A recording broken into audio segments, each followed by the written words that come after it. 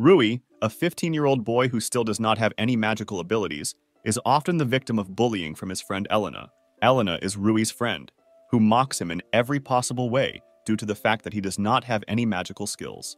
On this day, Elena mocks Rui just as usual. In this world, almost everyone has at least some kind of unique magical power, while Rui did not have it, which greatly upset him. In addition, Rui had problems not only with magic, but also with sports, which only upset him even more. Unlike Rui, Elena learned to use magic at the age of 3. As she grew older, Elena's magical skills grew more and more.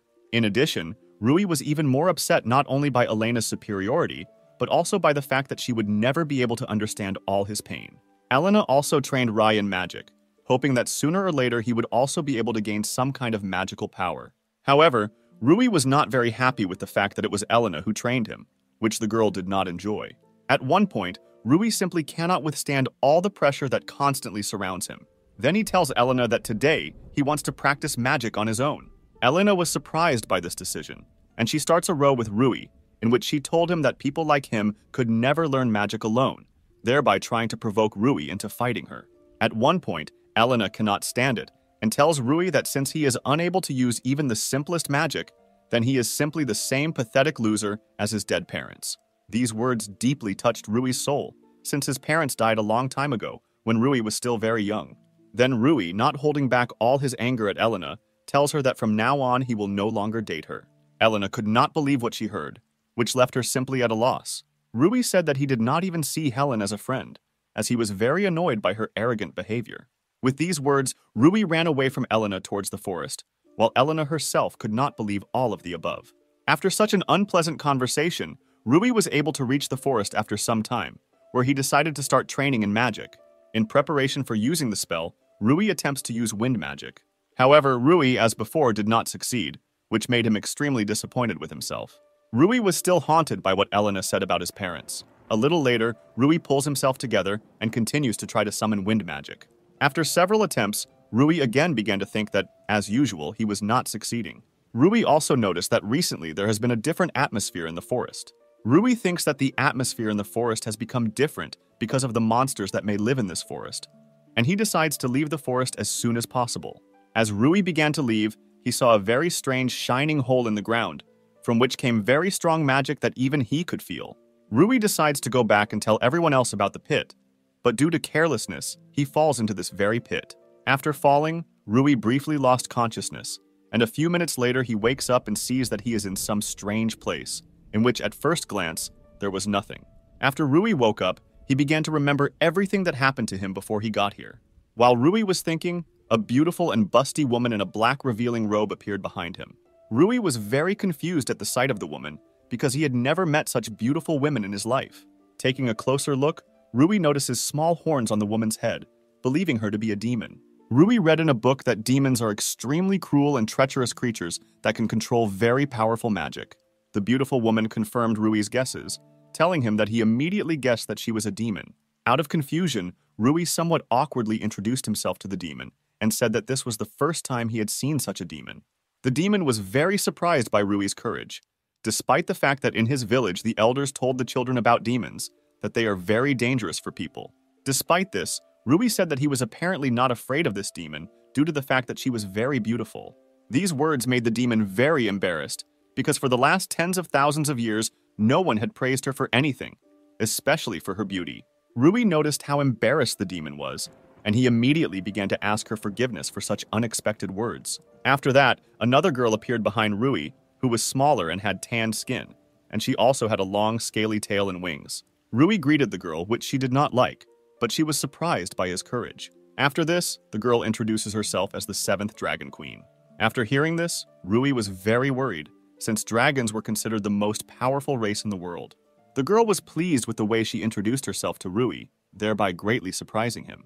After this, the girl asked Rui if he knew who this demon was. After hearing this, the demon remembers that she never introduced herself to Rui.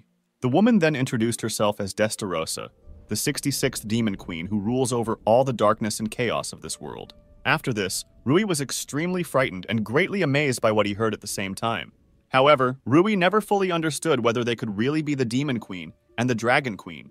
Destarosa thought that Rui didn't see her as a Demon Queen just because he thought she was beautiful, while the Dragon Queen didn't understand how Destarossa was so easily embarrassed by his compliments. After that, they started having a small quarrel, looking at which Rui thought that they both got along well with each other and were probably even friends.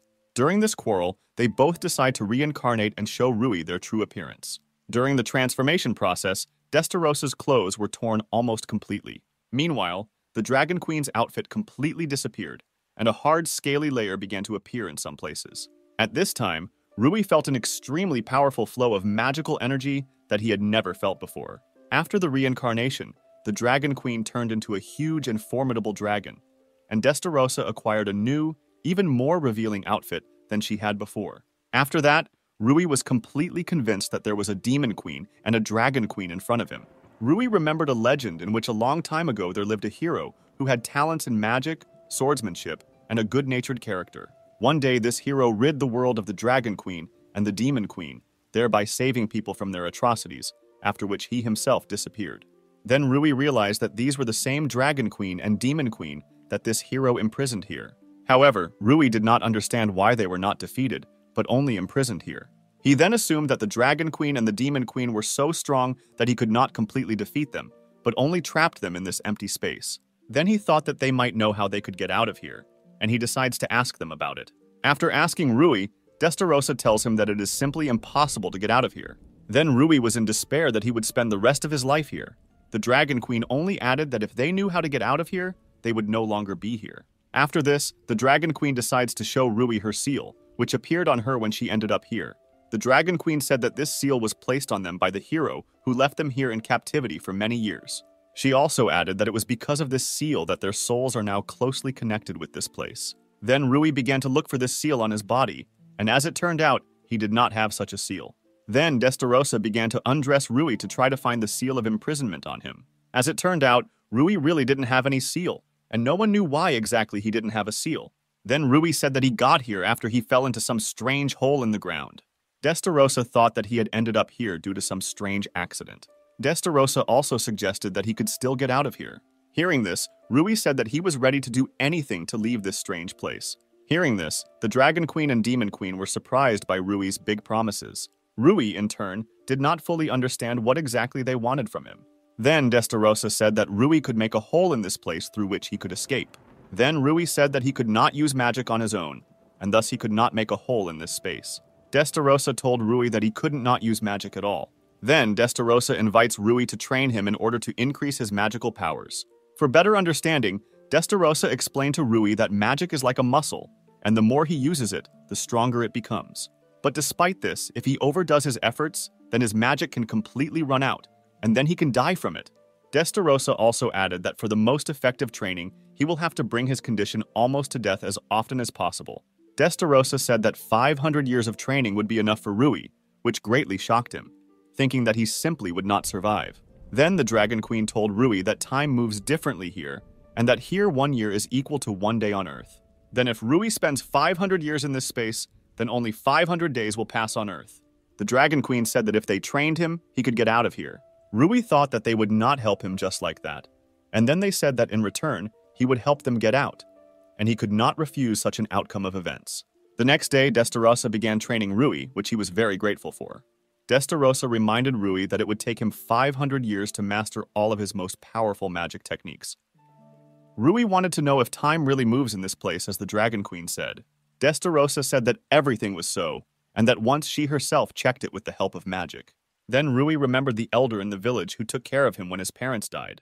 He thought that the elder there would worry about him, and that after all this training he would definitely return to him. He told Destarossa that he would try his best to get out of here as soon as possible. After saying this, she pats Rui on the head, thereby praising his efforts. Rui remembered how before his mother died, he also stroked his head, which made Rui feel a pleasant, warm feeling that he had not felt for a very long time. However, Destarossa asked for forgiveness if he did die here, which caused Rui's emotional mood to suddenly change to a more depressive one. During his training with Destarossa, Rui practiced his magical skills for a long time. From such training, Rui crawled to the Dragon Queen completely exhausted. The Dragon Queen realized from Rui's exhausted state that Destarossa was training him very well. Before Rui had time to regain his strength, the Dragon Queen was ready to train him. The Dragon Queen said that she would train Rui not in magic, but in a special Qigong technique. The Qigong technique was unique in that it fully revealed the full potential of any magician. There were very few people in the human world who used the Qigong technique, but this technique was not inferior to ordinary magic in power. The Dragon Queen told Rui that if he mastered this technique, he could easily defeat even a dragon. The study of Qigong technique is based on 9 exercises, which are divided into attack and defense exercises. Any person who can learn all the exercises will be able to overcome any difficulties along the way. Rui didn't understand why no one used such powerful magic. The Dragon Queen explained that this technique is very difficult to master. She also explained that in recent years, it has become much easier for people to use magic, and that everyone can easily use basic magic, while the Qigong technique needs to be studied diligently for years. This didn't scare Rui much, since for him, training in the Qigong technique should be as difficult as training in ordinary magic. The Dragon Queen also added that to learn the Qigong technique, a person does not need any talent, and all training was based only on painstaking study. Rui said that he will try his best, and he can't wait to start training. However, the Dragon Queen did not mention that Rui must memorize everything he will study. After the explanation, Destarossa appeared to them and said that the training program would change every week. The Dragon Queen thought that Rui should learn Qigong before Destarossa had time to teach him how to use magic. 10 years after Rui found himself in endless hell, his magic skills became much stronger. Destarossa was satisfied with the results of her training, but she also understood that Rui needed to continue training. Destarossa noticed all of Rui's progress and saw how he became a real magician. Destarossa was also surprised by how Rui, during all her continuous training, never showed his fatigue. At the end of the training, Destarossa told Rui that he had enough for today, but Rui argued that he could still continue, despite the almost complete lack of magical energy in him. Rui also said that he tried very hard in training, and that he cannot just take it and start resting. Destarossa thought that Rui had an unhealthy desire to master magical skills. Then she decides to tell him that he is trying very hard to prove himself in all her training sessions. She also added that despite how weak a magician he was in his world, all his efforts bring him results. After this, Destarossa decides to transfer some of her magical power to Rui through her magic channel. She explained to him that magicians like him have very little magical power, and therefore she could transfer very little magical energy to him. She also explained that if he did not use this magic, his magical power would weaken, and over time he would not be able to use his magic at all, which scared Rui very much. After this, Destarossa began the process of transferring magical energy to Rui. While she was transferring some of her magical energy to him, she noticed that during all the time of his training, Rui's magical channels had become more stretched compared to other people. After transferring the magical energy, Destarossa kept telling Rui that with every training he and his magic were becoming stronger. At first, such words from Destarossa touched Rui very much, since no one had previously praised him as much as now. A little later, he calmed down and told Destarossa that he was very pleased to hear such warm words of support. Rui also said that he was very glad that he came to this place and ended up with them, affectionately calling Destarossa little sister. She was incredibly embarrassed by what Rui called her, causing her to faint. At first, Rui became very worried about Destarossa, but the Dragon Queen told him that she was just crazy and that she would come to her senses soon. After what she saw, the Dragon Queen told Rui to rest before training with her. During training, Rui was able to do 100 push-ups with a very heavy stone on his back. After this, the Dragon Queen told Rui to rest before the next exercise. She was pleasantly surprised at how the first visible results of her training began to appear. She also drew attention to how, after 10 years of training, Rui was able to master the Qigong technique. While she was thinking about Rui's abilities, she noticed how he, hiding from her, continued to do push-ups, which she did not like very much. She was very unhappy with this behavior, telling Rui that he should never overexert himself. Rui said that because he was extremely weak in his world, he should train as much as possible. The Dragon Queen kept telling him that this was all nonsense, and that his physique was more than strong and resilient, which Rui simply did not believe. He said that he was the weakest and slowest in his world, and that the Dragon Queen would not be able to understand him because she was very strong. The Queen draconically realized that Rui was a child with complexes and that she needed to somehow fix it. She then tells Rui that thanks to his efforts, his physique is getting stronger with every workout. She explained to him that he considered himself weak only because he simply did not know before how effectively he could use his body. She also drew his attention to the fact that his body has very efficient regeneration and that he should be grateful to nature for the fact that he was born so strong. Rui was very touched by the Dragon Queen's words about his unique physique.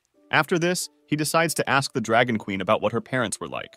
She replied that her parents died when she was very young, and that she did not even remember their faces. After this question, Rui began to feel somewhat awkward after his question, thinking that she was uncomfortable remembering it.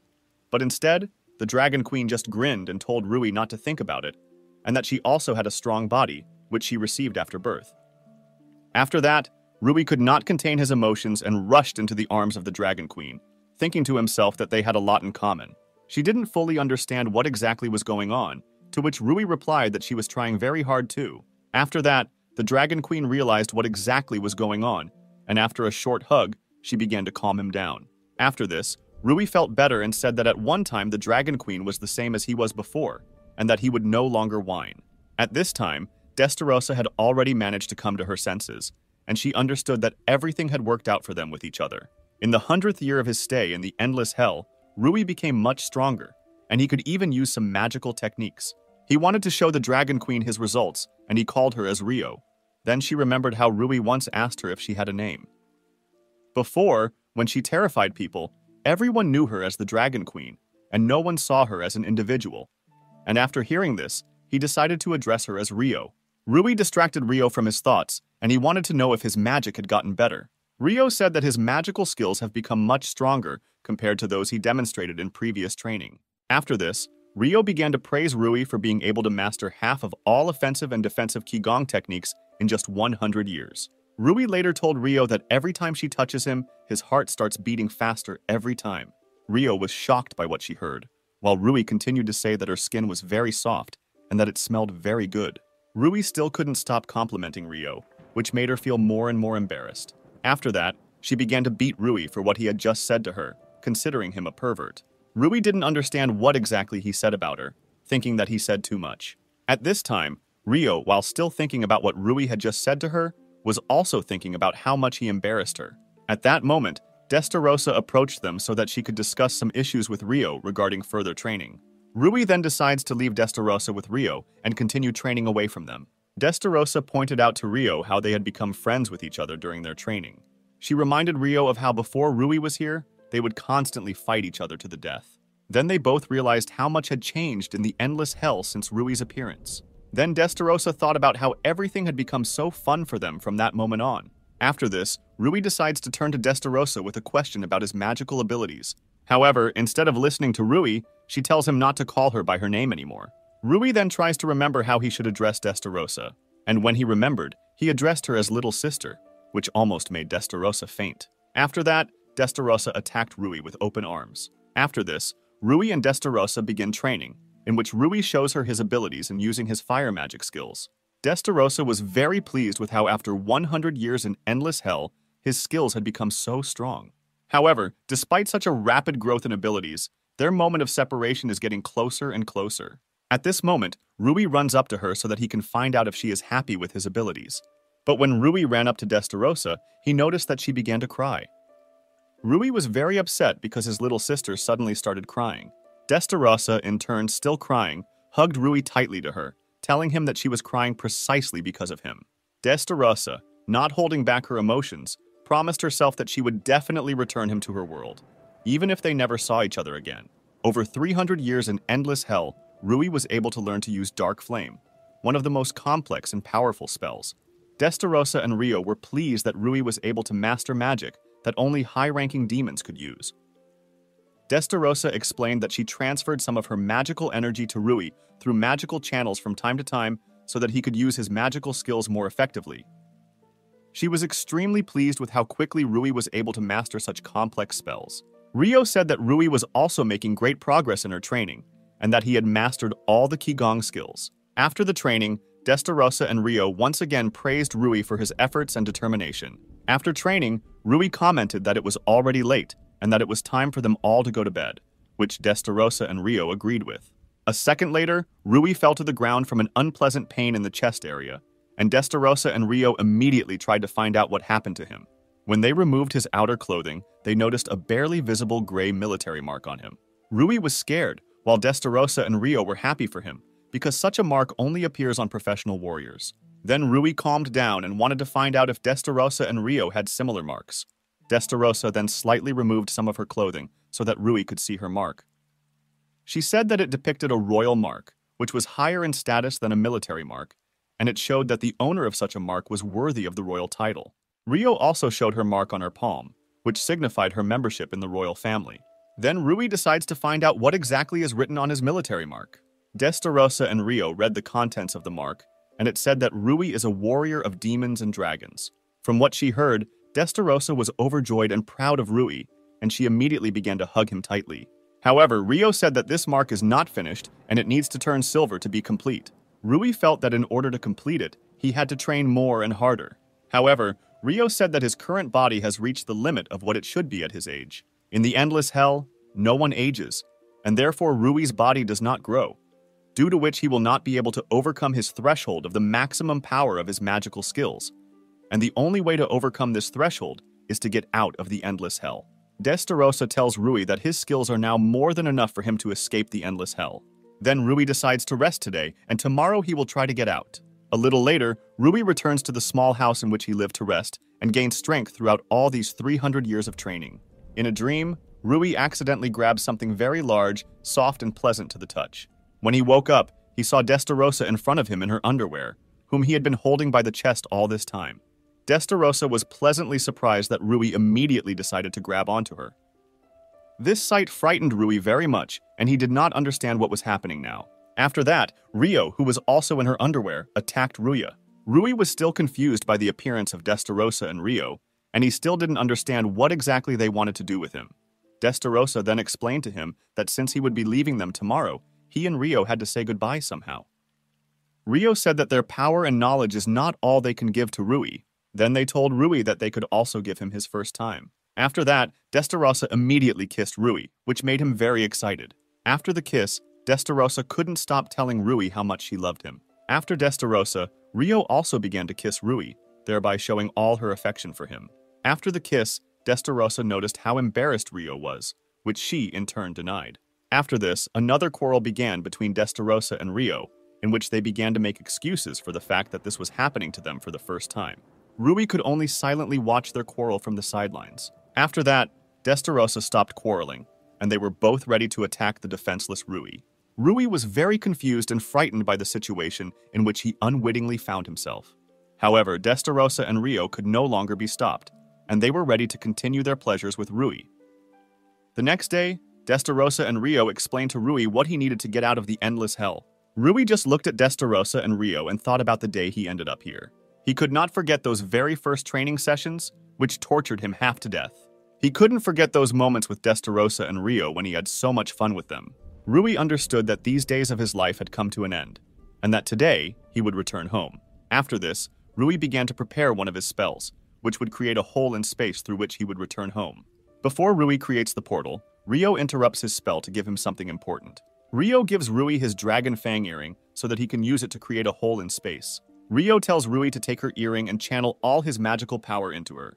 Ryu took Rio's earring, directed his magical power into it, and instead of the earring, he ended up with a dragon sword in his hands. Rui was surprised by how strong the magical power was coming from his sword. Rio informed Rui that this was not an ordinary sword, but a relic of his father, which was made from his fangs. She also added that there are only 2 such swords in the entire world, and she gives 1 such sword to Rui as a memory of them. Rui wanted to say that he cannot accept such a gift from Rio, but she does not listen and interrupts him. Rio continued to say that she was giving this relic to him for a reason, and that he should fully understand this if he did not want to accept it. Rui then changes his mind and decides to accept the sword, promising Rio that he will treasure it. Rio was happy with Rui's decision, after which she explains to him how to properly use this sword. A few minutes later, Rui was ready to use the sword to cut the space between the human world and the endless hell. Rui began to concentrate all his magical power on the sword, after which he makes a strong and confident swing. After his impact, a large crack appeared in the air, from which a bright light came. While the crack was growing and getting larger, Rui had already begun to say goodbye to Destarosa and Rio, not holding back his emotions. Before Rui leaves them, the 3 of them begin to hug each other. Destarosa wished Rui a good journey and to be careful when returning to his world. Rio wished Rui good luck and told him that they would always wait for his return. Ryu could not believe that this was the end, and that after passing through the crack, he would finally find himself in his world. He also thought that he would definitely free them from endless hell in order to continue living with them. Before returning to his world, he told Destarosa and Rio that he would definitely free them from here. Destarosa and Rio just looked after Rui, who was already leaving them. A second later, Rui walked through the crack, after which it closed, letting Destarosa know that Rui had left them. Rio told Destarosa that they were now alone in an endless hell for the first time in 300 years. Then Destarosa grabbed Rio and began to cry loudly, which Rio did not expect from her at all. Destarosa couldn't stop talking about how much she was already jumping around the Rui. Rio then began to try to calm her down, thinking to herself that she had never done this before. Rio never ceased to be amazed that the Demon Queen was capable of such emotions. When Destarosa calmed down a little, she decided to ask Rio if she missed Rui. Rio said that she believes in Rui and that she doesn't feel as lonely as she did before they had Rui. After what Rio said, Destarosa's emotions got the better of her again, and then she began to squeeze Rio, calling her cutie. Then Destarosa told Rio that if she felt lonely, then they urgently needed to hug. After that, Destarosa began to tightly hug Rio, who tried to fight her off in every possible way. Rio increasingly wanted Rui to return to them as soon as possible. Meanwhile, Rui was between dimensions through which he must get to his world. Rui also really missed Destarosa and Rio, whom he won't be seeing for a while. However, he pulls himself together and thinks that he will definitely save them. A little later, he finds another crack that should move Rui to his world. Then Rui takes out his sword, which Rio gave him, and hits the crack with it to make it bigger. When he widened the crack and went through it, he found himself in the same forest in which he found a hole in the ground through which he fell into an endless hell. It was only seconds later that Rui finally realized that he was finally home. Rui's happiness simply knew no bounds, and he decided not to hesitate and return to his native village. However, during his stay in endless hell, he managed to forget the way home. At first, Rui wanted to get onto the tree and look around, but as soon as Rui jumped, he found himself at a very high altitude. From such a height, Rui was able to look around and see the sea and his native village nearby. As soon as Rui saw all this beauty, he realized what a small world he had lived in before. At first, Rui thought about how he could save Destarosa and Rio, but he was not entirely sure that he would succeed. Then Rui plans to return to his home first, to be sure that nothing has changed there since his disappearance. After arriving home, Rui packed some things and was going to go to a very important place for him. This place turned out to be a large stone, on the site of which Rui's mother and father were buried. Rui apologized for his absence for so long and said that next time he would introduce Destarosa and Rio to them. At that moment, an elder appeared behind Rui, who raised Rui and looked after him after the death of his parents. The elders wanted to know from Rui where he had been all this time, to which Rui said that it was too long a story. Rui apologized to the elder for being gone for so long, and he was very happy to see the elder. Then the elder invites Rui to go to him to give him something warm. Rui created a large fireball and told the elder that he must go. The elder was shocked that Rui could create such a fireball so easily. Rui said that he is fine and that he is not as weak as before. The elder saw unprecedented confidence in his abilities in Rui's eyes, and he also said that he would look after Rui's house. Rui thanked the elder for his concern, after which he went on about his business. While Rui was walking, Elena noticed him and immediately began telling Rui about how angry she was with him. Elena thought that since Rui had returned, he wanted to make peace with her. Rui told Elena that her arrogance had not changed at all during the time he was gone, and that she should finally grow up. Elena was in deep shock from what Rui told her, since before his disappearance he had not behaved so boldly with her. Elena, in a fit of rage, immediately decided that Rui should answer for his words, and she was already preparing to strike Rui. However, contrary to all Elena's expectations, Rui manages to repel her attack without receiving a scratch. Elena was perplexed by how Rui was able to stop one of her most powerful moves. Rui told Elena that she couldn't see anyone around her, and that she couldn't see how people around her were getting stronger while her skills remained the same. Then Elena only gets angrier, and she again tries to inflict at least some damage on Rui. However, despite her fast attacks, Rui still manages to dodge each of her blows. After this, Rui decides to use one of the techniques of the Qigong technique, during which he delivers a powerful kick to Elena right in the face. After such a strong blow, Elena fell to the ground, but even after it, she did not stop commanding Rui, telling him to pick her up. Instead, Rui just says goodbye to Elena, telling her not to get in other people's way anymore. Elena still did not stop shouting after Rui that sooner or later she would still be with him. On the way, Rui remembers a conversation with Destarosa and Rio, in which they discussed a plan on how Rui could rescue them from the endless hell. Destarosa suggested that the first thing to do would be to find some information about the hero who imprisoned them, since only he knows how to remove the seals from them. Rui suggested that this hero must have already died, but Rio said that his relatives or his family might also know how to free them from here. Then Rui decides that when he returns home, he will have to find the hero's grandchildren. Along the way, Rui decides to first find out about the hero's grandchildren from people in Escadoria, the capital of the continent. However, Rui did not know which direction the capital was located, and he decided to find a large accumulation of magic.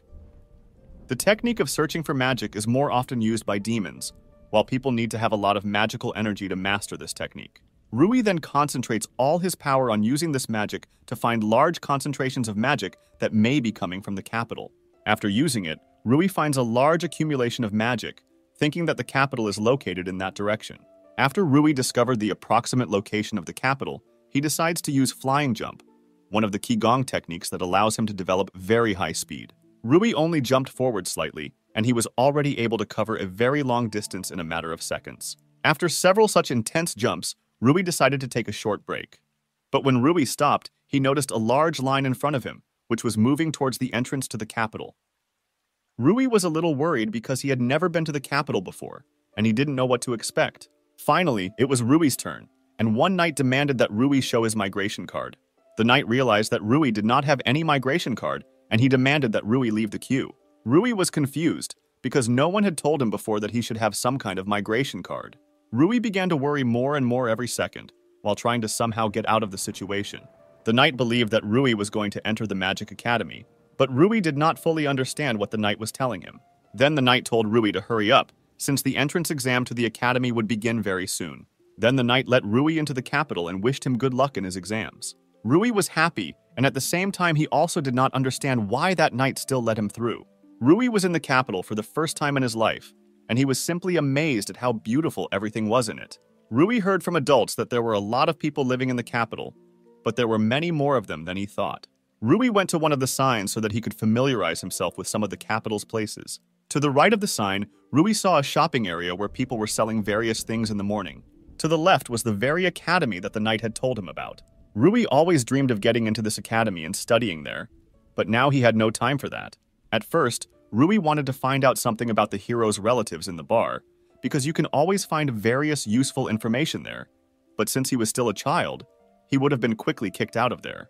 Then Rui thinks of going to the guild, where he can get the opportunity to earn money by completing various orders, and he can also get a migration card with which he can travel to other cities and countries. After some deliberation, Rui decides to join the guild and become an adventurer. Then, an old angry woman appeared near Rui, who believed that Rui had gotten lost on the way to the academy. Then the woman grabbed Rui and forcefully dragged him towards the academy.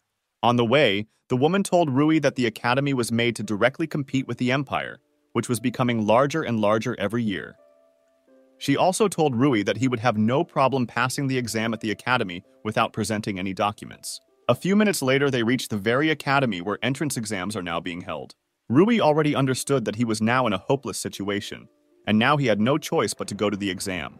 On the other hand, Rui was not at all upset that he was able to get here. After that, Rui walked up to the counter, behind which was one of the teachers who was receiving new students. In the distance, Rui noticed targets floating in the air, where new students showed off their magic skills. One of the teachers told Rui that he needed to show his magical skills, where he could use absolutely any magic.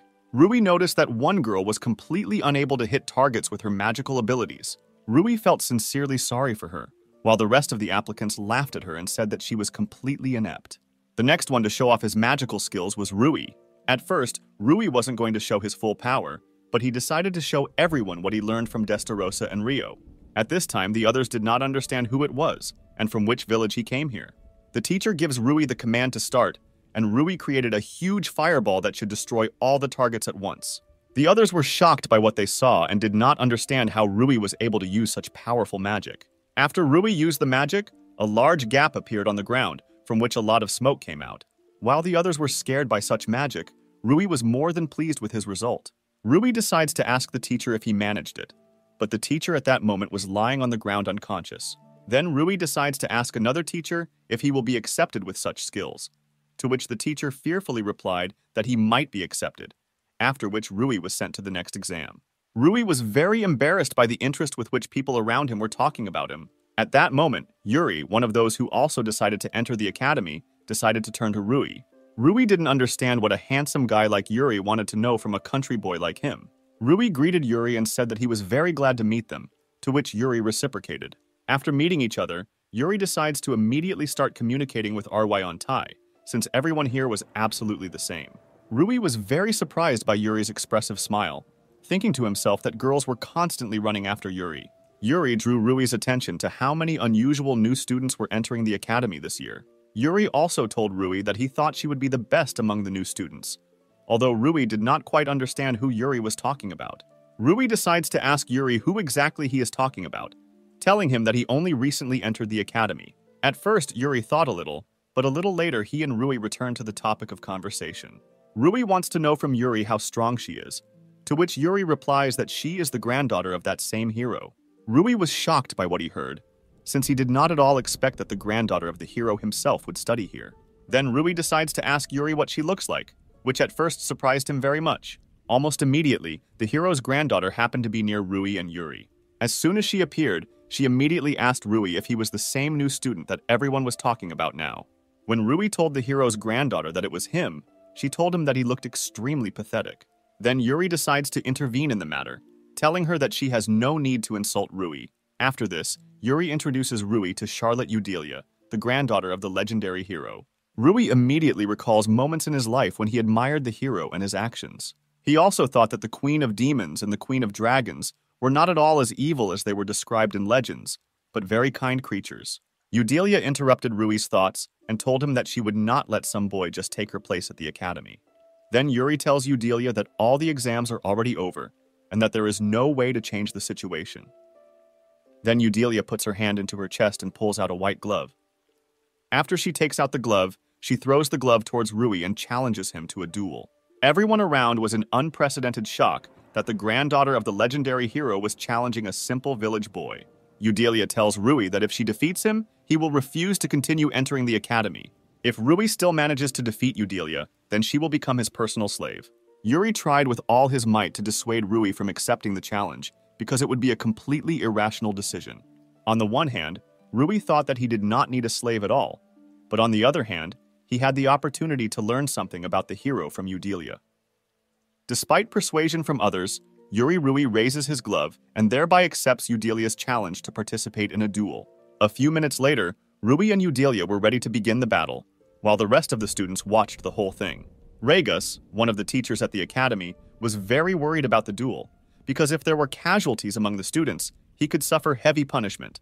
Then Yuri reassured the teacher, telling him that he took full responsibility upon himself, because he knew that deep down, the teacher also wanted to know what Rui was like.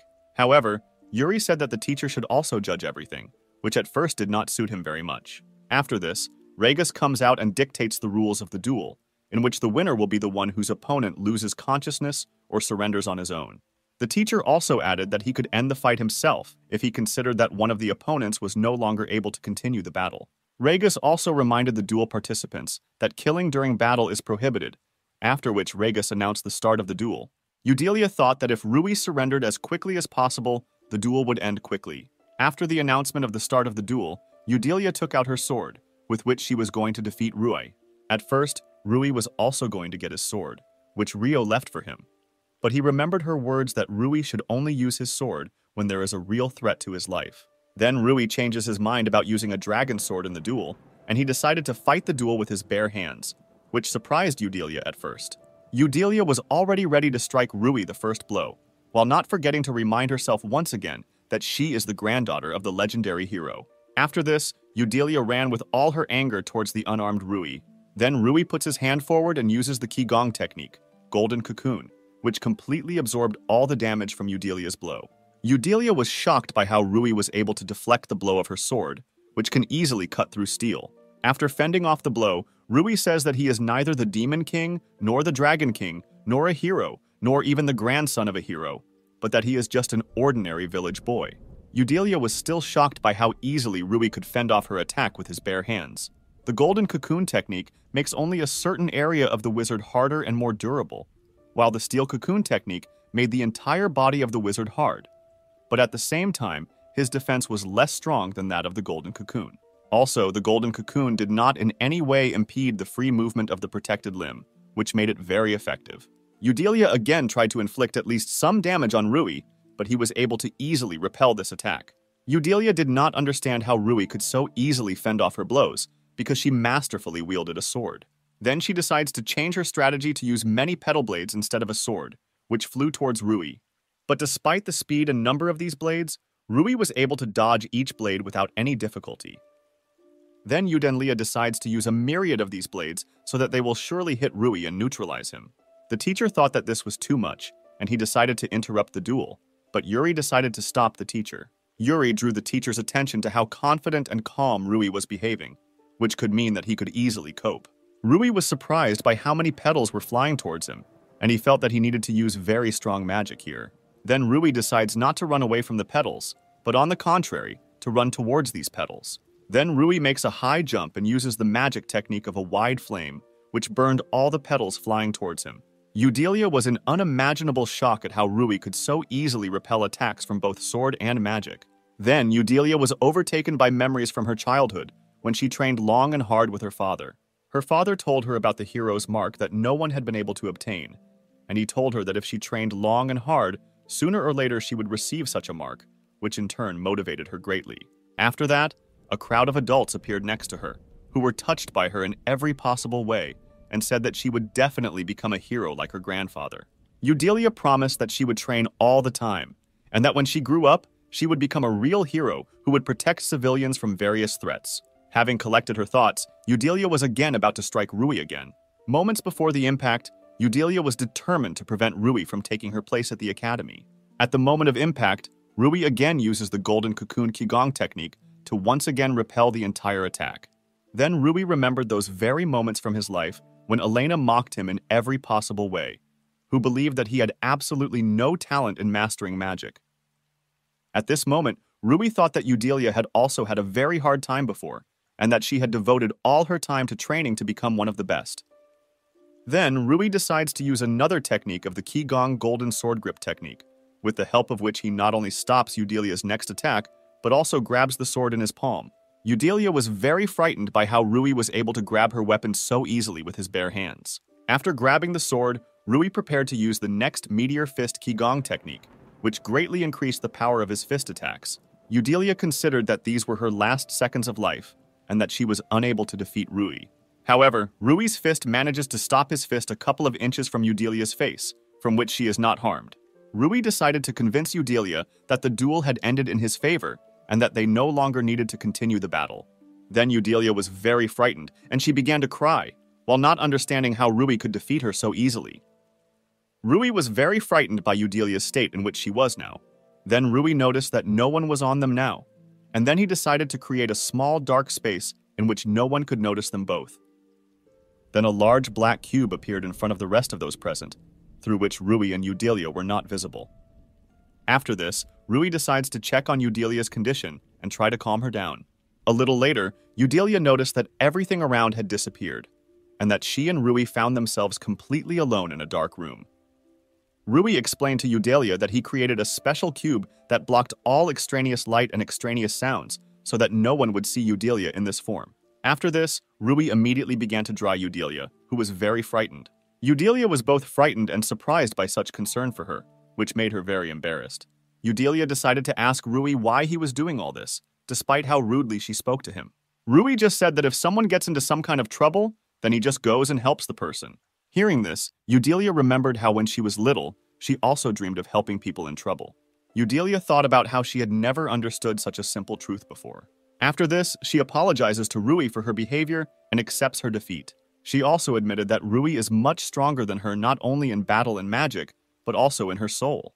Rui said that Yudelia also showed her fighting skills well, and that her latest magic especially surprised him. Rui was about to remove the black cube, but Yudelia said that friends address each other as you, and that they are now friends. Rui did not object to this, and they shook hands as the black cube began to collapse. Viewers finally saw Rui and Yudelia finally get out of the large cube. After this, Yudelia told all the spectators that she was giving up and that she fully accepted Rui's victory. Everyone was shocked by such a statement from the granddaughter of the legendary hero, and Yudelia said that Rui should study at the academy instead of her. Teacher Regas only reminded Yudelia of the promise that she must fulfill if she loses. Rui remembered Yudelia's promise to become his slave, but he said that he did not need a slave at all. Yudelia said that she would not accept the fact that Rui refused to comply with all conditions, and that she was ready to become his slave. Then Eudelia began to insist that if she lost, then she must become Rui's personal slave. After that, she grabbed Rui's hand and created a slave mark on her hand, with which Eudelia must now do whatever Rui wants her to do. Eudelia was not upset, but on the contrary, she was ready to follow all of Rui's instructions. Rui was only once again embarrassed by the fact that the granddaughter of the legendary hero had become his personal slave. After the duel, Rui and Eudelia met Yuri at the academy, who wanted to ask them about the results of their exams. Yuri said that he could not imagine before that someone from the hero's family would become someone's slave, which greatly confused and angered Eudelia. Yuri also wanted to find out from them who they are to each other now. Eudelia only said that she did not tell Rui because she believes that if she had told him earlier that she wanted to be friends with him, he would have tried to stay away from her. Rui did not understand anything, and then Yuri decides to introduce himself to Rui as Yuri von Exodoria, who was the current prince of Escador. Rui was shocked by what he heard, since he could not even imagine that he would personally know anyone from the royal family. Then Rui decides to address Yuri as master, to which Yuri himself said that friends should not call each other master. After this, Yuri asked Rui if he had a place to stay for the night, since from his appearance it was clear that he was not from the capital. Rui said that he did not think about it at all, because he expected to resolve such issues as they appeared. Yuri said that he would try to somehow resolve the issue of Rui's place of residence. Yuri said that Rui could spend the night with him, and that he would be well taken care of there, and therefore Rui would not have to think about paying. Then Eudelia considered Yuri's generosity too suspicious, assuming that he had some reason for this. Yuri said that now there is a large shortage of population in the capital, and if thanks to students like Rui, the academy's rating increases, then students from other countries will go to the capital. Yuri also added that if Rui studies at the academy, then Yuri will support Rui in everything. Rui thought that if Yuri helped him, it would be much easier for him to get used to it, and then it would be easier for him to find the necessary information about the hero. And after such thoughts, he decides to become a student at the academy. That night, Rui spent the night in Yuri's room, and the next day he was going to look for information about the hero. As soon as Rui went outside, he saw Eudelia near the entrance, who had been waiting all morning for him to come out. Rui didn't expect to see Eudelia, and she said that she just wanted to come to Rui, so that Eudelia would not think that something was wrong. He told her that he was very glad to see her, after which her offense changed to joy. After this, Eudelia invites Rui to take a walk with her, while she shows him various places. Then Rui and Eudelia walked around the capital all day, visiting various places. During the walk, Rui thought that he was now in great debt to Eudelia, and that he now wanted to free Destarossa and Rio, thereby devaluing everything that the legendary hero had done for this world. Then Rui remembered his last night with Destarossa and Rio, when he all discussed together that the hero might still be alive now. Destarossa said that since the hero was able to create a place where no one ages like the infinite, then it was quite possible for him to find a way to become virtually immortal. Then Rui said that since he locked Destarossa and Rio here, he is bad, and when he finds the hero, he will finish him off. Then Rio said that there was no way for them to kill the hero, since he was too strong for anyone to defeat. Destarossa felt that the hero couldn't just attack and imprison him and Rio here, and he probably must have some compelling reasons for this. These words did not convince Rui in any way, and he still wanted to finish off the hero, since he could not just forgive him for being here. Eudelia noticed that something was wrong with Rui, to which he replied that he was fine. Then Rui came to his senses, and he decides to find out something from Eudelia about the legendary hero, and she thought that Rui was one of her grandfather's regular fans. Eudelia said that she doesn't know very much about her grandfather, since 300 years have passed since he disappeared. Then Eudelia tells Rui that despite this, she has several family items, among which were also her grandfather's things, which Rui was very interested in. One of these items was the sword Frau Gerassos, which was used by Eudelia in a duel with Rui, and which was passed down in the hero's family from generation to generation. Rui began to look at the sword and could not take his eyes off it, because while he was looking at the sword, for some reason he simply felt good in his soul. When Eudelia handed the sword into Rui's hands, the sword began to emit unusual energy, and Rui thought that the sword was filling Rui with unusual magical power. After a few seconds, Rui returned the sword back to Eudelia, after which he felt some unusual sensation from the sword. It was getting close to night, and Rui told Eudelia that it was too late to go out and that they should both go home. At first, Rui wanted to accompany Eudelia home, but she invited him to spend the night with her. Finding themselves alone with each other, Rui thanks Eudelia for such a wonderful day in order to somehow dilute the suddenly appeared situation. Eudelia supported Rui and said that she would like to spend the day together sometime. At the same time, Eudelia thought that she had a unique opportunity to make Rui her. Eudelia remembered how many guys from her circle began to confess their feelings to her when they found out that she was the granddaughter of the legendary hero. Despite mutual interest in boys, Eudelia did not date these boys, since they were much weaker than her. During all this time, Rui was the only one who was finally able to surpass her. Unexpectedly for Rui, Eudelia reminded him that she was his slave. Then Eudelia said that she could do for him whatever he wanted without any exceptions. After that, Eudelia took Rui's hand and put it to her chest. Rui thought back to that very last night when Destarossa told him that even though he loved them, he shouldn't burden his fate. Destarossa told Rui that she and Rio loved him very much, but they would both be very happy if he found someone to love for the rest of his life. Rio said that among all races, only humans can have one partner, while male dragons can have several females at once. Destarossa said that male demons are also not limited to one individual, and aristocratic demons can have several dozen females at once. Rui remembered Destarossa's words that if he finds a person with whom he wants to connect his life, then he must act. Rio told Destarossa that she was the type who was constantly jealous, after which Rio and Destarossa started having a small quarrel again. At first, Rui thought that he started communicating with Eudelia, only to find out something about the hero from her. However, after the duel and walk together, he became more and more attracted to her. Then Rui realized that Eudelia had become the very person whom he wanted to protect from danger and with whom he would live his whole life. After such thoughts, Rui decided to act, and he immediately kissed Eudelia. After a long kiss, Rui threw Eudelia onto the bed and began to take off her shirt. Rui decided not to stop at the shirt, and he decides to take off her underwear. At one point, Eudelia felt that they were rushing things too much and wanted to stop. Rui reassured Eudelia and promised her that tonight he would be as gentle as possible with her, which made her calm down a little. After that, Rui began to undress, and Eudelia was afraid that he simply would not fit in her. But Rui no longer listened to Eudelia, and he penetrated her, from which Eudelia experienced such unusual sensations for the first time. The next day, Rui and Eudelia were heading to the academy, and along the way, Eudelia kept complaining about unbearable pain. Rui suggested that she use her regeneration magic, to which Eudelia only pushed Rui and told him to think carefully about his behavior. Then Eudelia asked Rui to become her boyfriend and take full responsibility. Ultimately, Rui decided to take responsibility and agree to Elena's proposal, despite his doubts and fear of change. Of course, the girl was completely surprised by this sudden turn of events, and it made her heart beat faster than she ever expected. A stranger approached the young couple and asked a question, wondering if they were by chance applicants. With obvious confidence, the guy expressed the opinion that they were an extremely frail and defenseless couple, which prompted them to think about their vulnerability in this situation. In addition, they showed interest and asked if the girl was the granddaughter of some hero or famous person.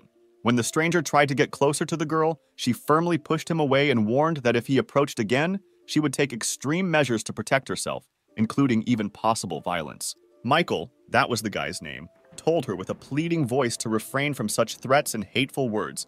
He tried to convince her of his friendliness and intention not to pose a threat. Rui suddenly felt the need to apologize to them, even though there was no clear reason for such an action. Elena felt a pleasant embarrassment when she heard the guy openly express his affection for her in front of others, and her heart began to beat faster at such unexpected sincerity. Michael didn't like the situation and decided to use his magical abilities to overcome the guy and show his strength. The main character felt puzzled about the motives of Michael, who decided to use magic in the center of the city and tried to unravel what goals could be behind this inexplicable action. Of course, he couldn't just ignore it and decided to intervene to stop the stranger and prevent the possible consequences of his magical actions.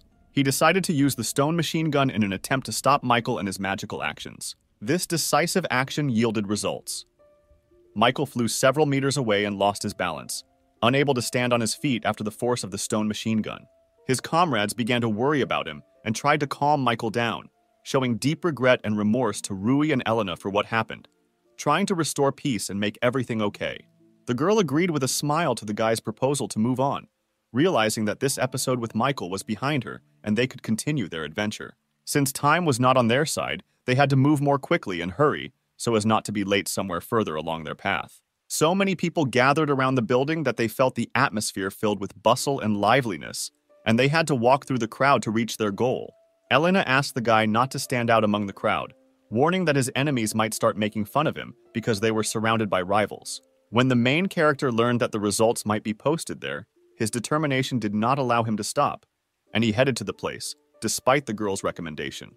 He noticed that there were classes labeled A through E. The girl was sure that they were probably in Class A. As it turned out, they were indeed found in Class Z, but none of them had previously known about the existence of such a class, which added to the mystery and unpredictability of the situation. Yuri warmly greeted the couple, creating a friendly and welcoming atmosphere in this unexpected situation. Together with Yuri, there was a mysterious stranger wearing a helmet reminiscent of the helmets of knights, which gave this meeting a mysterious and fantastic touch. As it turned out, this mysterious stranger in a helmet was Yuri's escort, and his presence added even more mystery and interest to this meeting.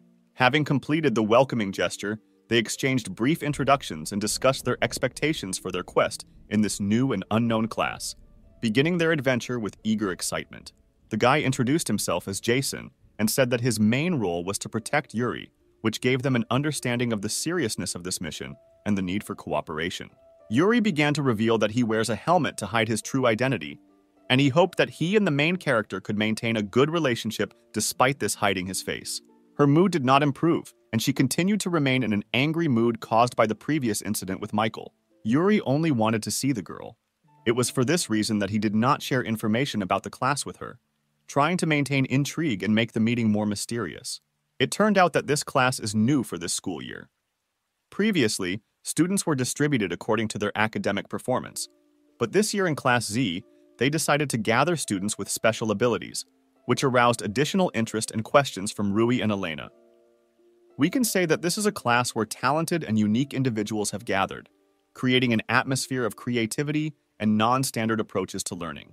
If they had been graded, they would probably have been in Class A, but their performance was so outstanding that they were placed in Class Z, reserved for students with unique abilities. Based on the decision of the management, they were sent to Class Z, taking into account their abilities and potential. The girl could not understand whether Yuri was watching them, because it all looked quite suspicious and mysterious, which caused her questions and misunderstandings. For the girl, it didn't matter much whether Yuri was watching them or not, because she felt confident and calm when she was next to the guy. Her running seemed too hot, and the guy politely asked her to slow down so they could move together and enjoy the moment. Jason remained confused as to the reasons why they needed to keep an eye on the pair, which made him curious and doubtful about the purpose of this mission. It turned out that this class was populated by absolute naughty people, and even Yuri found it difficult to keep them under control and keep an eye on them. Jason believed that Rui had the necessary skills and determination to meet this challenge and successfully resolve the situation in Class Z. If Yuri hopes so much for Rui, it means that he has invested a lot of hope and trust in the guy, and now Rui must live up to those expectations. His interest knew no bounds, and he couldn't wait to find out what Class Z class was, ultimately expecting to unravel the mystery of this mysterious place.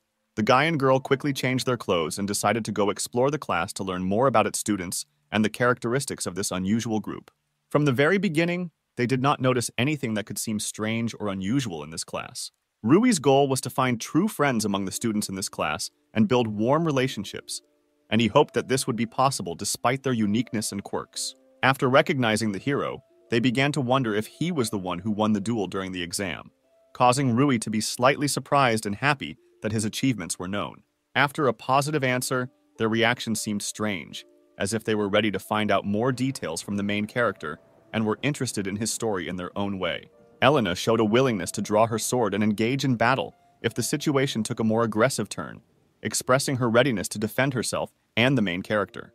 However, to everyone's surprise, the guy simply shook Roy's hand and expressed recognition, saying that the duel was very impressive and deserved praise.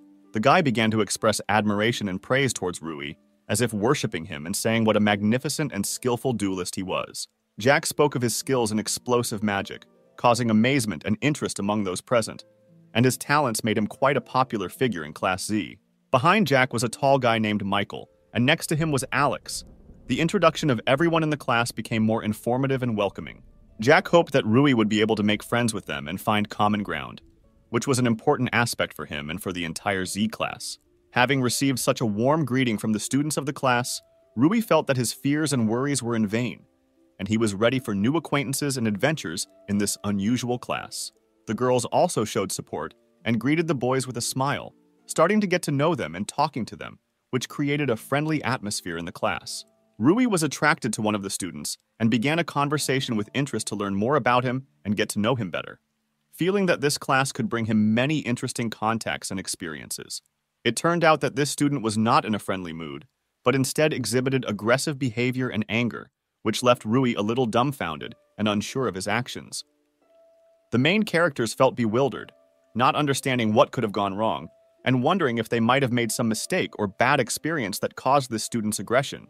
Since Rui was from a village, he might not be aware of some of the city's customs or practices, which could explain his negative attitude and dissatisfaction. This was because it was forbidden to have slave beastmen in the capital, but in other major cities this practice continued, which caused discontent on the part of many beastmen and created a conflict between them and ordinary people. The main character wondered if he would ever be able to become friends with this student, despite the initial tension and conflict, and he hoped that the relationship would improve. When the girl tried to tell the guy something, his attention was focused on one of the girls in the class, which caused some misunderstanding and irritation in the girl. He couldn't help but notice that she was amazingly beautiful, as if she had come straight out of a painting, and this caught his attention and piqued his interest. Slightly stuttering, Rui greeted the girl, trying to compose himself and be polite in front of her. However, he only received a cold disregard from the girl, which left his feelings a little hurt and disappointed. Elena could not stand this behavior and was amazed at how the girl dared to ignore the guy, and this caused her indignation and bewilderment. She exhibited pretentious behavior and stated that there was simply nothing to talk about with him, which caused additional irritation and bewilderment on the part of Elena and Rui. Elena was perplexed and disappointed by such an unpleasant answer, which completely contradicted their hopes for friendly communication with the students of the class. Her nerves were already gone, and she felt very irritated, ready to explode and tear the girl to pieces on the spot because of her rude and unpleasant behavior. Yuri noticed that the guy had apparently already established relationships with everyone, and also added that the teacher was already heading towards them, and they needed to quickly take their places. Yuri defiantly introduced himself again and greeted the guy, showing his friendliness and willingness to communicate, despite previous troubles. It was clear from the look of the main character that he felt satisfaction from the new class, since from that moment his life at the academy begins, and he is ready for new challenges and adventures. One day, a teacher was explaining something to the children with great diligence, trying to convey important information and knowledge to them. The teacher explained that in this way, water magic uses moisture from the atmosphere to achieve its goals, sharing knowledge about magical processes with students. Rui disagreed with the teacher and said that water magic was probably also capable of controlling underground waters and water sources, expressing his own vision and understanding of magical processes. 2 weeks have already passed since they entered the academy, and the main characters have been actively studying magic and adapting to the new learning environment. Everyone present was amazed at how clearly the guy explained the material, and his ability to convey knowledge aroused admiration among students and teachers. When they returned from practice, they noticed that all the chairs were scattered around the classroom, which caused surprise and bewilderment among those present. It was very cruel, and the children could not understand who had made such a mess and scattered chairs around the classroom, causing indignation and irritation. One of the guys wanted to ask some questions and find out what happened to understand the situation better. He decided to find the one who created this mess. He is sure that he left traces or evidence that will help solve this mystery. Oscar began using magical analysis to uncover magical clues or information that could lead him to discover the villain who was causing chaos in the classroom. This is exactly what Rui expected from Oscar, relying on his magical skills to solve the mystery and find the culprit. Oscar announced that he had these magical skills thanks to the help of the guy, which caused interest and surprise among the others. Thus, he was able to develop his analysis skills and ability to analyze more than just one table, thanks to the training and lessons that the guy gave after school. Oscar noticed a classmate's hair and shoe prints, which could be a clue to who caused the mess in the classroom. Oscar was truly impossible to fool, and his unique skills in magical analysis allowed him to reveal details that went unnoticed by others. As it turned out, the guy was expelled from the village for abusing magic, which explained his strange and hostile behavior. He rejoiced at the opportunity to use magic and realized that he could now be useful and contribute to solving the mystery of the disorder in the classroom. The guy provided information about who broke into the classroom and caused the chaos, sharing his knowledge and observations to help solve the incident. Oscar, not wanting to get involved in conflicts and fights, decided to stay away and not join the class that was probably going to look into the situation. Oscar could rely on his friend and assured him that he could cope without his help, expressing his trust and confidence in his abilities. At this time, Jack, Alex, and Michael were nearby, ready to support their friends and help if necessary. They all had one common goal: to catch the one who broke the rules and created chaos in the classroom, in order to restore order and restore calm in the academy. Jack asked the main character if he could start already, expressing his readiness to intervene and help investigate the incident. Kicking down the door, the boys burst into the classroom, ready to begin an investigation and find the rule breaker. The boys were confident that they could win this battle and solve the mystery of the classroom incident, trusting in their skills and their own dedication. It appears that all the suspects are planning to feign innocence and hide their involvement in the incident. A stranger approached the guys, and the main character immediately felt that he had seen him somewhere before. It seemed that he was from the aristocracy or other upper class. The main character apologized for the fact that they suddenly burst into the classroom and explained that one of the hooligans in their class disrupted the lesson, and now they are trying to find the culprit and restore order. The stranger asked if it was too early to suspect them of this, expressing doubt about their assumptions about who might have disrupted the lesson. The stranger also added that in their class, there are many students from disadvantaged families, and this can make it difficult to find the culprit and understand the situation. After these words, Jack became enraged and was ready to tear the stranger to pieces, feeling anger and defending the honor of his class and friends.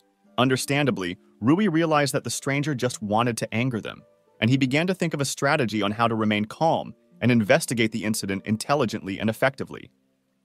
He asked Jack to trust him and rely on his decisions so that the investigation would go more smoothly and efficiently. The guy began to take something unknown out of his pocket, causing interest and anticipation among everyone present. The main characters carefully examined the hair that Oscar found for them in the classroom and began to analyze it, hoping to find any clues or traces of the culprit from it. The stranger inquired how Oscar was able to find out who the hair belonged to, expressing curiosity about the methods by which Oscar used his magical powers to determine the owner of the hair. The guy started talking about how they did a genetic analysis and compared the data with known samples to determine the owner of the hair. Then he decided to explain it briefly so that others would understand the analysis process. He announced that he used his ability, called Time Rewind, to analyze the genetic information and identify the owner of the hair. The stranger was clearly surprised and did not expect such an unusual outcome of events, because the return time ability was extremely rare and powerful. As it turned out, the main characters used magic that could return time, and the hair returned to its owner's head, which surprised everyone present with its unusual magical power. In other words, it turned out that the hair belonged to a stranger, and he was involved in the incident with the thrown chairs in the classroom. The stranger could not understand how this was possible, because not even all high-class magicians could use time magic, and this caused him surprise and bewilderment. The stranger pointed his wand at the boy, preparing to possibly use his magical powers in response to their discovery of his crime. The stranger admitted that he was going to purge and remove the main character from the class, implying perhaps some measures to expel or punish him. He warned everyone present that they should also prepare for the punishment or consequences of carrying out a purge that would cover the entire atmosphere of the class. The main character noticed that pointing magic wands without sufficient reason is contrary not only to the rules of the school, but also to the law of magic in general. The main character realized that in this situation, it was more of a self-defense, and now he had no need to hold back. The time has come for retribution and protection of their interests. After this, classmates began to jointly develop a strategy to prevent possible negative consequences and protect themselves and their class. The man ordered everyone to shoot, calling on them to take active action in this situation. The main character noticed that people were gathering near the class, and he decided that they needed to avoid direct blows and being hit by them. Michael made the decision to take responsibility and act independently in this situation.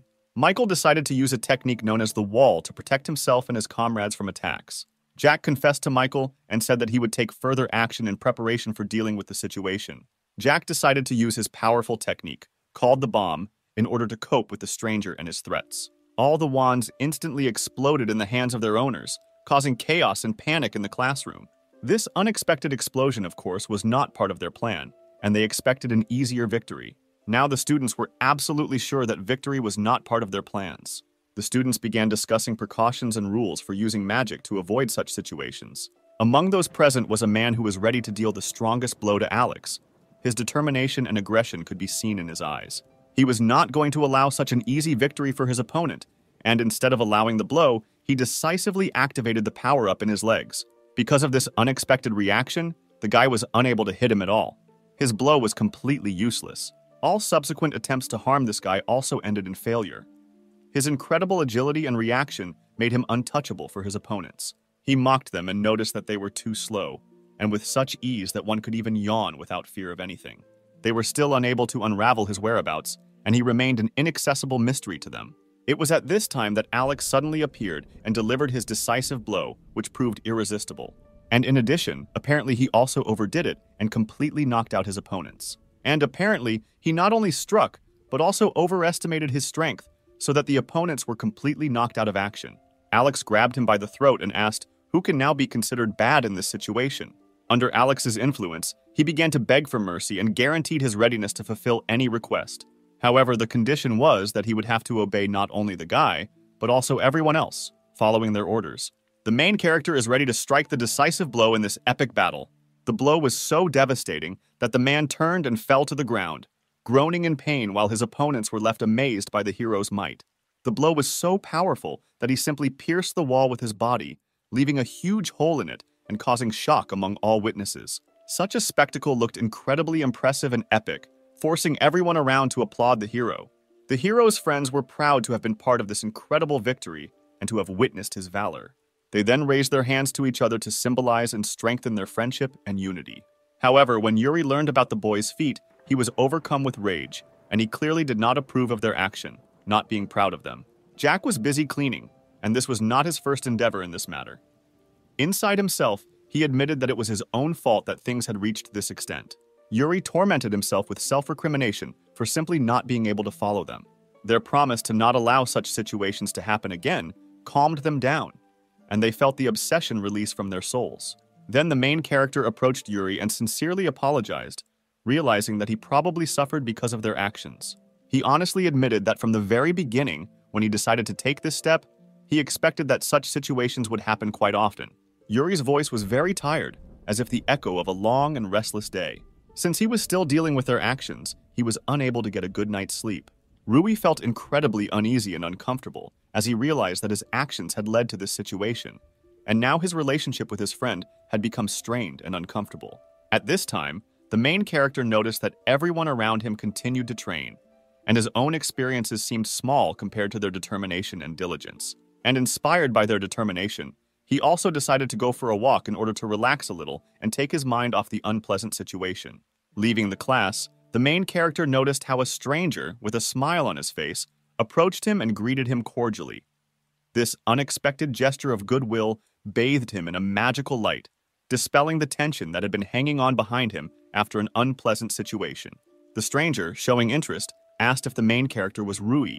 Having apologized to the guy for his sudden appearance, the main character tried to explain that his new mood and desire to talk were the result of recent events. As it turned out, the guy's name was Madison, and he was in Class 2A, which added a new dimension to their meeting. The main character warmly shook the stranger's hand, expressing his respect for him and showing his readiness for friendly communication. Madison was just curious about what Rui looked like since there were rumors about him, and he wanted to see the guy in person. And oddly enough, these rumors turned out to be related to yesterday's incident that everyone was talking about. Madison suddenly began to approach Rui as if they had found a common language, and their conversation became more frank and friendly. Madison felt ready to tell Rui something important and personal. With a look of trust, he made it clear that he had a story to share with him, and Rui was ready to listen. Rui listened carefully to Madison and realized that even he, being strong, realized that in this world there will always be people even more powerful and terrible than himself. And at that time, the main character was worried about his charisma and ability to impress others. Rui sincerely and heartily thanked Madison for his honesty and warning about the powerful and scary people in this world. He felt that his new friend truly cared about his well-being and safety. However, within himself, he was well aware that there were at least two people whose power and influence exceeded his. Madison decided that he probably shouldn't have worried then, since meeting such people was unlikely, and he preferred to focus on what he had now.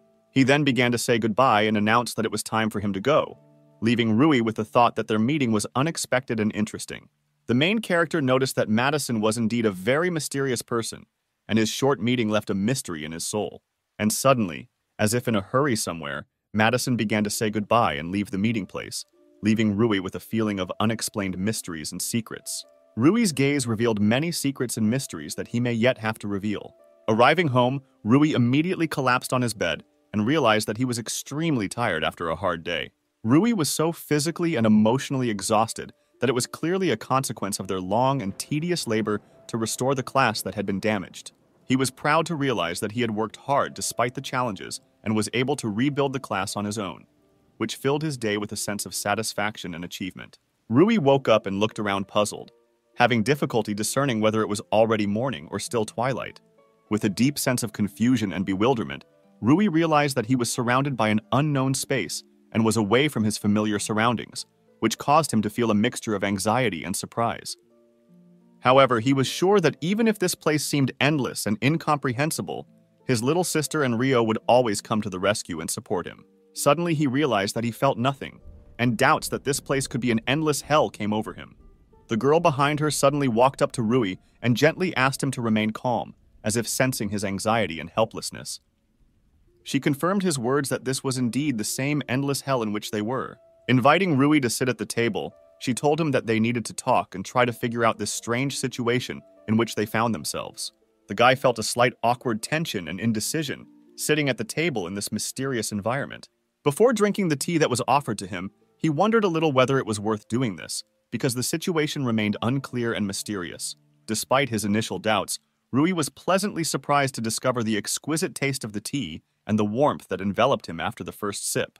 With a cup of tea in his hands, he couldn't help but question her identity and how they related to this strange situation. As it turned out, her name was Chris, and she was assigned to manage this endless hell, which added mystery and intrigue to their meeting. After such words, the main character instantly stood up, ready to defend, feeling an unexpected surge of tension and danger. However, she again asked him to calm down and assured him that she was not an enemy and her intentions were good. Mixed feelings of uncertainty and anxiety remained in his heart, and he felt that he needed a clearer explanation of his role and purpose in this strange reality. It turned out that the reason was quite simple. The main character accidentally removed the seal from Endless Hell. This happened because in the real world he received an item from the hero, thanks to which the seal guarding the Endless Hell was removed.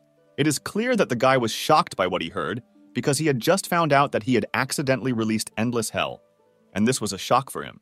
Remembering the moment when he supported Charlotte's sword and felt some kind of power from it, it became clear to him that it was at that moment that the seal was removed, revealing Endless Hell. He learned that if he collects all the hero's items, the seal on Endless Hell will be completely removed and he will be able to return to the real world. Rui began to think that a joint effort with Charlotte could be more effective and safer than a solo search for an unknown hero whose fate he knew nothing about. He was confused, wondering why the girl who seemingly ran this place was willing to reveal information to him about how to unseal the Endless Hell. Chris admitted that the goal of Endless Hell has already been achieved, and now it seems strange to her that this hell still exists, and she decided to help Rui to rectify the situation. The guy was completely bewildered and could not understand what exactly the girl was talking about, since the information about the purpose of Endless Hell was unexpected for him. Rui felt even more confused and unsure of what was happening after learning that the girl had no right to reveal information about the purpose of the Endless Hell. And he began to realize that the whole situation was actually much more complex and mysterious than it initially seemed. After sincerely asking for his forgiveness, the girl tried to explain that she was not allowed to reveal details related to the purpose of the Endless Hell, and that she was ready to help him find the answers together. The girl explained that the main character is not here physically, and that is why he will be able to return to the real world when he collects all the hero's items and removes the seal. It turned out that he was called to this world so that he could gain the experience and skills necessary to complete the task of collecting the hero's items and breaking the seal from the Endless Hell. Thus, Rui began to understand that his role in this world became more clear, and he was ready to take on the challenge and help Chris achieve this goal, since he had the opportunity to gain the skills and experience that would be needed to complete this important task. Concentrating, Ryu tried to think about swords, and to his surprise, he saw swords appear in front of him, ready to use. It was an indescribable feeling of power and control over the world around him. Chris, not wanting to waste time, decisively announced that they would begin training, and Rui was ready to begin learning and using his new swords. Under the influence of unknown forces, he instantly dodged the blow without any apparent explanation, causing surprise and admiration both for himself and for Chris, who realized that Rui had unique abilities. He was amazed by this event as his head literally almost flew off from his amazing dodging of a blow. At the very last stage of the training, she warned that if he died in this world, he would never wake up in reality, and this gave the whole situation seriousness and importance. Chris reminded that everything they were going through was just training, and that Rui still had an exam that would test his abilities and readiness. Rui couldn't help but notice that the girl, despite her gender, was extremely strong and masterfully wielded a sword, which earned him respect and admiration. Chris noticed that the main character didn't seem to be taught how to use a sword, and decided that they had a lot of work to do to overcome this deficiency and achieve success. He may not have had any experience, but the guy already had some techniques that had been taught to him, and he was ready to use them in battle. He used the shine technique to create an instant flash of light, blinding his opponent and giving him an advantage in battle. However, from the expression on the girl's face, it was impossible to determine that she was alarmed by this reception, and she remained calm and decisive. Rui realized that he must use his intelligence and techniques to make up for the speed gap and be more effective in battle. Under the pressure of struggle and stress, his nerves could not stand it, and he decided to use his super enhancement to increase his abilities and chances of winning. Using his super boost, he unleashed a powerful blow, putting all his strength into it, in an attempt to turn the tide of the battle in his favor. Rui's strength and determination impressed even Chris, and the battle became much more intense and interesting as both fighters fought for the top hand. Using his magical body, the protagonist gained additional strength and agility, which made his attacks more powerful and threatening, and he continued to fight with Chris, who also fought back. With this powerful blow, Rui was able to establish his dominance in the battle and highlight his unique abilities. Chris, despite her strength, was forced to succumb to the guy's power. Realizing that further struggle was pointless, the girl asked to stop and realized that Rui's strength lay in the fact that he was not limited to a certain form and was able to adapt to the situation. Chris, despite her defeat, quickly reacted and used her shield to deflect the guy's attack and protect herself from the consequences of the powerful blow. The main character continued to demonstrate his unique ability of adaptation and magical power, which allowed him to overcome obstacles and achieve success in battle. Chris recognized his incredible skills and decided that she should find out more about this mysterious guy. Gathering his last remnants of strength and determination, Rui prepared for the final blow, knowing that it would decide the outcome of the battle. For some unknown reason, he suddenly felt a sharp pain in his head and began to faint, which caused alarm and bewilderment in both him and Chris. There were only a couple of moments ahead, and he could have defeated the girl, but sudden frostbite stopped him on the path to victory, and he was left bewildered and with a pain in his head. Chris, however, had no intention of killing him, and his little body did its job to protect him at the moment when he was in trouble. Sakura, symbolizing beauty and renewal, could become a sign of hope and a bright future for a guy who has gone through many difficulties and trials. Chris understood that she relied on the main character because the fate of the world was in his hands, and she believed that he could cope with the difficult task that lay before them. When the guy woke up, he felt that his whole body was in great pain, probably from the effects of intense training and fighting in an endless hell. Rui noticed that there were no wounds on his body, and he began to realize that perhaps he had never physically been to the endless hell, and this was all happening in another dimension or state. The dimension cut was explained as an advanced technology mixing magic and qigong. When this technology is combined with the dimension cut, a true dimension cut is created that could explain everything that happened in the infinite hell. With an opponent who is his equal in strength, Rui realized that even if he doesn't have a weapon, he can use magic to fill in the gaps in his technique and swordsmanship, making him stronger in battle. Rui had doubts that a girl might be better than him in combat or with a sword, and this could cause some self-doubt. By focusing on training with the ball, he realized that this was the way to improve his technique and skills, and he was ready to learn and develop to become better. The inner fire and determination burned within him, and he was ready for hard work. The next day, when the boy arrived at school, he was immediately welcomed and felt part of the community, preparing for new challenges and adventures. They all had nothing special to do during recess, and they decided to spend this time in a friendly conversation, discussing past events and future plans. Rui looked into the distance, his gaze rushed into the endless expanses, and suddenly his attention was attracted by the presence of someone who had already arrived. Yuri's same bodyguard, whose job it was to ensure the safety of his boss, felt surprised when the young man expressed his need for his help. With bitter sincerity in his voice, he told how he was once again kicked out of the place where he had found temporary refuge. Striving for self-improvement, the main character expressed a desire for that same bodyguard to teach him the art of wielding a sword. To improve the effectiveness of his training, he decided to turn to Charlotte asking for help. In this chaotic duel, where Charlotte attacked with a sword and the guy tried to defend himself, the main character felt an urgent need to learn both attack and defense in order to become a true master of the sword. With pride and determination in his eyes, the guy admitted that he would pass on the ancestral technique known as the King's Defense Sword. Thus, an exchange of knowledge and skills began, where the protagonist became a teacher in the art of magic for Charlotte, while she became his mentor in swordsmanship. This union promised them not only power and skill, but also strengthening friendship and mutual respect. He silently watched as those around him strived for excellence and could not help but notice that their zeal began to influence him, instilling his own share of inspiration and desire for self-development. Of course, Rui happily accepted this dynamic atmosphere and most likely wanted to become stronger by accepting the influence of others into his character and improving with them. Thus, they decided to apply their efforts moderately, moving towards their goals and excellence together, supporting each other along this important path. The main character lent his support to the guy in his aspirations and endeavors, standing next to him, ready to help and inspire him to achieve his goals. After some time, the main character again found himself in endless hell, where he continued his training, striving for perfection.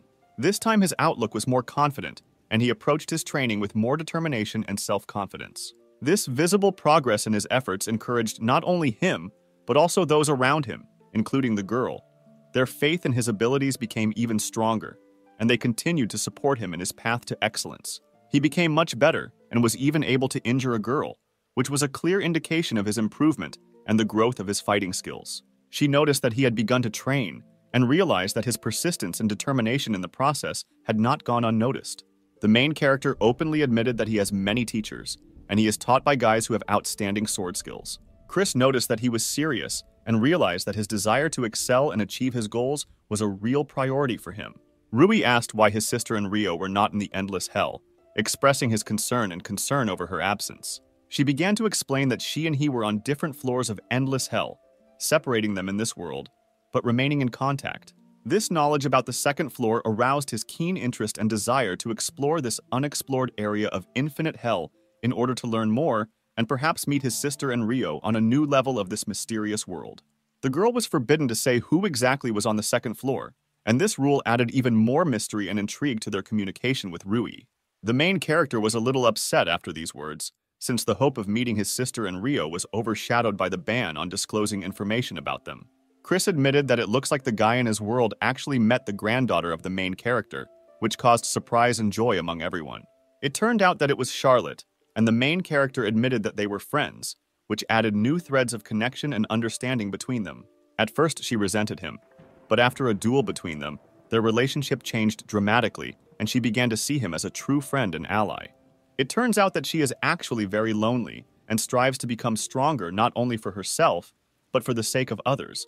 And this additional point added even more depth to the exploration of her character and motivation. Chris was sure that she lived happily, but at the same time, it was important for her to share this joy and happiness with others, so she strived to become stronger and more useful to others.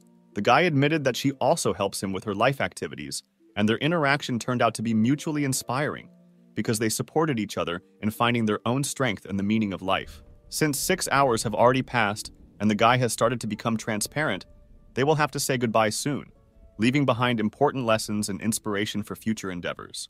Before he left, Chris stopped him to express her gratitude and promised to continue her journey to excellence in his absence. She asked him to beware of the Genesis sect and to be vigilant, warning him against potential dangers along his path. The girl couldn't tell him the details, but she assured him that when he solved the mysteries of the endless hell, he would definitely have to contact her and find out more about the Genesis sect. She stressed that he must be vigilant and careful, otherwise he risked being left with nothing when he revealed the secrets of the endless hell and the Genesis sect. After this important information, the guy began his journey back to his world, with the hope of future contact and a deeper understanding of the endless hell and its secrets. It was clear from the girl's facial expression that she was sincerely worried about the guy, and her concern was a reflection of their strengthened connections and friendship. At this time, a change came, and the guy and the girl, leaving hope and a promise to meet again in their hearts, separated for a while to continue their studies and adventures in their worlds. The main character was very bored without her, and he felt that in her absence, something important and special had left his life. Since Charlotte was busy, he needed to arrange for someone to hang out and go out to relieve his boredom and loneliness. He, feeling hungry, decided to go somewhere to eat to quench his appetite and spend time usefully. At this time, he heard that a showdown was taking place somewhere in the vicinity, and this made him be vigilant and cautious before going further. The main character immediately decided to get closer and find out what the problem was, ready to offer his help if needed. At this time, it turned out that the same angry guy from class was arguing with someone, and the situation looked tense and potentially dangerous.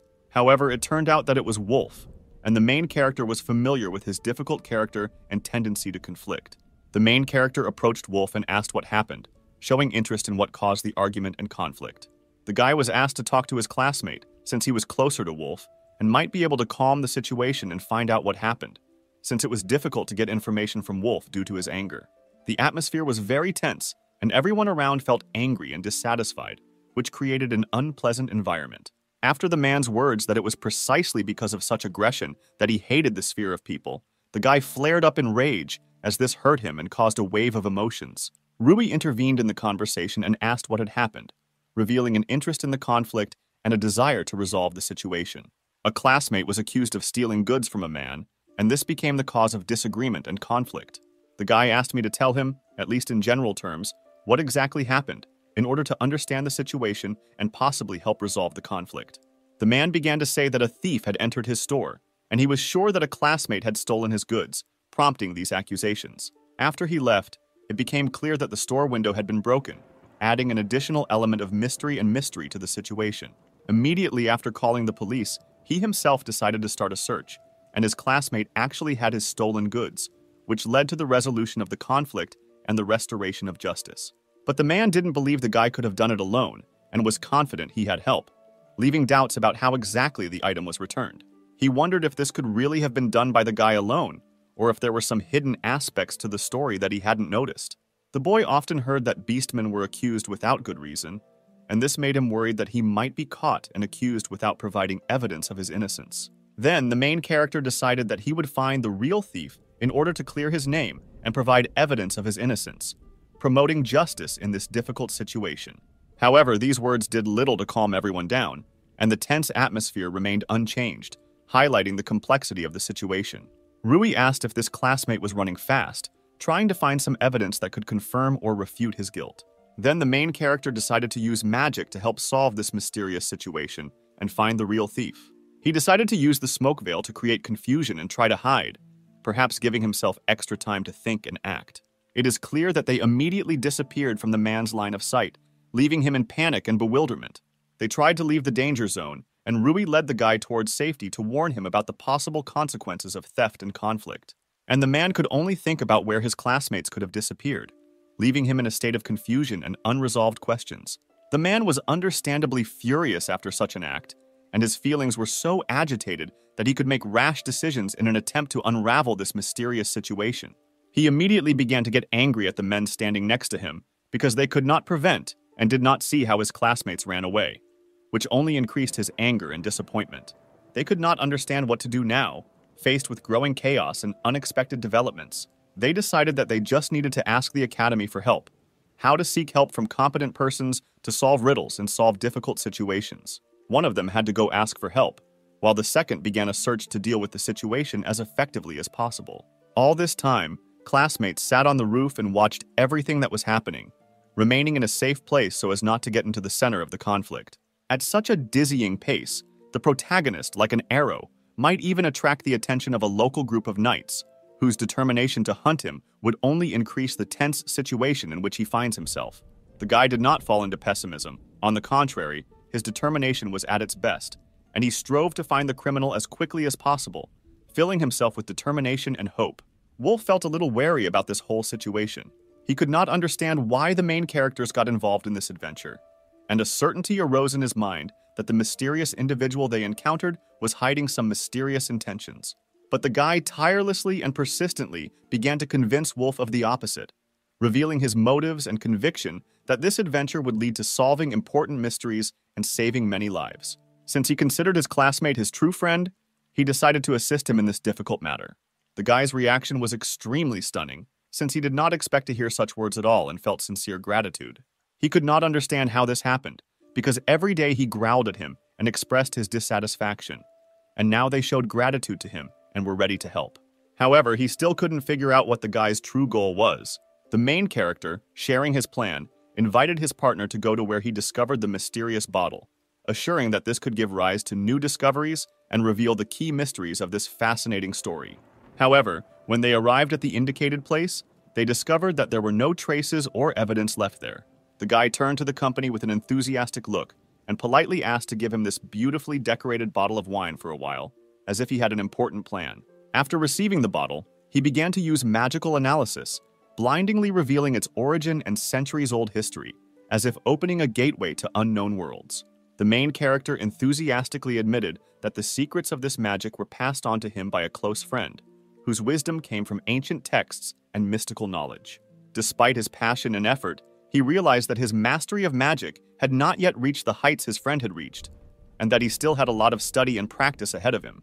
The main character, through the magical atmosphere, suddenly discovered something and broke the silence, inviting the assembled company to go somewhere, as if expecting an important discovery or adventure. Without explaining a word to his friend, he resolutely continued to run away, as if rushing towards something urgent, leaving him bewildered and intrigued. Wolf, carefully watching what was happening, noticed that Rui was moving at such a speed that seemed inhuman, which caused his surprise and suspicion of his friend's mysterious abilities. After these words from Wolf, the main character sped up even more, as if embodying strength and energy that defied explanation and pushed him towards an unknown goal. After some time, as if called by an incredible force, they found themselves in place, as if they had overcome time and space, waiting for what would open before them in this mysterious location. The footprints they noticed led inside the building, as if inviting them to explore the secrets hidden within its hideout. After some thought, the guy decided that in this situation it was better to return the bottle, because he felt that the upcoming exploration of this mysterious place could take a lot of time and effort. Wolf, stunned by the development of events, could not understand whether this was the very barn they were looking for, or whether another mystery had opened up before them. The main character was impatient to get inside, as if his heart was beating in unison with the secrets hiding behind these doors, and he was eager to reveal their secrets. In the midst of their intriguing exploration, Charlotte, who had been searching for them all this time without success, suddenly appeared, disrupting their moment of excitement and solving the mysteries. She admitted that she had come here for their own sake, expressing deep care and concern for their safety, and wanted to be there to help and support them in their adventures. The girl said that she used magical power to search for their traces, as if contacting the outside world in order to find friends and be there in difficult moments. True, using magical power was not an easy task for her, and she admitted that it took a lot of effort to find them in this mysterious location. Finding themselves in this unusual situation before her, they instantly thought that Charlotte had come, perhaps with the purpose of catching them, or returning them to the path of safety. They breathed a sigh of relief when they received a positive response from Charlotte, realizing that she was not opposing them, but on the contrary, wanted to help and support them on this mysterious journey. Today, she was invited to the royal palace to be an instructor in magic for the warriors. Then suddenly a request came in to find them. These words clearly upset the protagonist, crushing his hopes and leaving him in a state of disappointment and misunderstanding. Wolf, not ready to give in to Charlotte so easily, felt an inner rebellion and determination to continue the research, despite all the difficulties and disappointments. However, from the girl's reaction, it was clear that she was not very serious about catching them, and perhaps even shared their desire to explore this mysterious location. Then she suddenly decided to help them completely, as if changing her original intentions, and they felt a surge of relief and support from Charlotte. After her decision to help, the main character hugged his friend tightly, feeling deep gratitude and joy that they could explore this mysterious world together. She was very embarrassed by this unexpected hug, but at the same time she felt in it the warmth and support that she had needed for a long time. Wolf decided to attract attention and began to talk animatedly, as if trying to diffuse the atmosphere and involve everyone in conversation to alleviate the awkwardness of the moment. He could not understand why the girl decided to help them, because she was the granddaughter of a hero, and her valor could suffer if she continued to help such a beastman. She asked them not to consider his words nonsense, explaining that on the contrary, abandoning people in trouble hurts her valor, and her decision to help does not depend on how he is in her eyes. The guy did not hide the fact that he was slightly stunned by these words, feeling how the internal conflict began to dissipate, and he received support and understanding from an unexpected ally. It is not clear for what reason, but she suddenly took up her sword, as if preparing for something that might require her protection, and they were again enveloped in mystery and uncertainty. Then, feeling the growing tension, they decided to quickly end the situation, realizing that they had many challenges and mysteries ahead, and time was an important resource. Having opened the doors, they were stunned by what they saw, as if a world of wonders and secrets had opened up before them, and they were ready for new adventures and discoveries. There were a lot of expensive things there, impressive both in their wealth and elegance, as if they had entered a treasury that they had never even dreamed of. And inside it turned out to be even more spacious than Charlotte had thought. She appreciated the enormous possibilities hidden inside this place. By all appearances, the man inside was involved in shady dealings, and the guy was sure that many of the items here were stolen or acquired by dishonest means. Most likely, it was a secret warehouse of a group of thieves, where they stored looted treasures and valuables, and they found themselves in the very center of secret criminal machinations. The main character was sure that it was better to quickly inform the knights or other servants of the law about what they had discovered in order to prevent further criminal acts and restore order. And immediately after these words, gun barrels were pointed at them. They were suddenly surrounded by a threatening aura, and they realized that the situation had become even more complex and dangerous. They were surrounded by several dozen people, creating an atmosphere full of tension and hostility, and they found themselves in a conflict zone where choices and actions became decisive. A man approached them and asked if they were lost, as if trying to bring clarity to a difficult situation, and they felt a slight sense of relief, although they did not quite understand what was happening. His name was Ghoul, and he found himself the leader of this gang, managing all these people and the situation, and they realized that they were now dealing with an important player in this mysterious incident. According to their impressions, he is a fairly authoritative figure in the world of crime, which emphasized the seriousness of the situation and the need for caution in dealing with him. For some reason, the guy had doubts that this man was really the leader of the thieves, perhaps due to his unusual appearance or behavior, and this added to the mystery of the situation. He made good money from thefts, but the main character was determined not to let him make money from all this stolen property and believed that justice must prevail. He was determined to stop the thief and put an end to his illegal activities, even if it meant confronting an authority figure in the world of crime.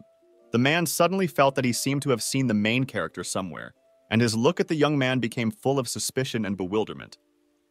Then, as if revealing some secret, he said that he was very lucky to see this young man, and his words aroused surprise and questions from everyone present.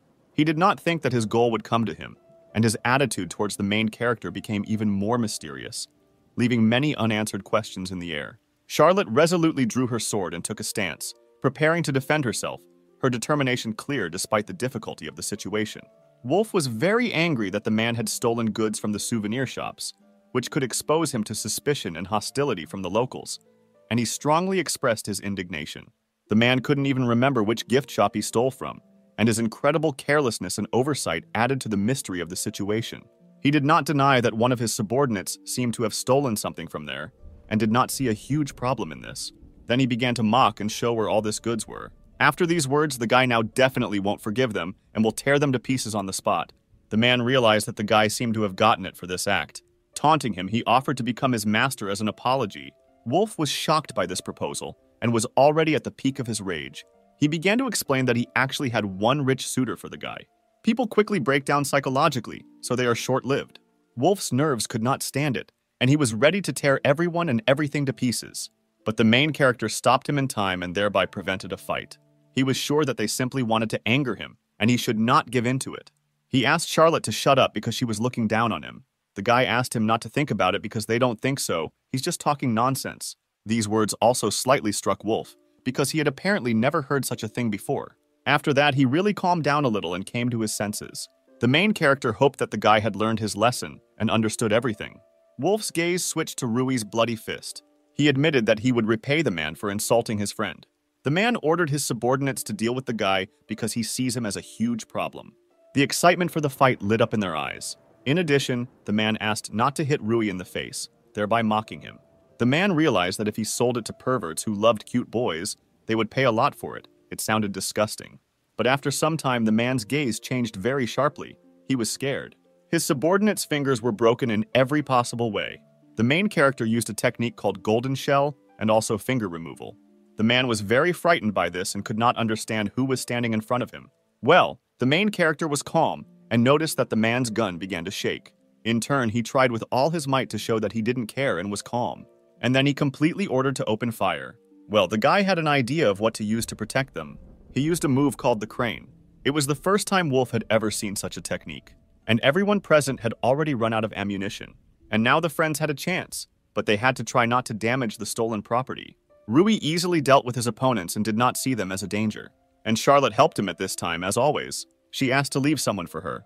Their team worked really unitedly and it brought results. Wolf was stunned by the sequence of attacks, because they protect blind spots from each other. And after some time, everyone present was lying unconscious.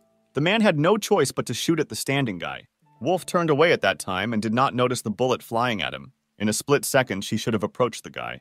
When he already noticed this, he was very scared and did not know what to do. Rui noticed this too and realized that he needed to do something. The main character began to approach the guy in order to help him. And a split second later, screams were heard in the building and blood flowed. Wolf was informed that his arrival had long been awaited and the meeting was eagerly awaited, as if a harbinger of a long-awaited event. This time he was clearly late. Time flowed through his fingers like grains of sand in an hourglass, and the moment of meeting turned into an incredibly slow wait. The wolf, burning with curiosity, could not understand the reason for his invitation, as a mysterious invitation, unraveled only by the slow revelation of riddles. He was led outside with a seductive hint of something mysterious, like a curtain rising before a mysterious performance in the evening light. The boys sought to demonstrate to their peers such a creature as the wolf, as if lifting the curtain on an amazing and monstrous world hidden in the shadows. Then, as if in an unkind dance of fate, guns were pointed at him, creating a tense moment, like a cinematic scene where a grim turn of events awaits resolution. For some unknown reason, Wolf was told that he was lucky, as if a mysterious happiness had seeped through the secret loops of fate, granting him unexpected good fortune. And at that moment, it became clear to him that they were pursuing dishonest goals, like a secret conspiracy, and they were simply going to put him up for sale, like a commodity in a world of intrigue and betrayal.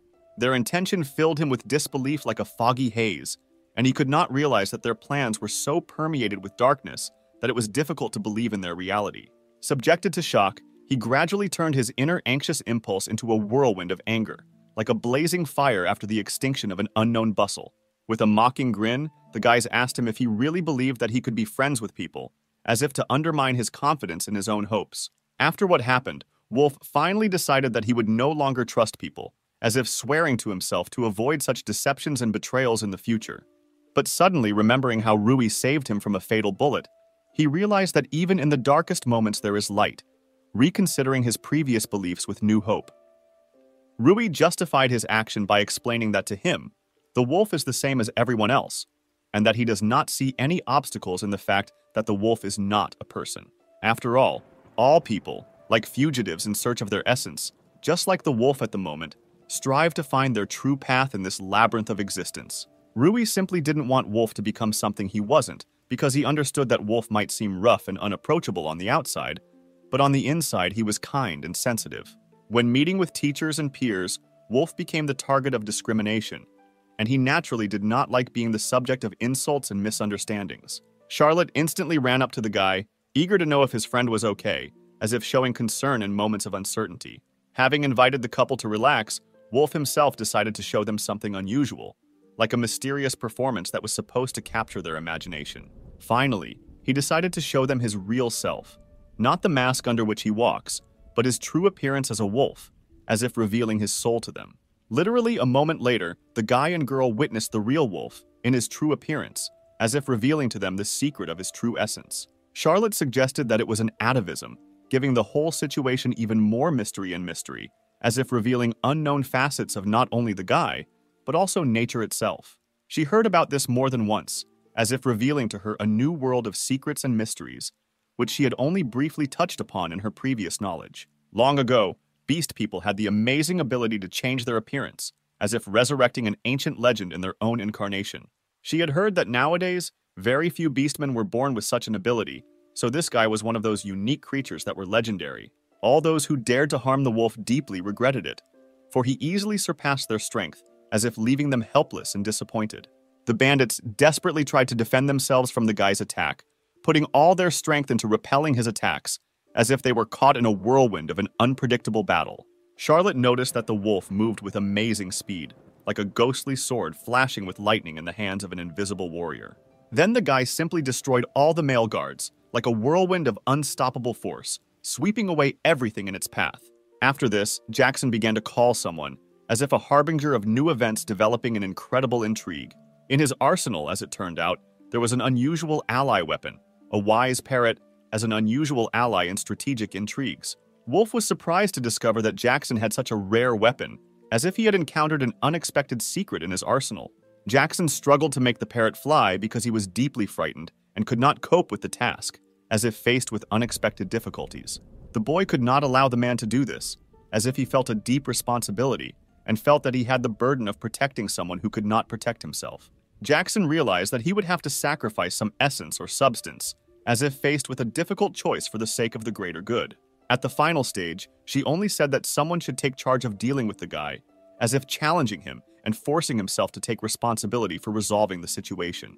The initially ordinary and vague substance began to transform into some kind of monster, as if a monster with an uncertain threat was forming from the dark depths. Both of them found themselves in a state of bewilderment from what they saw, as if they were faced with something beyond their understanding and expectations. Jackson was not surprised that the guy was so scared, as if realizing that he was faced with something terrible and incomprehensible, which led to natural fear. It was a very rare representative of slugs, since it sucked objects into itself and increased in size, as if possessing properties unique among its species. Jackson didn't want to use this for Wolf's sake, but knew that it was his fault that he himself attacked him, as if causing the need for extreme measures. Wolf felt that he needed to catch up with the man before he could strike, as if realizing that now was the moment to take decisive action. At this time, he simply stood there, not posing any threat, as if remaining calm and peaceful.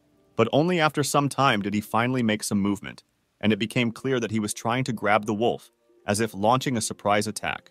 Fortunately, the guy easily dodged this attack, as if showing brilliant dexterity and avoiding trouble.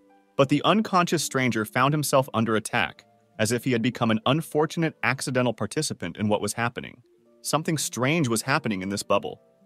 The mucus began to absorb the stranger, as if immersing him in its unusual essence, causing mysterious changes. The mucus swallowed him up, as if plunging him into the unknown depths of his inner world, leaving behind only mysterious traces of what happened. When the enemy tried to capture Rui, Charlotte managed to save him in time, as if showing accuracy and determination in protecting her friend. The monster then began to attack the others present like a whirlwind of chaos and fear, causing a storm of struggle for survival in this incredible confrontation. They then realized that this A-rank monster was extremely dangerous, as if facing a force beyond their normal perception and resistance. If the wolf remains in this barn, he will be sucked in, as if emphasizing the inevitability of danger and the monster's insistence on absorption. He needed to leave, as if he were facing a growing threat that emphasized the urgency of his actions. The guy realized that he would have to figure out how to fight such a monster, as if he were faced with a task that required special understanding and skills. After all, even experienced adventurers fight in groups with such monsters, as if emphasizing the complexity and seriousness of the situation in which the guy found himself. But Rui asked his friends not to give up, because if he is not stopped now, it will only get worse, as if calling for decisive action in the face of the impending threat. Thanks to Charlotte's treatment, the guy was able to begin to move, as if coming to life under her caring hands and regaining his strength. Rui decided to use a technique called glaciation, as if turning to his unique abilities in the fight against the monster. And strangely enough, a real block of ice appeared around the monster, as if as a result of a magical combination of the efforts of Rui, Charlotte, and the guy, the icy appearance of the monster became more and more integral and massive, as if its essence was sealed in a cold shell. He, concentrating all his efforts, tried to get out of this ingenious trap, as if every movement became a test of will and endurance for him. To some extent, he managed to get out, and he attacked the defenseless and weak Rui at the moment, as if trying to use his instant freedom to counterattack. Charlotte couldn't just stand by and watch this. After all, she also needed to stand out, as if she was taking drastic measures to help Rui at this critical moment. Then, at some point, it happened that the monster literally swallowed the entire barn, as if devouring its walls and ceiling, leaving only traces of its greedy presence. The wolf continued to insist that they need to escape before it was too late, as if sensing a growing threat in the space consumed by the monster. Well, the guy and Charlotte had a different opinion and began to fight the monster, as if they were determined not to give up in front of an incredible challenge that they had to overcome. The girl decided to use the heroic Sakura heart technique, as if summoning strength and determination comparable to the splendor of spring blossoms. Then, with all her determination, she was fully prepared to attack, as if preparing for an impressive and powerful charge towards the monster. She, framed by an atmosphere of mystery, conveyed that she trusted Rui with everything unspoken, expressing boundless trust and creating a whirlwind of mystery and expectation around herself. As if with a magic brushstroke, he wove into his assurances not only strong confidence, but also invisible threads of worry, creating an invisible thread that connected their hearts in an invisible dance of devotion and hope. The beast's monolith, under the power of an ice spell, disappeared under the cover of ice, like a frozen mystery, giving the landscape a dark beauty in which the unknown secrets of history are hidden. There was disbelief in the wolf's eyes, as if he was still wandering in the shadows of doubt, not believing that this giant of time and fate really lay within them. They were left behind with the Ice Titan only to race after Jackson, as if time was running out and their fate depended on every moment they lived. After this epic battle, Rui realized that his powers had not yet fully returned, as if the fire within him, although burning brightly, took time to flare up at full power again. Together with Charlotte, amid the echoes of the battle, they claimed that Jackson had gone far ahead, hidden in the shadows of distant horizons, as if finding him had become an impossible mission in the ocean of the night.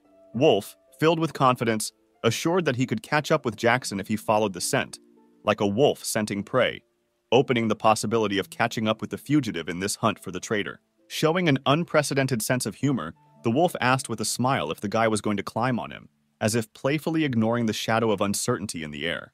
With a slight wink, Wolf noted that if the guy had decided to do this, it would have become a symbol of absolute trust, like an unusual gesture that warmed the coolness of the night with extraordinary friendship and trust. With sadness in his voice, Wolf noted that he could not yet fully trust all people, as if shadows of suspicion were still flickering in his eyes, filling his soul. Wolf, having weighed his experiences, realized that his characteristics were different from others, and this understanding accompanied him for a long time, as if being an integral part of his uniqueness in this world. With trepidation in his voice, Wolf, eager to avoid the impression of favor, asked for help rather than doing them a favor, as if the mixture of vulnerability and strength in his request gave the moment special depth. Determined, Charlotte decided to take responsibility for those consumed by the slug and set out to deal with Jackson as if she were an integral part of their destiny, filled with secrets and trials. With an unexpected burst of friendship, the boy climbed onto the shoulders of his comrade, and together they rushed forward like a whirlwind, in which strength and determination merged, filling the night with the ringing echo of their decisive procession. Using the bracelet Jackson found among the ruins of the capital, they deciphered the mysterious signs that opened the way forward for them, like a luminous thread leading through the dark labyrinths of the past. The bracelet was decorated with a large stone, and undoubtedly, it was not just a treasure. By selling it along with the mysterious bird, they could receive a significant amount, as if exchanging the mysterious for material in this game of fate. He vowed unforgiveness, deciding that by reviving his gang, he was pursuing the goal of taking revenge on them for all their troubles, as if creating the shadow of a majestic vendetta in his destiny. The wolf, like a cunning hunter, caught the scent of a person and instantly set off in pursuit, as if dancing with the wind, where the smell became a thread leading him to a hidden goal. Informed that Jackson had already left the city, Wolf shared the information like the wind carrying the news of his departure, and embodied his determination to catch up with him in the night desert. Wolf, imbued with a premonition of future events, enthusiastically looked forward to the upcoming meeting, as if in a previously unraveled chapter of his adventure novel. With the agility of a predator, he easily began to climb the wall, like a shadow, slowly and silently, enveloping himself in the invisible veil of the night hunt. In the blink of an eye, they disappeared from one side of the fence, like shadows crossing the line between light and dark, leaving behind the bustling world of the city. The wolf, standing on the new side of the city labyrinth, asked what they should do next, as if the starting point of the adventure now required a choice of direction. Rui insisted that they must attack Jackson without allowing him to escape, as if the strategy required decisive action to ensure that the moment of retaliation would not be lost. Using a refined strategy, Rui took advantage of the medium gravity, as if cunningly playing a game with gravity, to approach his goal with irresistible determination. Jackson was faced with a lack of understanding of what was happening, and the guy, enjoying the moment, mocked him, as if he had mastered the secrets of their power. It was time to move on to the next stage of their plan, as if the puzzle pieces of an adventure were beginning to fit together, awaiting completion. After that, everything depended on the guy, as if he was a key player in their strategy, and all eyes were directed in his direction, waiting for his next moves. He began to rise in front of them, preparing for the next jump, as if there was a tense energy in the air, and the upcoming jump promised to change the course of events. With a series of worries and expectations, he soared into the air, performing the promised jump, as if they were caught up in a wave of action, carrying them into the next episode of this night's performance. With a mocking grin, the guy said that it seemed that they had not met for a long time, as if he was playing his own game and using a cunning move in his secret plan. Jackson, in amazement, could not understand how the guy managed to get into his place, as if the mysterious meeting had shrouded them in questions, cast a mantle of opaque mystery. Jackson tried in vain to pay off the guy, but he, being a principled man, insisted that he did not need the stolen things, as if refusing temptation in favor of his principles. Even when he began to offer him a woman as compensation, Jackson was aware that the guy remained unforgiving in his beliefs, as if warning him against a dark path. With pride and confidence, the guy declared that he was not interested in all these attempts to pay off, because he already had a loved one, as if protecting his world from alien interference. In response to these words, the guy's next step was to hit the man, as if expressing his adamant unwillingness to negotiate and emphasizing his determination in the language of physical force. Rui used a technique called golden shell, as if revealing his mastery in battle and creating a whirlwind of brilliance and elegance in the chaos of battle. The blow was so powerful that Jackson was thrown several meters into the air, as if becoming part of a temporary dance of power, where gravity succumbed to the force of his crushing blow. Thanks to this sudden turn of events, they were given the opportunity to relax, as if the shadow of tension gave way to calm, and the phase of their adventures paused for a moment. The main character politely asked the parrot if he could land, as if addressing an exotic companion with a question about the possibility of descending to Earth. Having landed, the guy immediately began to maneuver, calling his friend to look after the parrot, as if creating a picturesque picture of the interaction between the members of their difficult team. With surprise, it became clear that Wolf had managed to catch Jackson at the moment of his landing, as if by the magic of events, where dexterity and cunning wove an invisible network around the characters. The guy, evaluating every word with his eyes, asked if Rui trusted him, as if the issue of trust had become a key point in their relationship. With a smile, the main character joked that he was not entirely aware of what the guy was talking about, as if adding humor to their dialogue and softening the tension of the moment. Now all that remained was to follow Charlotte, because she still continued her mission to save the thieves, as if opening new chapters of their adventurous journey. Noticing the man's bracelet, the protagonist somehow found it familiar, like a rush of long-forgotten memories calling to the secrets of his past. The wolf, turning to his friend, began to find out if anything unusual had happened, as if closely monitoring the well-being of the main character. Very little time passed, and they found themselves next to Charlotte, as if their paths had merged in a dance of destinies and adventures, trusting the course of events. During this time, Charlotte truly helped all the victims, as if her good deeds became an integral part of their struggle for justice and well-being. It is quite natural that at this moment the knights came, as if the personification of the defenders of justice, adding a share of mystery and nobility to their conspiracy. Now they were faced with the task of proving Wolf's innocence, as if the beginning of a new stage, where truth and justice were again in the balance. This was perhaps the most difficult thing in their work, as if solving the mystery and protecting innocence required effort, will, and the combined strength of all forces. Yuri asked the knights to draw up a report on the damage caused, as if using their authority to assert the veracity of their position in a difficult situation. The guy expressed his strong indignation at what had happened, as if the fire in his eyes was burning with indignation, and his emotions spoke the language of protest and rejection. Yuri expressed contempt for the thieves, stating that even his stomach felt heavy in their presence, as if the words filled the air with condemnation and disgust. In addition, for some reason the parrot also seemed to be alarmed and did not listen, as if sharing its anxiety with others. However, in the end, the parrot seemed to have found a common language with the guy and became friends, as if taming even the most rebellious birds with its charm. Wolf suggested that, apparently, the parrot expresses a desire to become his friend, as if unraveling the language of the birds and opening a new chapter in their adventurous union. In addition, it turned out that the guy is able to understand what the parrot is talking about, thanks to his ability called atavism, as if opening up new facets of mutual understanding for them. Since the guy was more an animal than a man, he could somehow understand the conversations of animals, as if an animal whisper sounded in his soul, revealing the mysterious world of wild nature. The guy decided to ask the manager if he could adopt a parrot, smoothly moving from mysterious languages to practical decisions in his life. The main character could not understand why he liked this parrot so much, as if the secret of his affection for his feathered friend remained unsolved. It seemed to Wolf that he knew the reason for this affection, as if secrets flashed in his eyes, far from the gaze of everyday life. Because the wolf feels extraordinary energy and strength in the parrot, incommensurate with its tiny body, as if incredible magic and power are hidden in this feathered creature. The wolf never understood why the main character always strives to help everyone around him, as if this riddle contained the mysterious essence of his soul, full of kindness and attention to others. He may have power now, but before he was completely helpless, as if solving the riddle of the transformation from vulnerability to strength in the inexplicable story of life. Previously, he was absolutely helpless, but one day he had teachers, like wise guides, who opened the path to potential and strength for him. He learned a lot from them, and most importantly, he learned kindness and love, so he decided to become someone who would give and not take away. The guy couldn't make out what his friend was talking about, as if another secret was unfolding in front of him in their relationship, requiring attention and understanding. Thus, he now passes on his knowledge and teaches others what he was taught, as if the chain of goodness and learning continues its incredible adventure. After these words, the guy, for an unknown reason, took a strange pose, as if magically joining a ritual that only he understood, adding mystery to the air around him.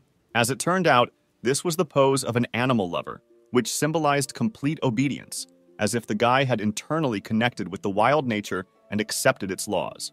The wolf admitted that he fell in love with the guy's spirit, as if his soul was so attractive and unique that even the beast could not resist this magic. He asked the guy to make him his escort, as if declaring his willingness to devote himself to service and care as a sign of devotion. Rui, of course, immediately began to dissuade the guy, claiming that this was a bad idea, as if foreseeing the difficulties and failures associated with this strange idea of Wolf. Wolf shared that he, too, is not against just being friends with the guy, as if trying to neutralize the tension and offer a compromise solution.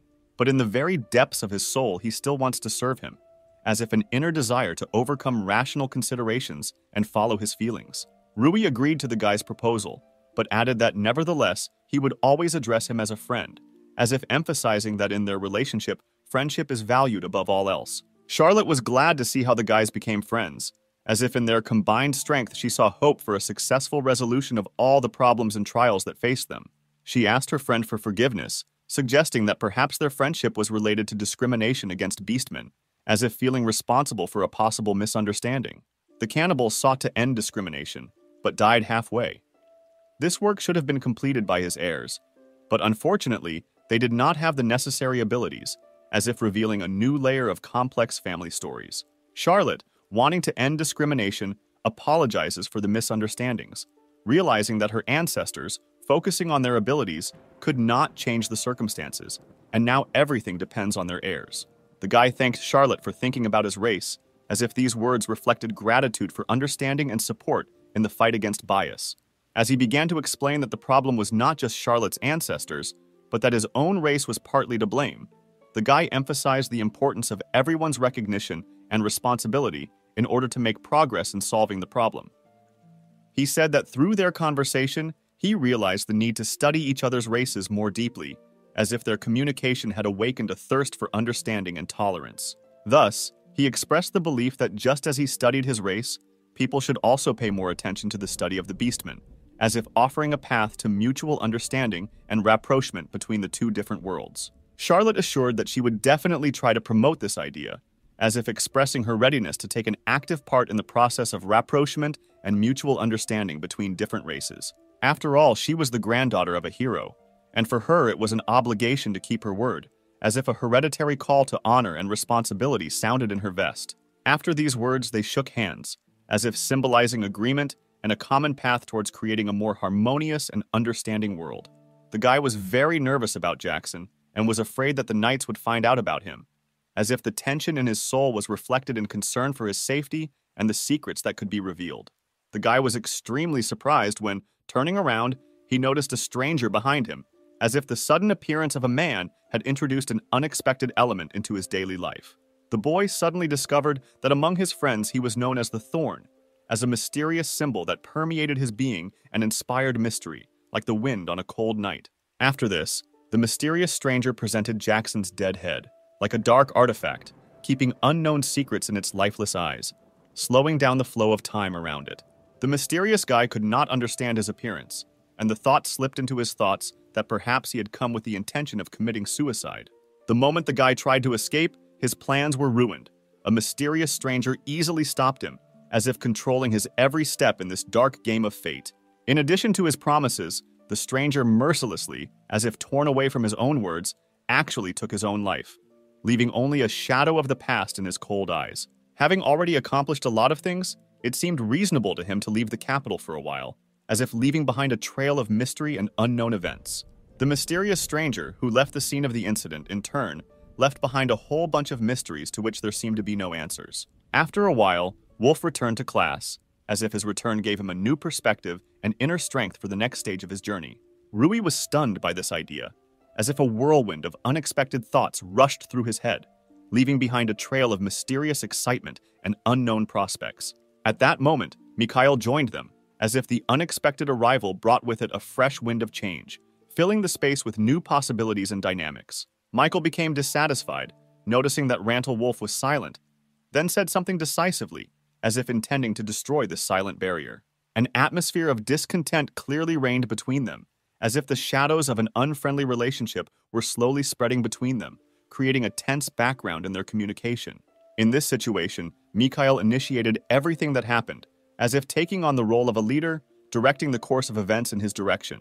In response to Michael's initiative, Wolf emphatically proposed a duel, as if it were a challenge that could change the direction of their relationship, with more than just words at stake. All their classmates responded to this challenge, as if they had gathered around them to witness this unusual confrontation and decide who would emerge victorious in this duel. Charlotte came to the decision that after the duel they might feel better, and therefore there was no need to intervene, as if believing in the healing power of this confrontation to resolve the tension between them. The moment Yuri entered their circle, a determination appeared in his eyes to share something important about the bracelet, as if interrupting a moment that could change everything. Once in the spotlight, the bracelet was not stolen, but the mystery of its creation and purpose remained mysterious, as if its origins were to be revealed and unraveled. Having debunked the mystery around the bracelet, it turned out that it was an extraordinary artifact, the bracelet of the ogre himself, like an unnoticed link in the chain of his mysterious history. Yuri had difficulty accepting the fact that such an important bracelet was in front of him, as if doubting the truth of this discovery and its connection with the fate of the ogre. The girl asked to look at the bracelet from the inside. Ogre's things had a flower engraved on them. Having discovered that the bracelet was a family secret, Yuri sought to keep this information secret, as if understanding that no outsider should know about it. The main character suddenly realized that in front of him was exactly the key that was mentioned to him, like a piece of a mysterious puzzle that could reveal long-awaited secrets. At that moment, his feelings did not deceive him, and he turned out to be right, as if his intuition was leading him to the truth, revealing to him the long-awaited answer to the riddle. He politely asked to be given this bracelet for a while, as if intending to delve into its secrets and unravel its meaning. If Charlotte did not object, then Yuri expressed his agreement, as if all members of the group began to understand that this bracelet could be the key to solving many mysteries. The guy decided not to remove the seal right now, preferring to leave it untouched, as if realizing that it was better to try not to directly touch this mysterious artifact. Charlotte, blushing lightly with a slight tinge of irritation, asked why he needed the bracelet, as if looking for answers to questions that worried her. Charlotte, without showing indignation, only asked about the time when he could tell, as if striving for clarity regarding this mysterious story. He politely agreed with her proposal, as if he was ready to share this secret when the right moment came. In addition, Yuri was interested to know why the guy needed this bracelet, as if faced with another link in their common mysterious history. Late in the evening, his friend the parrot appeared to the main character, as if unexpectedly bringing a fresh portion of clues and fun into this mysterious world. Wolf claimed that this parrot had wisdom, as if bringing intelligent thoughts into its surroundings, which added mystery to the overall context of events. According to residents, this parrot also won their favor, as if bringing joy and positive emotions to their common space. Now the guy decided to start studying the bracelet, as if opening a new path to solving the mysteries he had encountered. When he put on the bracelet, a blinding light suddenly gushed around him, as if opening a door to a world of bright revelations and mysterious possibilities. He wondered what floor he was on this time, and perhaps he was about to face a hostile presence, as if every floor in this world could hide its own secrets and dangers. But to his surprise, after a long time, he finally discovered his sister Alice, as if meeting his loved one was an unexpected gift among the mysteries of this supernatural world. At that very moment, he was overcome with excitement, as if the meeting with his sister had severed all ties and returned to him a piece of previously lost harmony. The girl cautiously asked if Rui was really standing in front of her, as if the incredible return gave reason to wonder about the nature of this meeting. He responded positively, bringing joy to her heart, as if the confirmation of his identity meant unspeakable happiness for her at this moment of meeting. Both felt the joy of finally meeting again, as if the emotions in the arms of a long-awaited meeting were intertwined, creating a magical moment in their dissolute world. Alice was indescribably glad that they were together again, as if the happiness of being reunited with her brother had no boundaries, filling her heart with joy and warmth. The sister's friend reminded the main character that, as always, he too did not remain indifferent, as if emotions overwhelmed him, causing tears of joy or perhaps melancholy. But he could not understand what she was talking about, because she herself was also crying, as if emotions and experiences made their meeting deep and mysterious.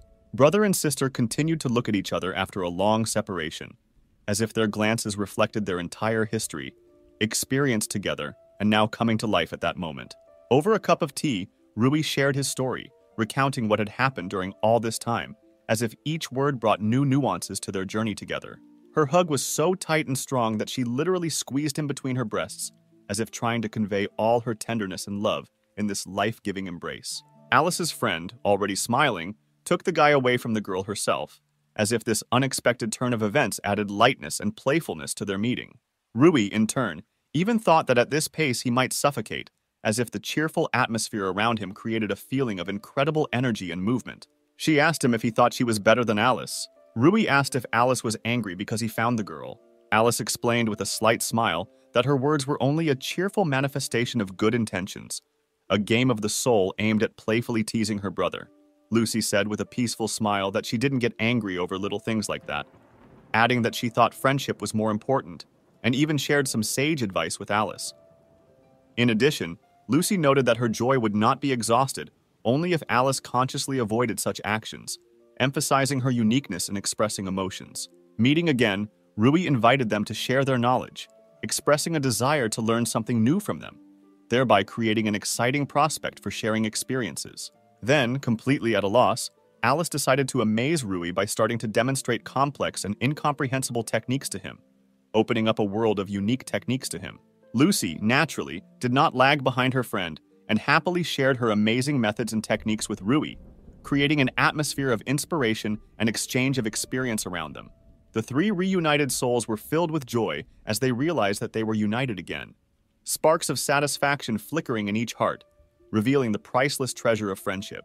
Rui, immersed in the learning process and absorbing the knowledge of Alice and Lucy, gradually became transparent, as if his essence was dissolved in a stream of new ideas and skills. Concerned and surprised, the girls could not unravel the meaning of this mysterious transformation and begged Rui to explain the mystery of what was happening. Rui began to explain that his physical body was in the real world, while here, in the dimension they encountered, only his soul remained, freely moving in a whirlpool of knowledge and experience. It is thanks to this that, after 6 hours in an endless space filled with knowledge and trials, he returns back, overcoming the barriers between worlds to reunite his soul with his body in the real world. Now, with the understanding of the mystery of Rui and his travels between worlds, Alice comprehended the depth of what was happening and comprehended with a sense of wonder the whole amazing experience. She hugged her brother tightly, as if she wanted to embrace the entire moment, leaving his memory in her heart before he plunged back into the whirlwind of his spiritual journey. Rui, puzzled, could not understand why Alice reacted so sharply, overcome by an unknown mixture of love and secret fear for her brother crossing the boundaries between worlds. It seemed to her as if an eternity had passed since he left, as if time and their worlds moved at different speeds, taking him on a long adventure. They simply asked him not to forget that he had both of them, maintaining a connection not only in different dimensions, but also in the deepest corners of their hearts. In parting, they only said that they would always be for him, supporting and protecting him, ready to be a support in a world where reality and spiritual wanderings are intertwined. The girls were left alone again, but the fire of mutual support burned in their hearts. Their connection remained unshakable even in the absence of their brother, who set off on a world of mysterious journeys. Lucy confidently predicted that they would meet again, and Alice seemed to look into the future with some doubt, not really believing in the inevitability of a reunion. The girl believed with complete confidence that Rui, despite all the difficulties and trials, would definitely overcome her trials, realizing her goals and winning in her spiritual aspirations. When travelers passed through the gates, they were asked to present their migration card, which suddenly called into question the convenience and hassle-free nature of the trip. The man, with surprise in his eyes, could not understand the reason for the unexpected request for a migration card, lost in solving the mystery that had suddenly arisen along the path of his wanderings. The knight, trying to justify himself, explained his unexpected reaction by saying that he had encountered a samurai for the first time, turning his admiring and slightly embarrassed gaze to this representative of a different military tradition.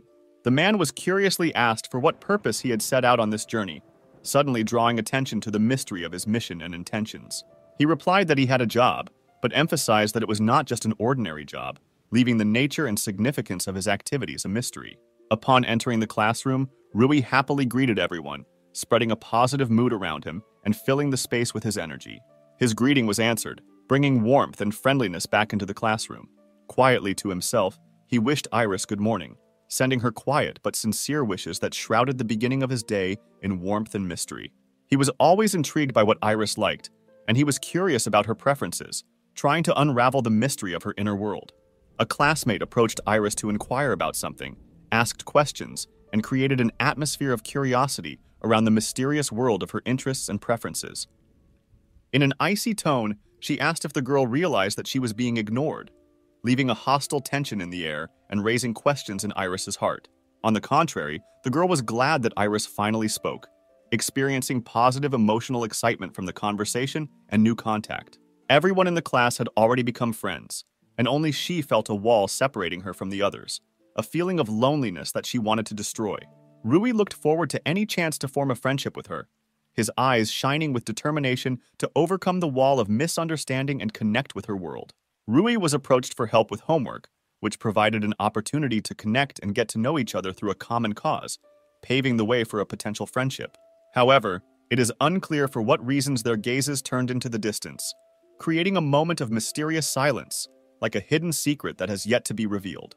Lying on his desk, Rui was dying of boredom, immersed in the monotony of the learning process, dreaming of adventures and unknown worlds that could enliven his day. Charlotte asked if Rui was okay as he lay on the table, expressing concern and curiosity about his emotional state.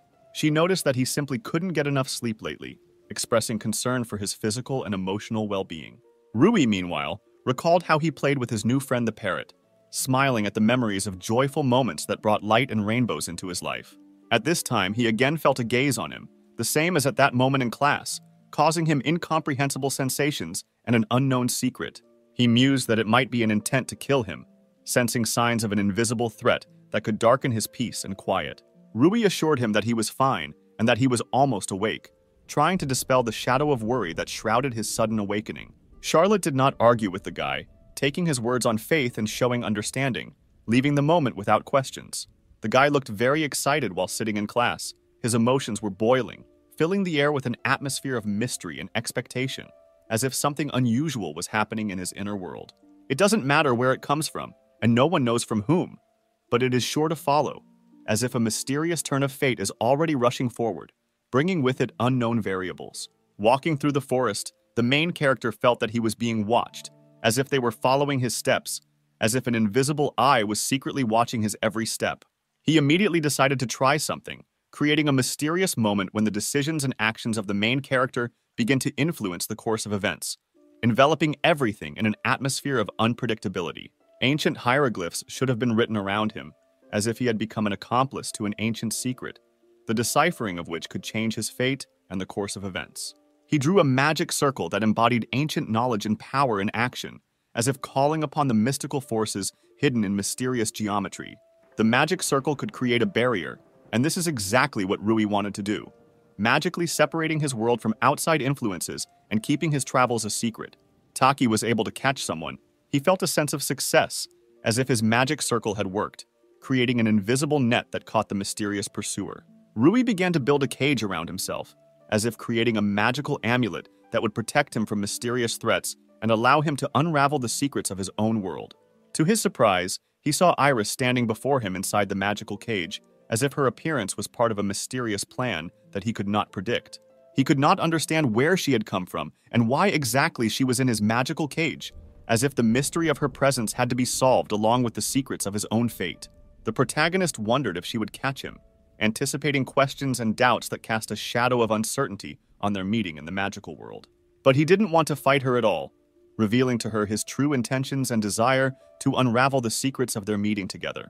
Iris saw no point in answering the guy, creating a moment of confusion and mystery, as if her silence was part of a complex puzzle. She wanted to take revenge on him for her master, filling the air around her with tension and determination to change the course of events in her favor. After which she began to attack her classmate, showing determination and strength, as if she had become a merciless defender of her master in this magical battle. Well, it is an honorable thing that Rui did not allow himself to be easily offended and began to defend himself, showing restraint and determination to stand up for his essence in this unusual battle.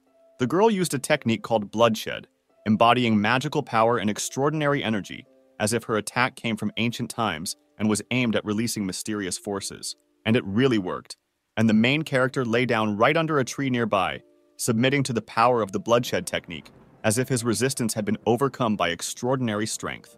Now she had avenged her master, her attack resulting in victory, creating a moment of satisfaction and triumph behind the ecstatic magical battle. Rui, on the other hand, began to smile and said that his arm still hurt, bringing a touch of irony and playfulness to the situation, as if, despite the defeat, he had not lost his sense of humor.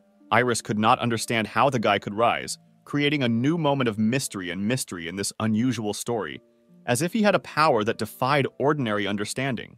This time, she was serious about finishing the guy off and used the bloody scythe, unleashing a new magic move with deadly energy, as if her resolve was undeniable. Her gaze was confident and calm, as if at that moment her whole being was filled with determination and indifference, creating the image of a fearless warrior in this magical confrontation. In a split second, she began to attack her opponent, channeling her determination into magical movements, as if at that moment time had slowed down, leaving only tense air around them. Easily dodging the attack, Rui danced among the glowing shards like a virtuoso, creating a whirlwind of emotion and brilliance that remained in the memory long after this incredible moment. Noticing Rui's deft movements, Lady Iris sensed something unique about them. It was no wonder that she wanted to study this guy in more detail, because his grace was so attractive. Rui, like the wind, easily dodged the attack, noticing how Lady Iris was watching him with curiosity, and, slowing down the girl's steps, politely asked to explain who was at the origins of her charm and power, revealing the secret that had attracted his attention. Flushing with rage, she realized that the guy, by not recognizing her, had become the source of her disappointment, and the fire of rejection flared in her eyes. Developing further, it turned out that her lover, who became the object of Rui's attention, turned out to be not just a woman, but a demon queen, the embodiment of mysterious power and indomitable beauty in the world of magic. Hearing that her lover was the demon queen, Rui was momentarily in a state of slight shock, trembling in surprise at the magnificent secret that had just been revealed. Rui realized that his sister, who seemed ordinary in everyday life, had suddenly acquired a mysterious complexion, becoming a demon queen, and this discovery only increased his emotional turmoil. Iris, meeting Rui's gaze, unexpectedly declared that she felt energy from him comparable to the power of the queen, which once again excited the imagination and created a new layer of mystery in their meeting. Yes, there was truth in these words, because having lived 300 years with Alice, a piece of her strength and soul penetrated into Rui, leaving something in him that survived time and retained its mysterious essence. Having discovered that his magical power truly surpassed that of a human, Rui realized that something incomprehensible flowing through his veins, belonging to another, higher reality. She continued, promising to give only a small portion of her power to Rui, leaving the event in such a way that it would go unnoticed and unknown to ordinary people. With a smile, Iris warned that Rui had the ability to deceive others, emphasizing that his art of stealth and disguise would impress those who met him. However, she emphasized that despite his ability to deceive, she, as the Lord and Queen of Demons, does not fall for such tricks, remaining inaccessible to any tricks. By discovering that her magical eye had the unique ability to see magical energy, its shape and color, Iris added a new dimension to their exploration of the mysterious aspects of the magic that surrounded them. There was more to Rui's gaze than just the Demon King's magical energy. She noticed in him an unknown force capable of influencing the deepest realities and secret currents of the universe. For the first time, she didn't notice it herself. But on the day of the exams, when magic was the most important, she felt that there was something outstanding and mysterious about Ruya. Observing him closely during exams, she noticed how adept he was at using black magic, revealing the dark aspects of his inner world, which added to the mystery of his personality. Then Rui, feeling her gaze, suddenly realized at what point he had used black magic, and this inner guess filled him with mixed feelings of discovery and self-knowledge. Stunned by the flow of new information and inner discoveries, Rui experienced a slight shock when he realized that his world was full of mysteries and secrets that could hardly be revealed. He was lost in questions about who Iris was, who turned out to be the Lord and Queen of Demons, possessing so many mysterious and hidden abilities that each answer brought only new riddles. Having decided to reveal her secret to the guy, Iris was ready to meet him and tell him who she really was, opening the door to new pages of their interaction. Iris revealed that she was one of the great Demon Queen's subjects and a vampire, revealing her true nature, which was hidden from the eyes of many vampires. Rui was undoubtedly shocked by this unexpected news, and his emotions fluctuated between surprise, respect, and slight anxiety in the face of the mystery and magic that surrounded this mysterious vampire. The main character, experiencing a mixture of feelings, dared to find out if this girl was the very vampire he may have always been looking for in his soul and in the world of secrets. Iris said that due to the small number of their relatives, they are on the verge of extermination, inspiring the main character that in front of him stands not only a mysterious vampire, but also a defender of his people, fighting for survival. Having unraveled the plan of fate, Iris said that their family was saved from extermination by the guy's sister, who remained faithful to her past and her people, which added even more mystery and nobility in her eyes. Studying these new details, the main character fell into a growing shock, comprehending the depth of secrets and connections that intertwined around him, creating a web of mysterious relationships and debts. Realizing that Alice, his sister, was in hell, the main character realized that her search had become an even more difficult task. Because hell is a dark and inaccessible reality, Iris finally found a guy in the capital, a man with magical abilities comparable to the Demon King, which added new nuances to their meeting and relationship. So this means that the guy who has the magical power of the Demon King is actually her real enemy, and opens up a new level of complexity in their relationship.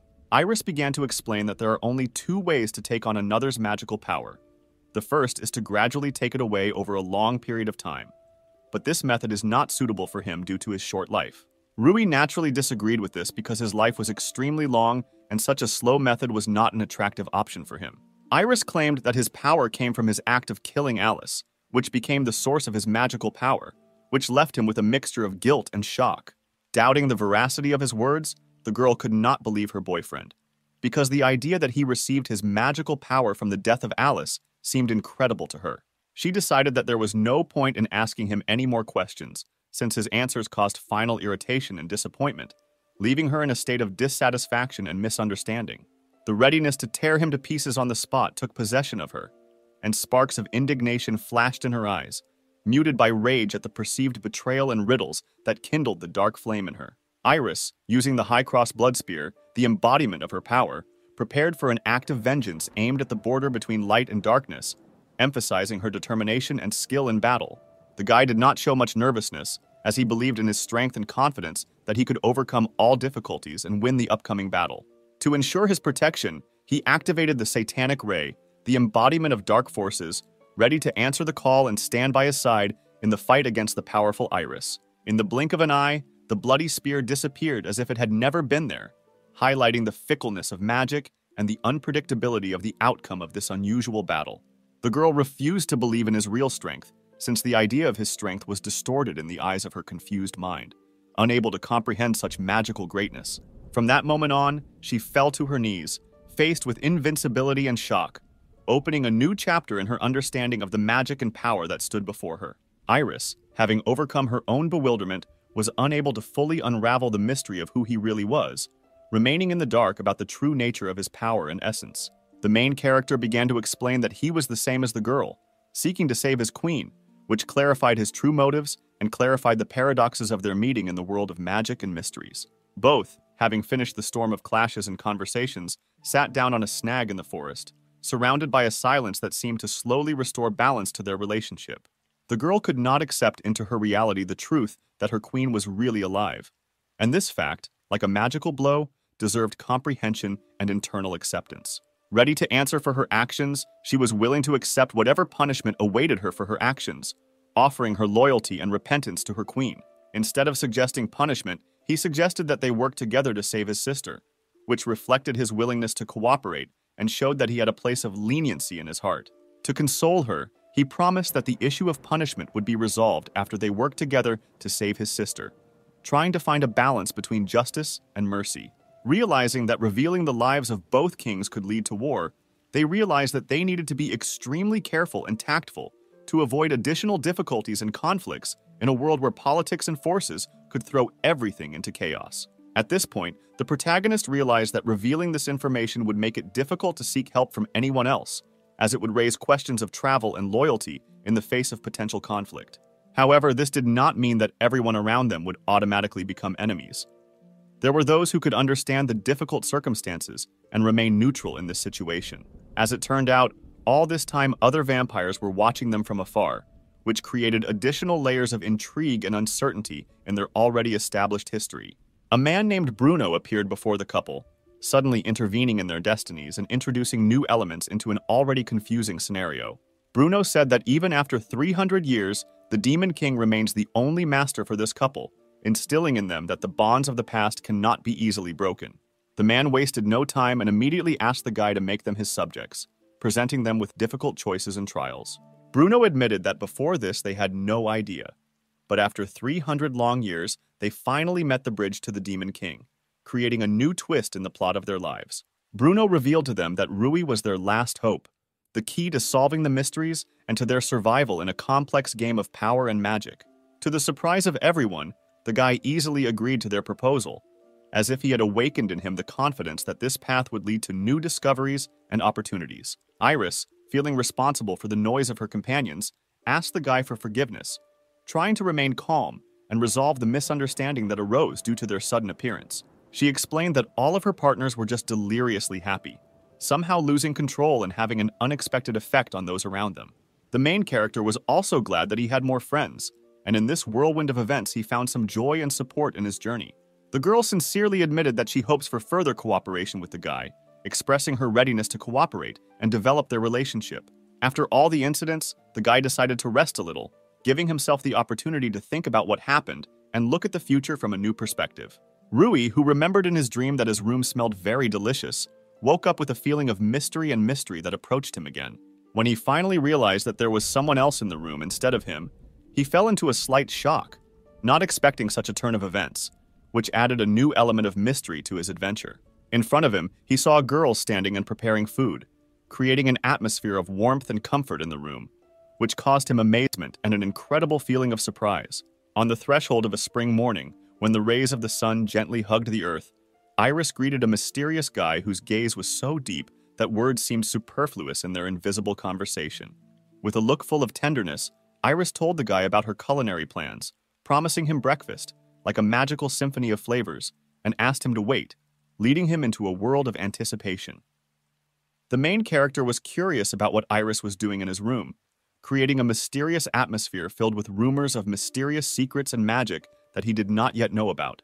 Rui is left waiting for an explanation of how the sorceress Iris entered his world, like a mysterious star falling from the heavens to illuminate the path to unexpected enchantments. Iris explained with a slight smile that she was destined to be his assistant, as if fate had long ago decided that their paths would intertwine to create a unique saga in their shared life. Iris handed him her creation on a plate as a gift, and warmly admitted that she had invested not only skill, but also all her love into this breakfast.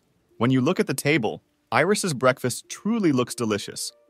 Bright colors, delicious aroma, and a rich variety of dishes create the feeling of a magical morning feast. The main character, enjoying a magnificent breakfast, sincerely thanked Iris for this banquet, in which every taste, like a note of melody, sounded juicy and memorable. When he finally decided to try something with his own hands, the main character realized how deliciously he could cook, weaving a piece of his inner warmth into every culinary masterpiece.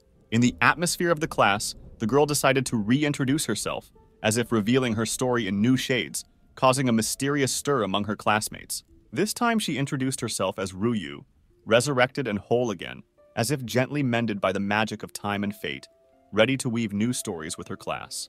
Of course, everyone in the class was amazed by this unexpected news, and a look of amazement flashed in their eyes, as if opening a new chapter of the mysterious journey with Ryu. And among the surprised looks, Charlotte stood out with her discontent, as if there was disharmony in her heart caused by the unexpected turn of events in the class.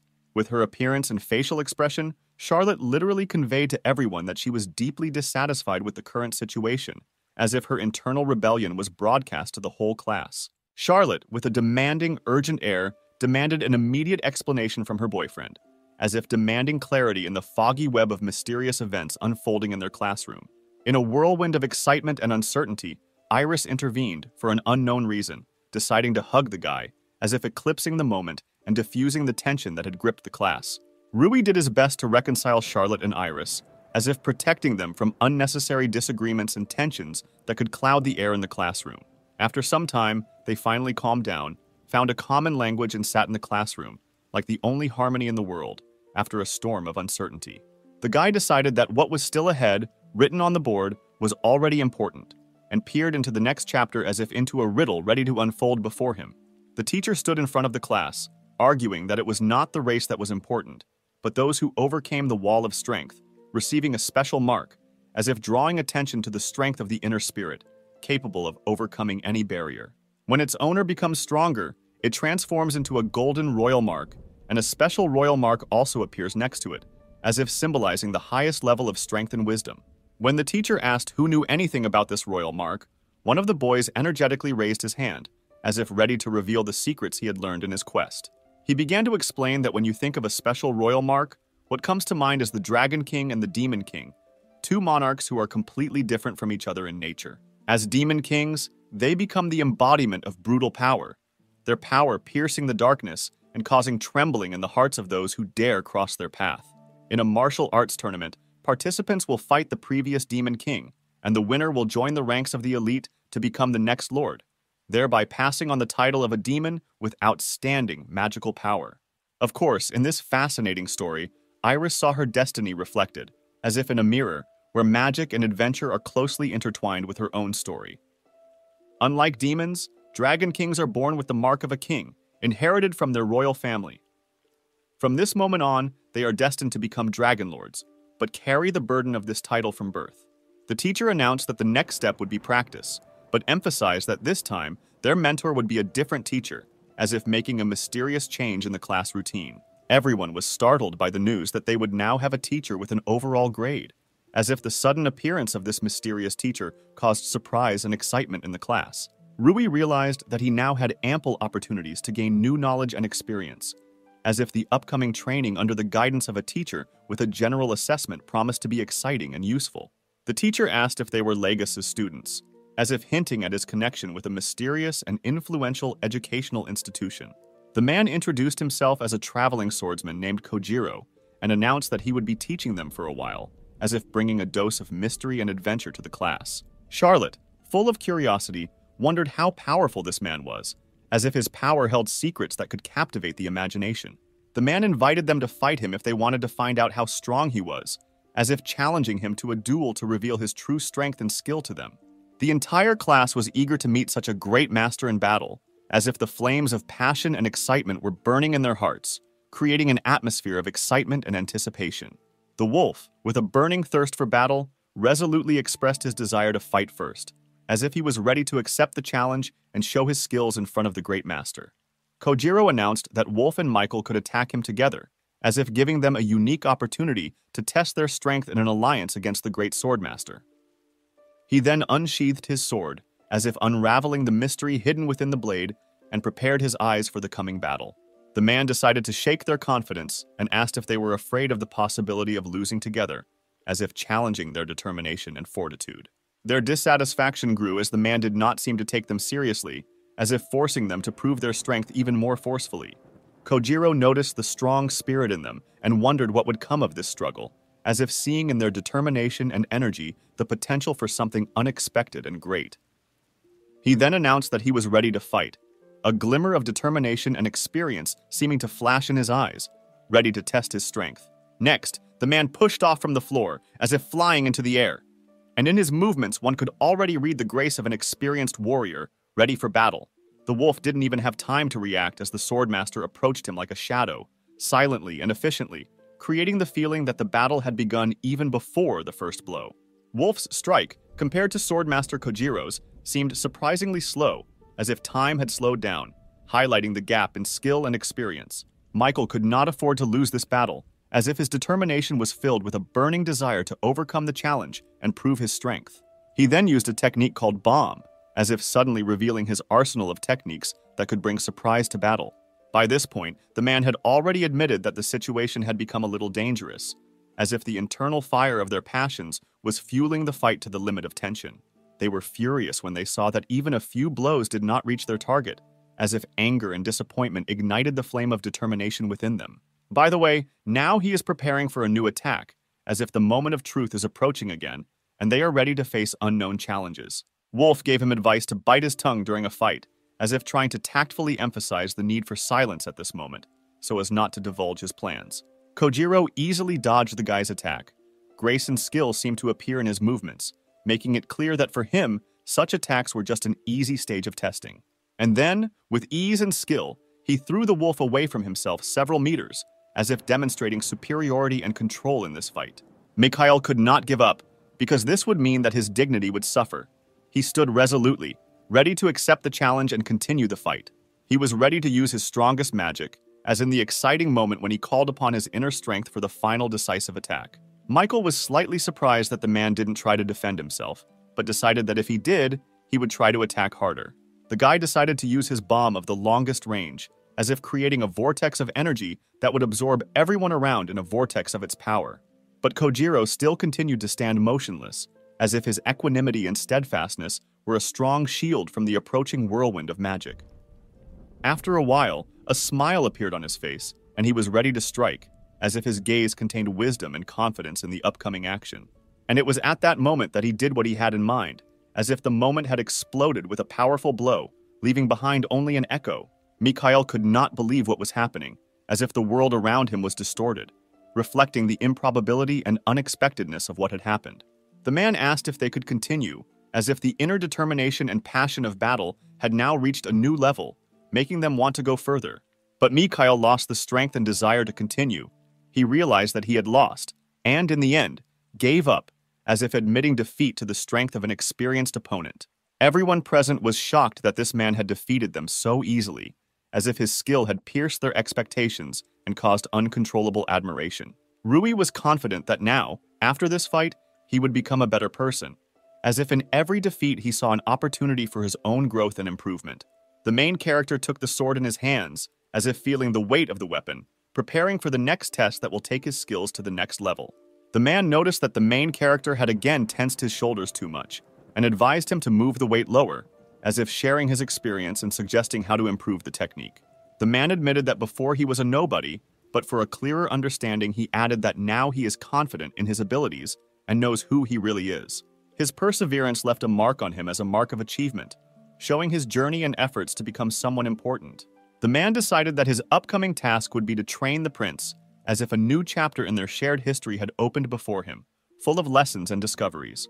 James stated that he personally trains the prince, and the man does not need it, as if his words convey confidence in his abilities and responsibility for training the heir.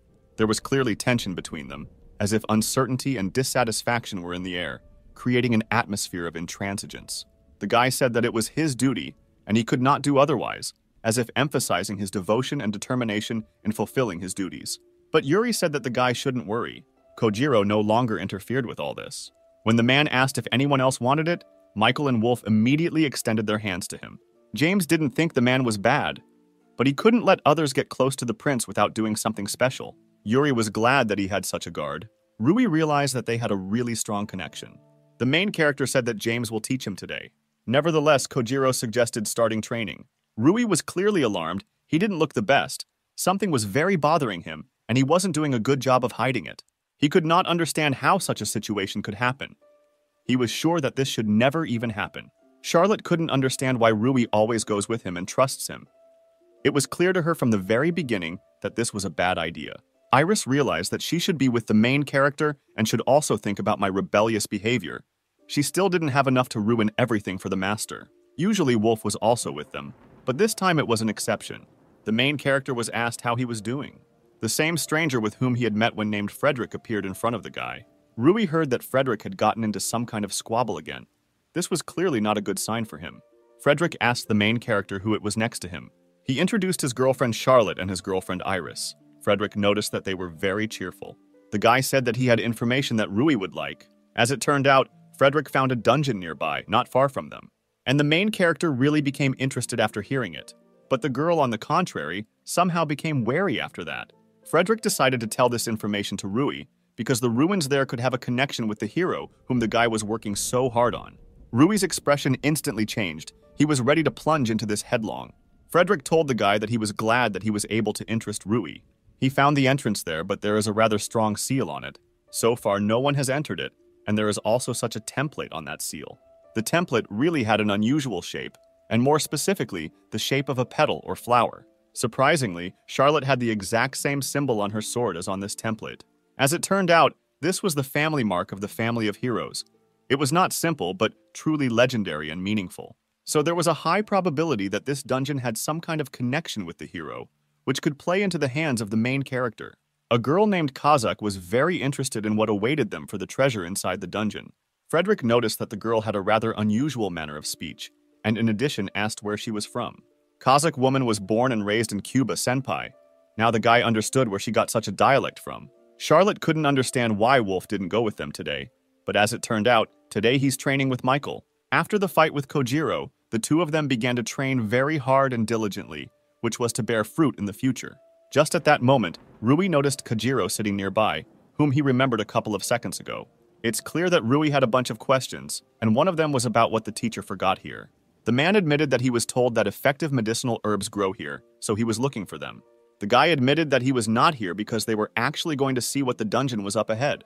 Kojiro warned the students that this could be dangerous, especially since this dungeon is new, and it is unknown what kind of monsters and traps are there. Rui assured Kojiro that they were not going to play there, and if it was dangerous, they would immediately leave the dungeon. But no matter what, in any case they need to go there no matter what, a lot of things depend on it. Kojiro will agree to this only if they take him with them so that he can look after them and help if something happens. Kojiro provided the children with a homemade regeneration potion that works on scrapes and bruises. But still, they must be extremely careful on this expedition, because the potion will not be able to save them from final death if something happens. Rui was disturbed by how kind the teacher was to them throughout the whole time, especially at this moment in time. Now they were clearly ready to begin exploring the dungeon, which was fraught with a lot of mysteries and treasures. After some relatively short time, they finally came to the dungeon. It's not that this was a new dungeon, the ruins had always been here, but Frederick thought that they had been plundered.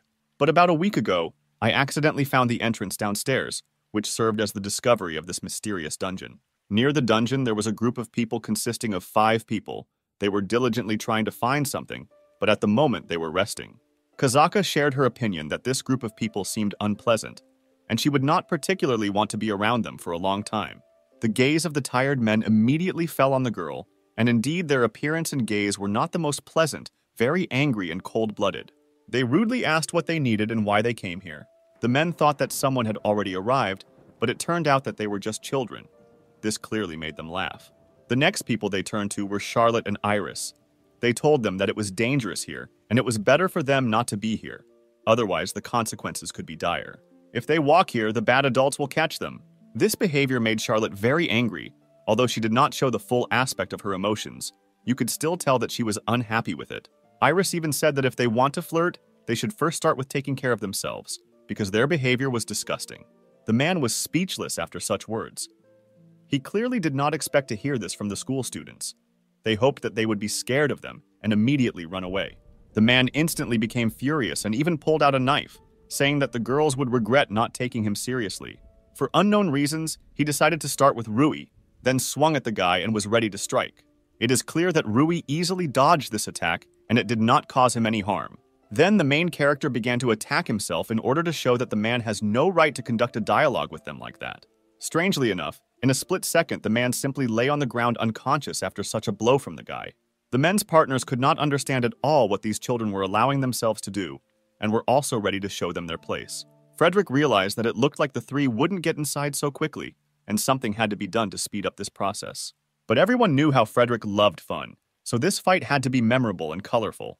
But the men didn't care about the threats of Frederick and the others because there were more of them, and he saw this as their advantage. Sometimes you need to prove yourself like senpai. Frederick created a clay creature or a magic doll. In any case, this was a bad sign for the men, because now they certainly had no chance of winning the dungeon. This creature had a truly bewitching appearance. With its mere appearance, it could scare off many pseudo-heroes, like in this case men.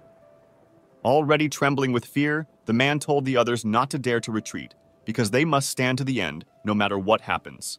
The man even managed to hit the creature and slightly pierce its thick ball of clay. But the problem was that after such a blow, he simply could not reach his weapon. Frederick gave the command to the golem to begin battles in order to quickly move on to the dungeon, after which the golem delivered an incredible blow with such force that the earth shook after it. Then the partners saw their friend already unconscious, lying on the floor straight, like that impudent man who was in a similar situation. In a mysterious voice, someone told Ryu and Iris not to move. Otherwise, unexpected things might happen to everyone. Turning around, they saw in front of them a man who was holding a knife right in front of the Kazac's throat. He pathetically asked whether they knew what would happen if they moved. He asked them again, only this time he raised his tone or whether they understood what was happening. And just after these words, not a trace remained of the man's sword. It is unclear who, and it is unclear how his sword was simply cut in half, which radically changed the whole situation. As it turned out, it was the work of Kazak. Because of the noise, her baby woke up. This baby was like an abnormally sized praying mantis, which instantly attacked the stranger. The insect immediately began to attack the man in order to protect the girl. The Kazakh woman immediately began to apologize to her friend and said that they were already finishing. Frederick was not at all aware of the existence of this man, and next time he would have to ask permission to look at him and find out more. The men decided to attack the opponents, relying on numerical superiority, and their only argument was that there were many of them, and there was only one opponent. The girl decided that since one of them woke up, she needed to wake up the others. Suddenly, a multitude of abnormally huge insects appeared, and their origins remained a mystery, but now their numbers were strikingly equal. The man was instantly frightened by what he saw, and this seemed quite natural, given the strangeness of what was happening. Stunned by the inexplicable, the man felt instant fear.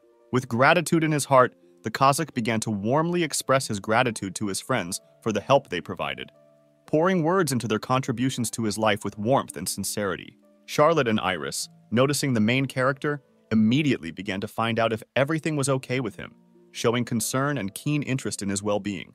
The guy, rejoicing at the victory over his enemies, realized that it was important that they did not remember them, and now he had to do everything possible to erase his trace from their memory. The main character suddenly began to use an unknown technique, shrouding his actions in an aura of mystery and causing interest and surprise among those around him. As it turned out, this was what his teachers had taught him, and he now applied what he had learned with confidence and skill. By channeling electricity through his head, the hero discovered that he could manipulate memories, effectively erasing parts of the past and leaving behind traces of uncertainty. Waking up, the man was surprised to find that he did not recognize any of them, and a blank sheet opened in his memory, as if the pages of memories had been erased. After some time, they found themselves in the jungle, and the place itself seemed truly mysterious, as if nature itself kept its secrets and sacraments here. Just a few seconds later, the mysterious seal that Frederick had spoken about appeared in front of them, as if the prophetic moment of their adventure had come true. Moreover, this seal proved to be extremely durable, which only increased the difficulty before them and added new puzzles to their already difficult task. Frederick wondered if he could ask Charlotte for a small favor, revealing the hope of her friendly assistance on this mysterious journey. It is unclear why the main character suddenly grabbed Charlotte's hand, as if trying to dissuade her from something or warn her from an invisible danger. Rui asked Charlotte not to overwork herself if she was doing it for his sake, and resolutely began to investigate whether it was possible to somehow remove the mysterious seal in question.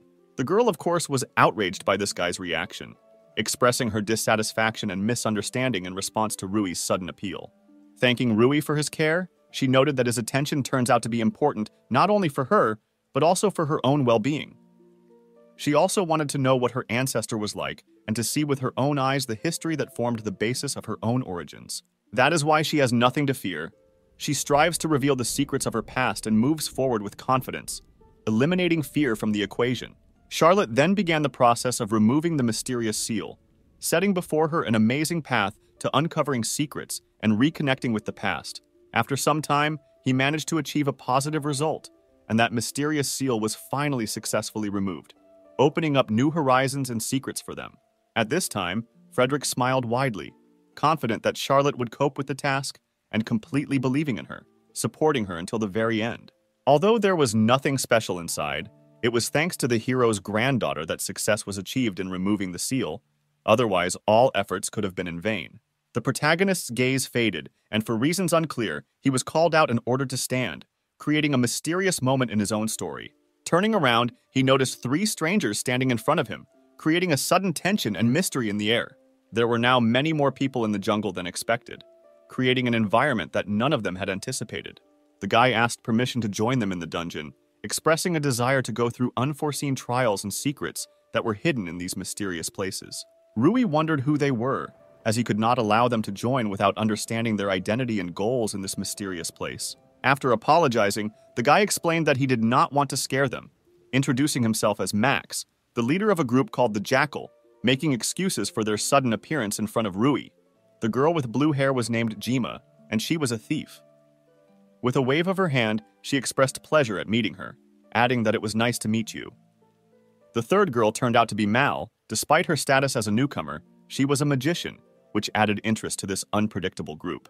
Max reassured them, telling them not to be afraid, since they were only at the very bottom of their lowest rank group, urging them not to judge by first impressions. Realizing that they couldn't do it alone, they decided to ask Rui if they could help them on their difficult journey by revealing their own purpose and motivation.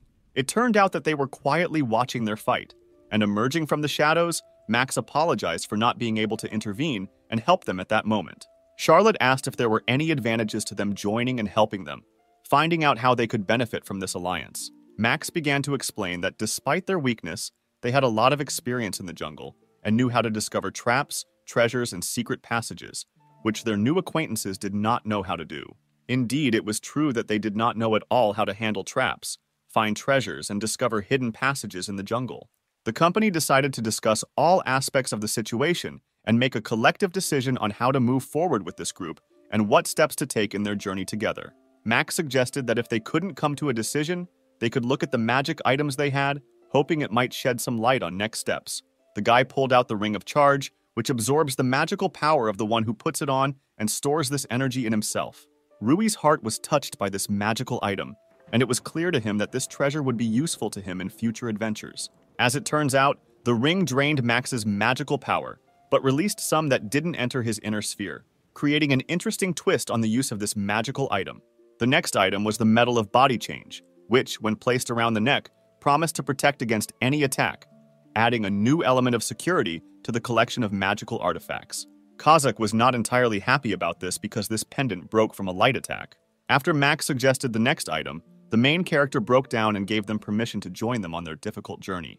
The group was delighted with such news, because now they had a chance to survive in this dangerous dungeon with the support of experienced comrades. Charlotte wasn't sure that everything would be fine and was a little nervous about it, keeping a cautious optimism in her heart. After this, the entire group, now united, went deep into the dungeon, ready for the new adventures and challenges that awaited them. Max warned his allies that if they faced a strong enemy, they had better run away, creating a strategy to ensure their safety in difficult situations. As it turns out, the group's true intention was to take all the treasure for themselves, raising questions about trust and the consistency of their journey together.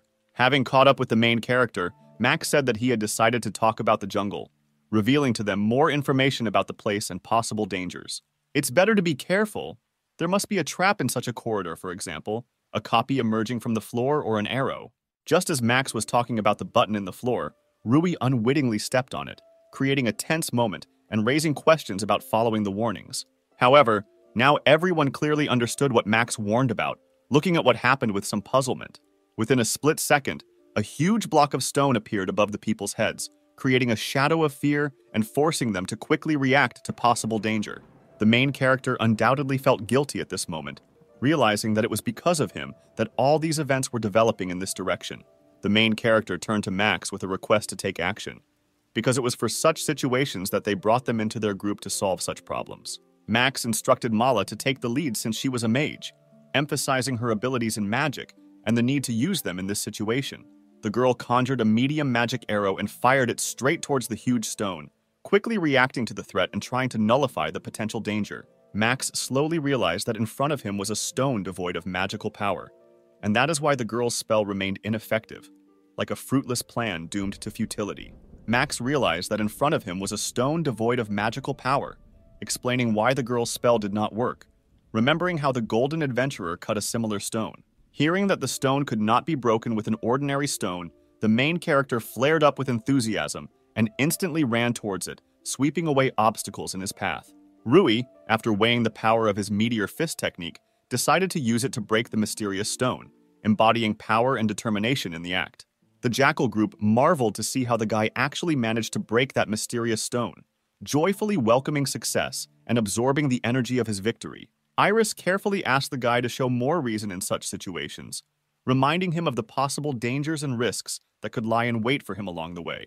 I have not yet encountered many different traps and obstacles on my way. Sometimes they faced situations where they needed to work together to overcome difficulties. Frederick noticed that they had already come a long way, but still had not discovered any treasure, causing him some concern.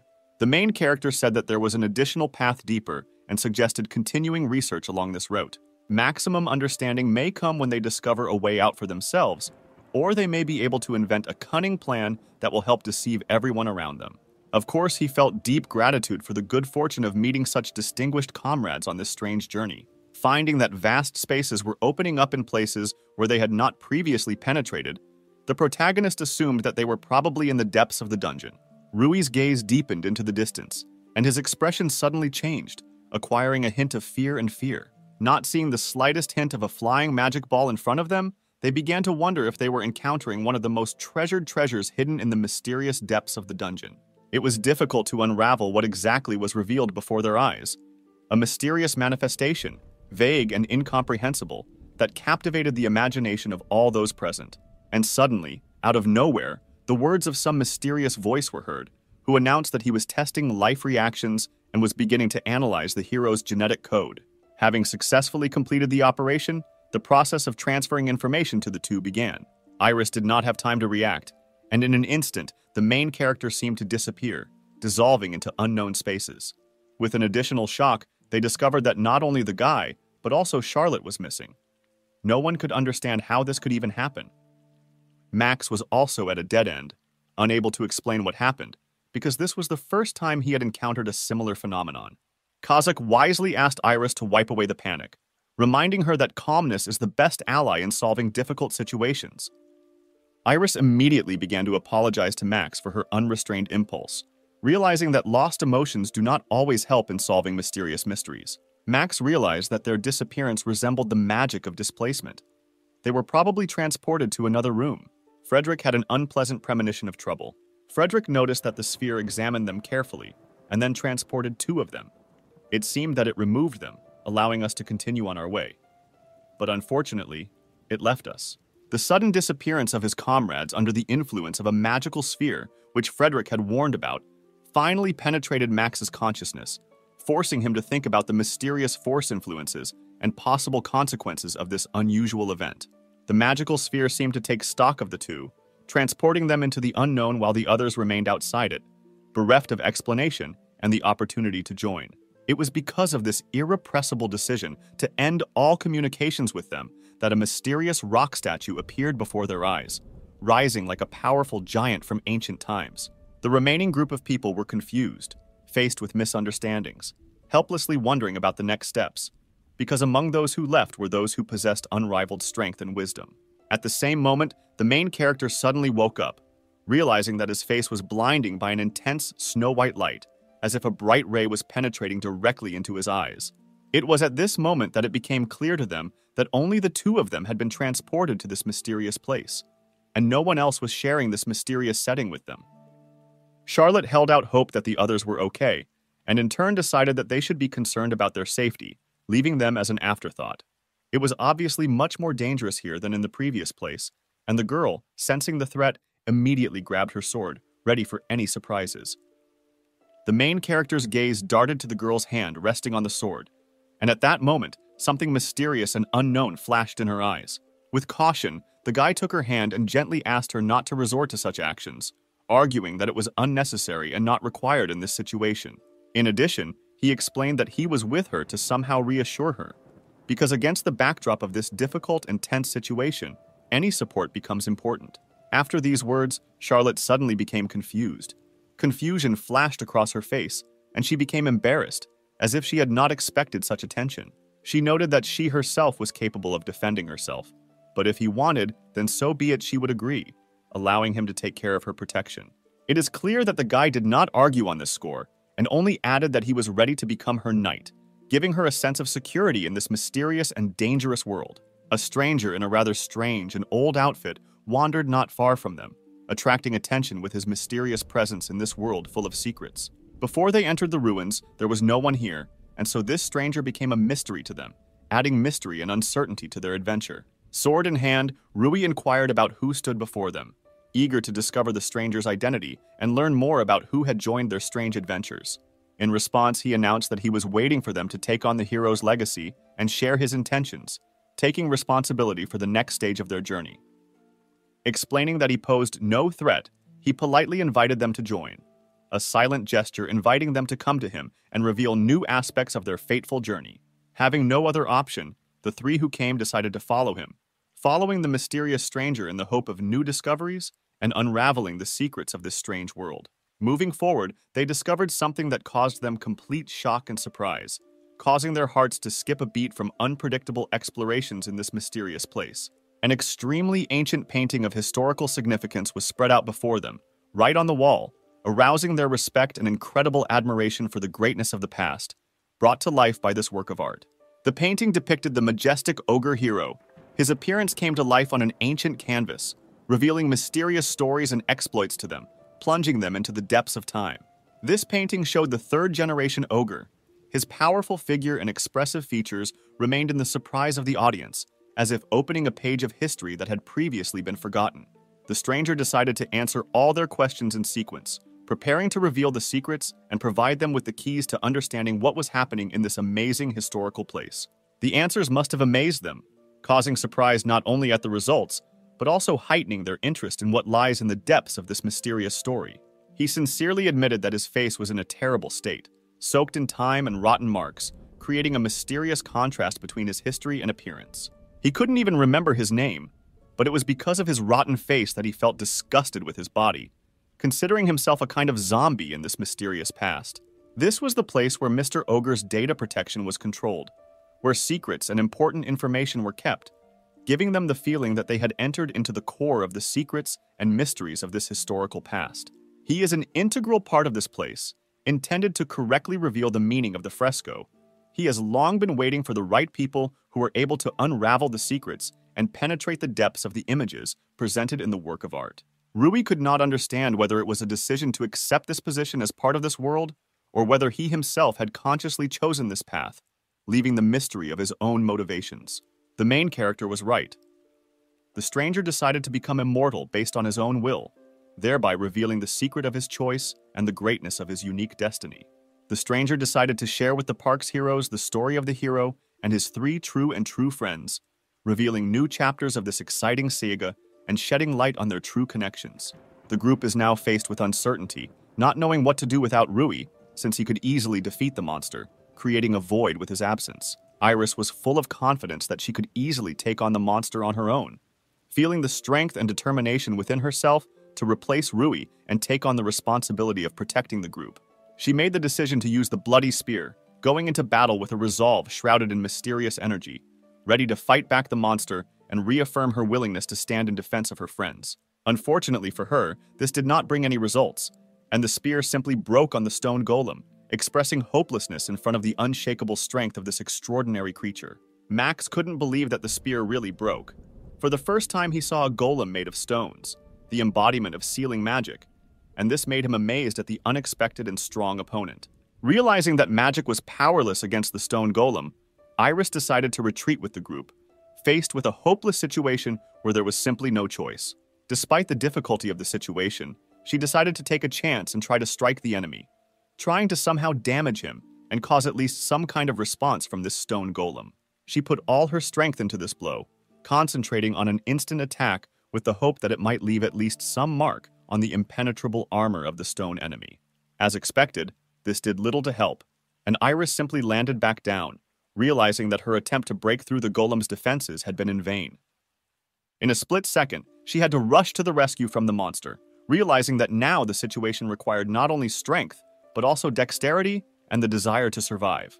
Fortunately, Kazaka intervened in time and saved the girl, strictly insisting that she stop getting into such dangers, showing concern for her well-being. Kazaka realized that they had apparently angered the golem and realized that they should retreat. To successfully win, they would need to attract more allies and join forces. The Kazakh was saved by Iris, and she could not understand why she was saved, because her life could simply be sacrificed in this dangerous situation. The Kazakh woman only laughed at the girl's reaction, realizing that the mysteries and secrets of this world can be unpredictable, causing different feelings and reactions. Kazaka said that Iris herself knows perfectly well why the girl saved her, adding to the mystery of this situation, in which there is something more than what is visible at first glance. It is clear that Iris could not understand what Kazaka was talking about, because the answer remained veiled in secret, raising only more questions. Charlotte was amazed, unable to believe that the man had willingly chosen to become a zombie based on his own choices. Rui felt that if he became a zombie, his life and memory would last forever, forcing him to think about the cost of such a choice. However, in most cases, others break down psychologically as they experience their body breaking down into a disgusting state. This only indicated that the man had been alone for 300 years, experiencing a long and solitary journey in his unusual destiny. But he asked not to express sadness, since the fact that they came here is already his reward, bringing him joy and satisfaction. Then he decided to continue the explanation, revealing to them even more secrets and details of his amazing story. The mural depicts the hero and 3 others as the hero's team, considered the strongest in history, giving the group new perspectives and potential in their adventure. This reignited Charlotte's interest as unread pages of their history began to unfold, revealing endless possibilities and exciting secrets for her and the group. Information about them remains only here, but his memory seems to be starting to fail, creating a mysterious combination of valuable details and some kind of hole in his memories. The man decided to start with the one to the right of the hero. Her name is the Fairy King Titania, introducing a new character into their story with an exquisite and mysterious name. There is a fairy village somewhere, and it is there that Fairy King Titania appears to exercise his rule, adding new and unknown dimensions to their adventure. Next, to the left of the hero, is the King of the 3 Worlds, Balmung, representing another powerful character who has power over the 3 worlds in their exciting history. Rui inquired who the King of the 3 Worlds, Balmung, was, seeking to uncover the secret and essence of this mysterious ruler in their own epic. The man could not remember, and it looked very strange, as if memory, like a magic mirror, reflected the uncertainty and mystery in the past of this mysterious king. Charlotte could not believe what was happening and asked the man for an explanation, wanting to solve the mystery and restore a cloud of forgotten memories. Balmung was the strongest fighter on the hero's team, giving their alliance incredible strength and skill in battle, making him a key player in their history. Rui decided that he would later ask Wolf about Balmung, seeking to fill in the gaps in his memory and unravel the mysterious details of their own saga. And in the last position was the Queen of Snakes, Achinda. According to records, she had the unique ability to see the future. She was a queen of Lamias, half human, half snake. The girl, as well as the guy, unfortunately, did not have the opportunity to hear about her earlier, as if their worlds had forgiven each other, leaving an emptiness of untold stories in their hearts. Charlotte did not imagine that her generation would have to absorb such a mysterious mystery, as if fate had turned down a road where every bite opens up new pages of unknown stories. Perhaps they were trying to keep secret that he had non-human allies, implying that revealing this fact might alleviate discrimination between inhumans and beastmen.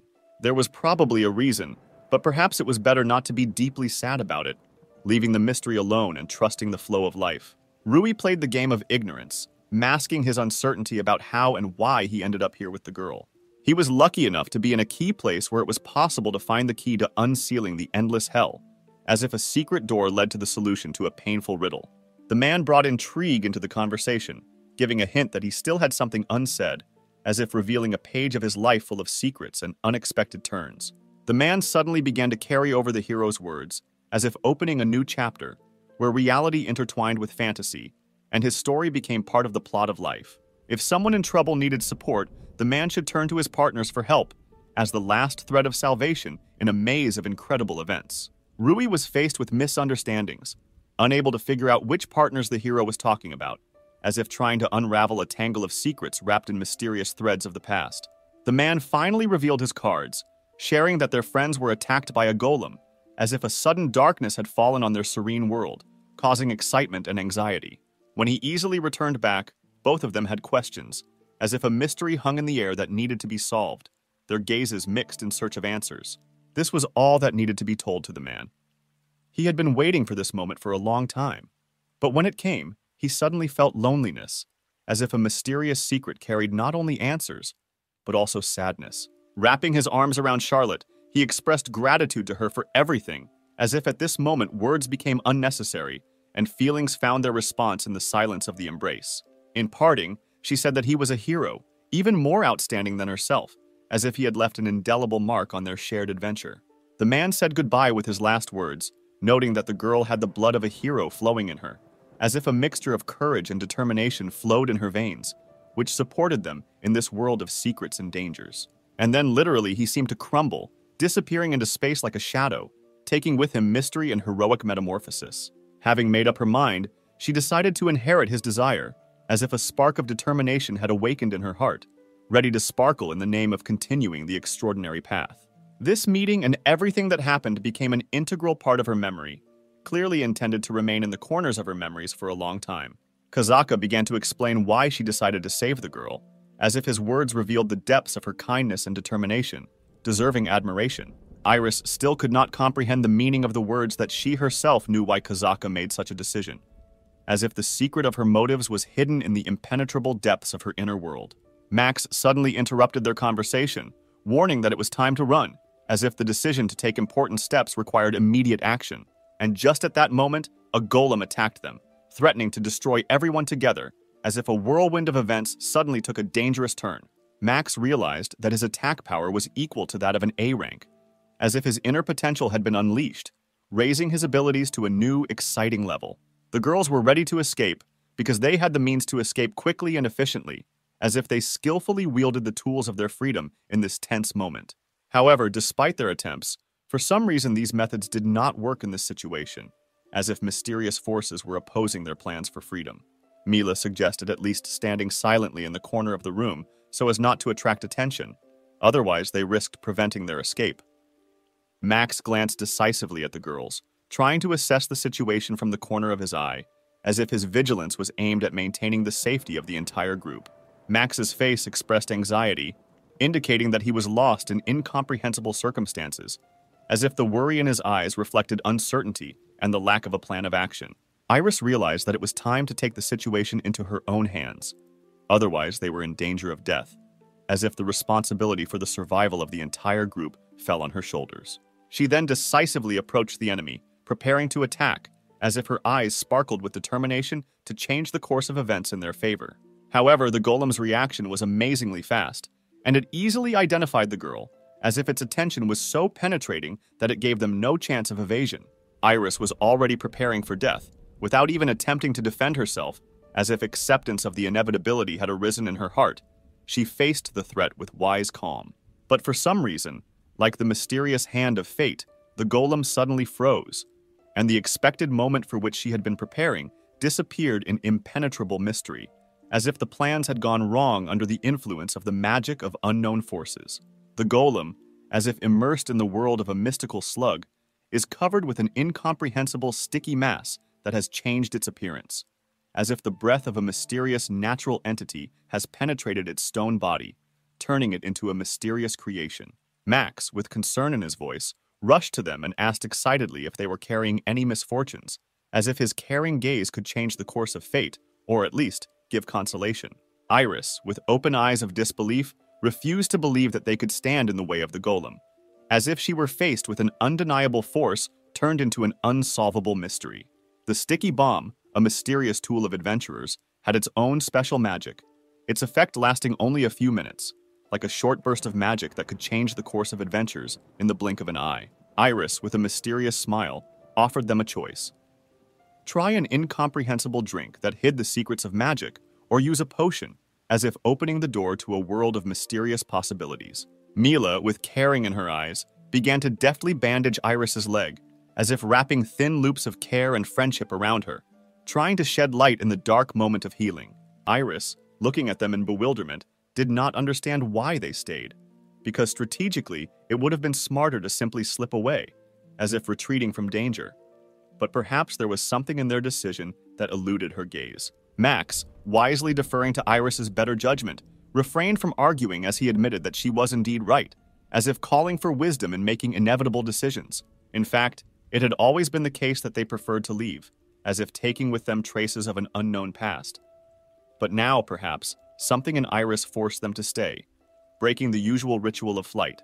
They skillfully manipulated other adventurers, turning them into living baits, since they, in their weakness, succumbed to their persuasion and got lost in a world of intrigue and dangerous adventures. However, when they saw Rui, they wondered if they should accept this lifestyle, as if noticing something in his fate that made them question the meaning of their own actions. Remembering his childhood dream, Max suddenly realized that he had once dreamed of becoming an adventurer, as if resurrecting in his soul the spark of adventure that had been forgotten by years of routine life.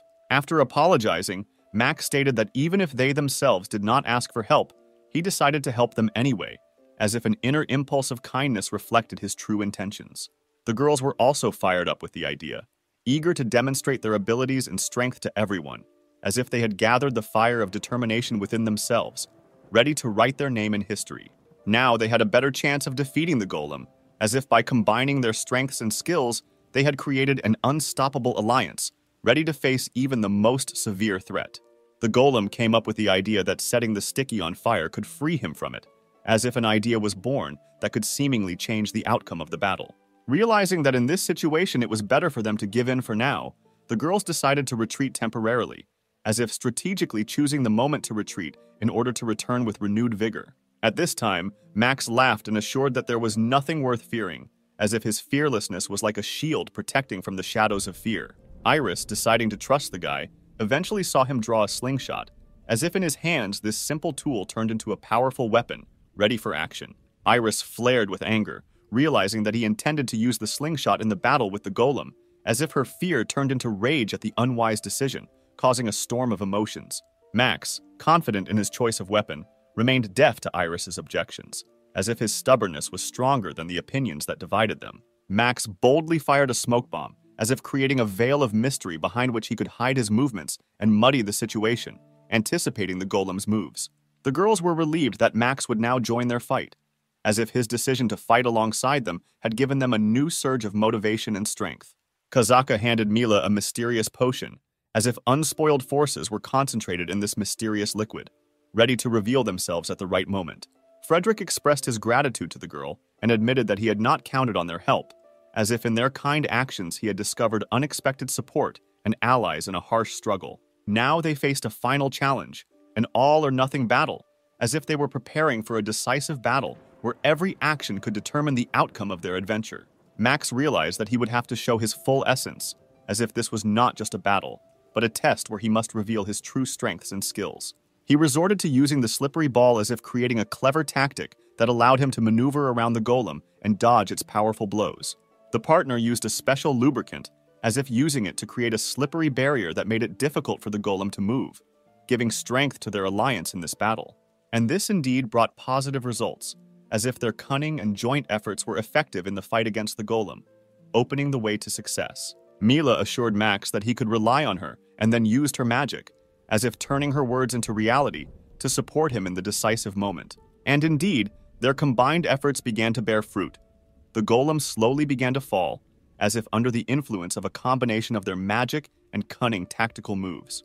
Max also realized that even an A-class monster couldn't stand up to such a combo, as if his experience and powers of observation told him how powerful their combined actions were. But alas, unfortunately, the monster was able to rise to its feet, as if its strength and tenacity allowed it to recover from the blows, causing a new turn in the battle. Max couldn't believe their plan didn't work, as if disappointment and bewilderment showed in his eyes despite all their efforts and the strength of their combined approach. Luckily for Max, Iris was there to save him, as if her quick and decisive intervention was a bright spot in their battle-filled story. Max couldn't believe at all that the girl had saved him, as if surprise and recognition of his vulnerability were reflected on his face, meeting an unexpected feat. Max said that he now owes the girl for his salvation, as if acknowledging the debt and expressing gratitude for her selfless support in a difficult moment. But Iris simply did what came naturally to her, as if her kindness and willingness to help were a part of her nature that did not require special thanks. At that moment, the girl remembered Kazak's words that she herself knew why she saved her, as if secret motives and internal changes began to appear in her mind. Iris began to remember how she was rescued, as if the footage of the past came to life again in her memory, bringing with it excitement and mixed emotions. She couldn't concentrate. All her thoughts were spinning in her head, and suddenly she realized that you don't always need a reason to save someone. She just wanted to do it and express her concern.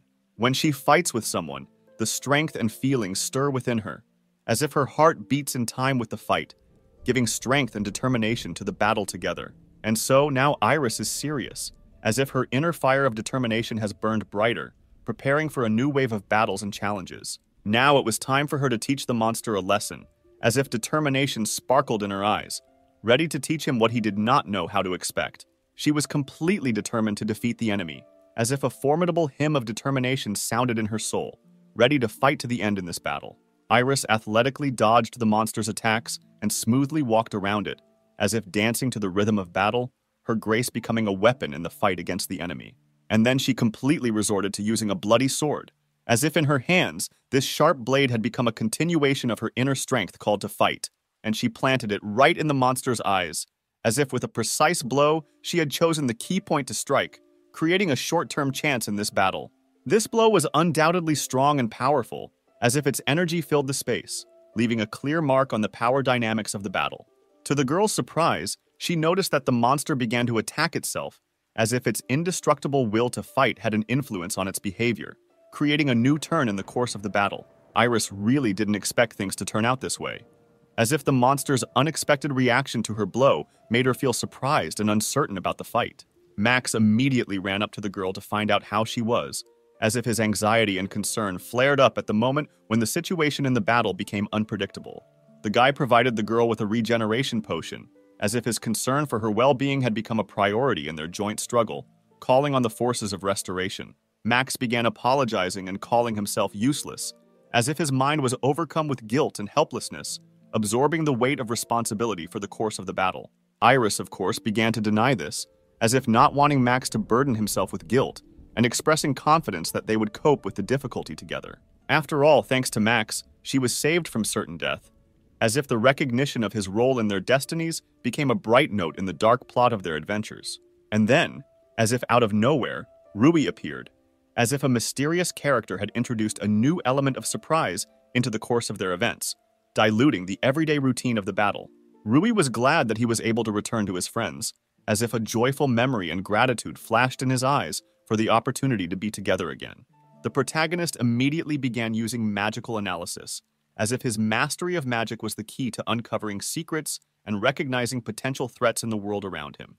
The monster managed to fight it off with the magic seal stones, as if demonstrating its strength and ability to resist the effects of magic, causing bewilderment and concern. Now he understood why he could not win, and then he decided to finish him off with something interesting, as if an idea flashed in his eyes that could change the course of the battle. Rui was ready to launch his attack, as if his readiness to fight transformed his appearance, creating an aura of determination in the face of this inscrutable warrior. His gaze was cool and confident, as if his eyes reflected his readiness to take decisive action in this dangerous battle. The guy used a technique called Space Slash, as if his mastery of magic manifested itself in creating a temporary hole, providing new opportunities during the battle. And oddly enough, it actually worked, and the monster fell, as if surprise and relief were mixed in the faces of the heroes, realizing that they were on the verge of victory. Now, thanks to the guy, they were safe, as if his ability to make difficult decisions and use magic was an integral part of their survival in this world. Rui immediately began to check if everyone was okay, as if his concern for the well-being of his friends manifested itself in vigilance and readiness to support. Max immediately began to beg Rui to share his knowledge, as if hope for the discovery of new horizons and skills was visible in his eyes. Rui was glad that Frederick and Kazaka were okay, as if relief washed over him, making sure of the well-being of his friends. Kazaka said that if he was going to praise her, then it should be done with Iris, as if her laughter and slight mockery created an atmosphere of friendly jokes. Iris said that she always believed in Rui, that he would return, as if her confidence in him became the unshakable foundation of their friendship. He, in turn, also believed in Iris and thanked her for protecting everyone, as if at that moment their mutual trust became even stronger. And just at that moment, Charlotte returned, as if her appearance was an unexpected turn in the course of events, adding mystery to their adventure. She said that Rui was great for being able to deal with the monster, as if her praise gave Rui a new shade of respect and recognition for his skills. It's always the oddballs who like the guy, like Max, as if Charlotte were expressing her playful side towards their unpredictable friend. The Kazakh noticed that something began to happen, and began to shake in some incomprehensible way, as if she expressed concern and anticipation of new events hanging over their group. Max shouted that the dungeon began to fall off, as if his exclamation pierced the air, a harbinger of a new danger and a call to action. Between the shadow of hope and the emptiness of fear, in the bottomless labyrinth of their fate, the unknown bubbles. And if they do not get out, their dreams will be buried alive under a pile of unknown circumstances. Beyond the limits of everyday life, which usually reveals a way out, this time the prospects disappeared, as if they were eclipsed by the darkness of unpredictability, and then only the heavy silence of the unknown. And suddenly, like an explosion in the dark sky, the main character suddenly remembered something that turned out to be the key to the solution, opening the way out of dark hopelessness.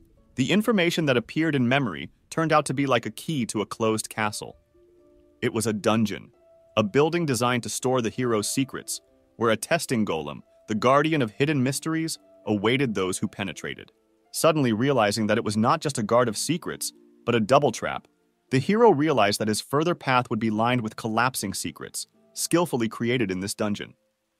Max was questioned about whether he happened to have some item in his possession, and there was a shadow of suspicion in this question, as if the key to the solution might be in his hands. Max had the item, but he understood that its use required permission from his partners, because even in a dark labyrinth, the powers of united minds turned out to be important. Max revealed the secret. It was a magic stone of movement. He explained that under the influence of magic, this stone is able to transport them outside, opening the door from the darkness of the dungeon. The stone's capabilities were limited. The protagonist had to carefully select only 3 partners, whose strengths and skills would make them a team capable of overcoming the dark obstacles of the Dan. Consequently, realizing that Rui was unable to make a difficult choice, the protagonist felt the weight of responsibility facing him in selecting 3 companions for the great journey. The main character expressed gratitude to Max, but admitted that it was difficult for him to make a choice, and the decision about which partner to take with him was left hanging in the air. The hero, full of determination, did not want anyone to suffer harm because of his guilt, and this burden of responsibility pressed on his soul, making the choice even more difficult. In conclusion, he only asked to believe in him, as if it were the last thin thread connecting their destinies in this dangerous adventure. The Kazakh and Charlotte, with bewilderment in their eyes, could not recognize what decisions the guy was about to make, and their incredible adventure depended on this moment. There was a knowingness in Iris's expression, as if she had knowledge of what the guy was about to do, which added to the mystery and excitement in the air before the unpredictable turn of events. A satanic ray flashed from the hands of the protagonist, framing his figure in a dark glow, and at that moment, an aura of mysticism and unknown power hung in the air. Gathering all his strength, the main character offered all his energy, directing it to save his friends, as if trying to bring down the walls of a dark labyrinth and free the captive souls. Iris realized the whole point. This beam is capable of destroying magic, and if the dungeon is created from magical power, the hero could simply erase it with his unique beam, clearing the way forward. Exhausted, the guy exhaled and declared that now everything depended on the strength of the name, as if at that moment the meaning of his words was revealed in the air saturated with tension. Kazaka proposed a plan. They could take off with the help of her 18-meter friend, like a natural union with the power of the wind, providing them with an unexpected path to freedom. Suddenly, an unimaginable creature took them, and as if captured in the arms of magic, they all took off together from the dark dungeon, overcoming the boundaries between reality and fantasy. Naturally, they were all full of joy, realizing that they were able to escape danger and escape from the ominous mysteries of the dungeon, feeling within themselves the excitement of sudden deliverance. Arriving home, they said a friendly farewell together, as if each of them had carried into their hearts a piece of the adventure that had bound them forever on this incredible journey. Rui noticed that sharp pains were piercing his whole body, as if every cell was screaming about unbearable discomfort. And at that moment, as if out of a fog, Kojiro appeared. Having learned from the head of the hostel that he still had not returned, he could not believe that the guy returned so shabby, remembering their conversation in the forest. The teacher asked if he had used his potion. Bewilderment flashed in his eyes, as he did not expect that anyone would pay attention to his mysterious experiments. The teacher, having fallen into experimental methods of treatment, used incomprehensible means, because of which something was pinching the guy very strongly, causing him to doubt the choice of the teacher. Surprisingly, the teacher was informed that his potion really worked well, which was confirmed in practice and turned out to be true. He, however, was glad that the guy returned in perfect order. At the same time, he warned, saying that it was better not for children to do such things. Next, the main character had to arrange a bath for himself, lie in warm water, and hopefully sleep in the hope that all the troubles would disappear. Rui still couldn't believe that he was actually worried about him and was waiting for him, and their meeting in the forest remained a mysterious secret for him. Waking up, the guy decided to go in for sports, trying to awaken his body and get away from the memories of the strange events of the previous night. And at this time, his good old friend the parrot flew to him, spreading joy with his bright feathers and cheerful cries. So in addition, with some exotic fruit in its beak, the parrot brought not only joy with its shrill greeting, but also with the aroma of mystery. It is clear that the main character was glad that they brought him fruit and thanked his feathered friend for the unexpected morning treat. But it was time for Rui to go to school, and she said goodbye to the parrot, in an amazing mixture of joy and anticipation of new adventures. Kojiro apologized for the suddenness, but announced that today was the last lesson with him, instilling mystery in the upcoming farewell and leaving behind many questions. Although they spent little time together, it was definitely worth it, filling their lives with vivid memories and unexpected turns. Rui was slightly in a stupor because she could not understand why everything was happening this way, and the mystery of this oncoming world only increased her misunderstanding. It is clear that Charlotte immediately noticed the strange behavior of the guy, and curiosity flashed in her eyes as she tried to decipher the secrets that were in the air. He was wondering why the teacher was in a worse mood than usual today, and he thought about the possible reasons, sensing something mysterious and unknown in the air. The man, in principle, carried out his duties, but in the eyes of his students, there was a shadow of some unknown mystery, making his ordinary actions more mysterious. He said that when attacking, you need to grip the sword, emphasizing the importance of reaction, and despite this, his stance became better than before, which surprised everyone around him. It's clear that the guy was happy with what he heard, saying that the stand needed to be made even better, and deciding to go practice to bring his skills to perfection. Next in line was Prince Yuri, and everyone around him was curious to see what lessons of skill and secrets the mysterious teacher might reveal to him. Deciding that it wouldn't hurt for him to learn how to wield a weapon either, Prince Yuri watched the learning process with fascination, ready to plunge into the world of secrets and skills. He brought a staff to training, ready to learn not only swordsmanship, but also master other types of weapons, adding variety and uniqueness to his training. The teacher said that he would now attack, and Yuri needed to try to defend himself, following his instructions. There was a tense atmosphere in the air, full of expectation and challenge. Yuri was serious about this training, believing in every movement of the teacher an opportunity to gain a new level of mastery and improve his skills. The teacher noticed that the guy had a good stance, and his gaze was confident, emphasizing his readiness for challenges and a thirst for mastering new techniques. It is not clear why the teacher regretted him, because in his eyes one could read pride in the demonstrated level of training and the desire for improvement.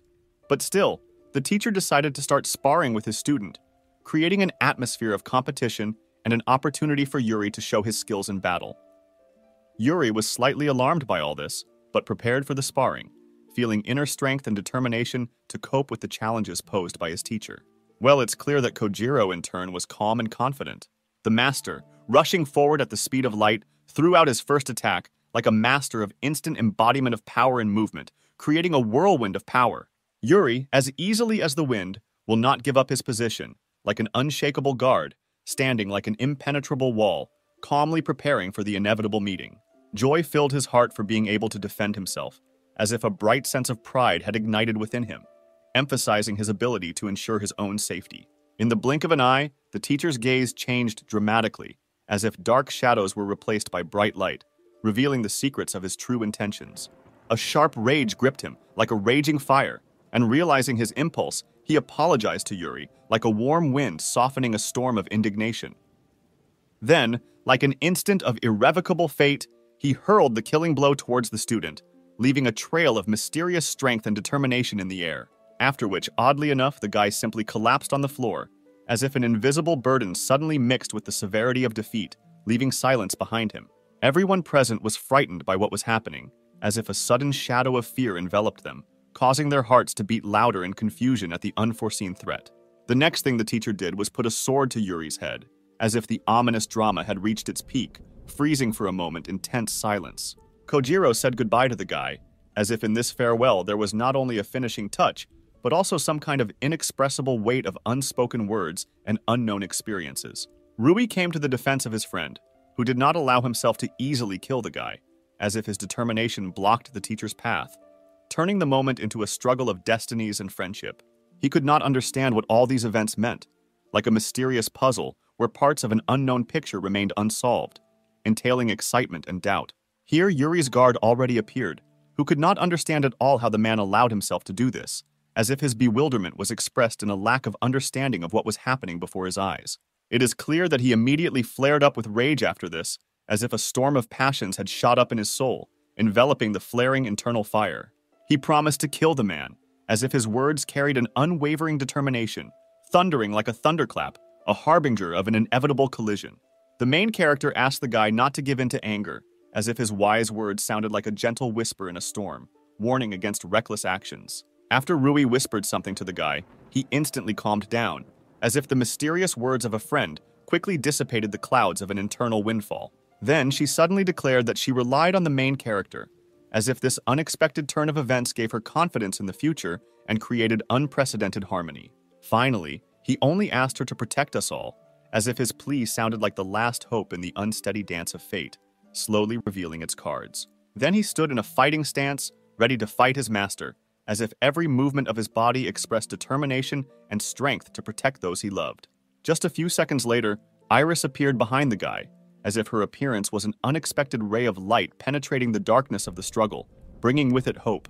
She could not identify a single weakness of the teacher, and the difference in strength seemed enormous, as if an abyss stretched between them, filled with undeniable superiority. Wolf was furious, because he could not understand why in such a situation it was impossible to influence in any way, as if helplessness enveloped him like a dark veil.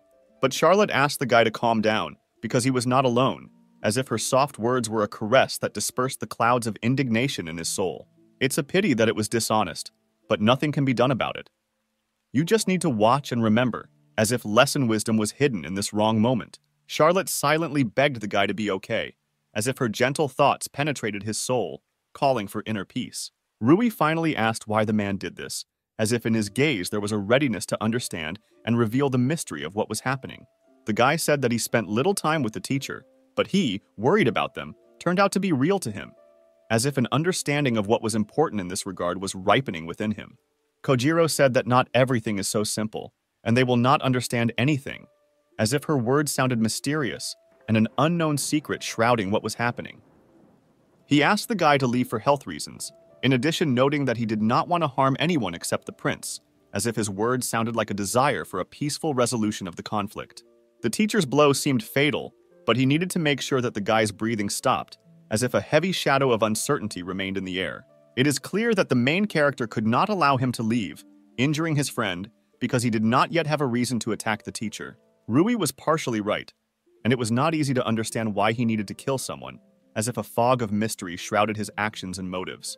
However, he had his own reason for this, as if a fire was burning inside him, fueling his motivation, but its essence remained in the shadows. If he blocks his path, he will pass with force, as if an invisible wall was in front of him, causing him to become determined to destroy it using all his power. The teacher was serious and wanted to end the guy. Well, now Kojiro simply had no choice and he needed to get rid of Rui.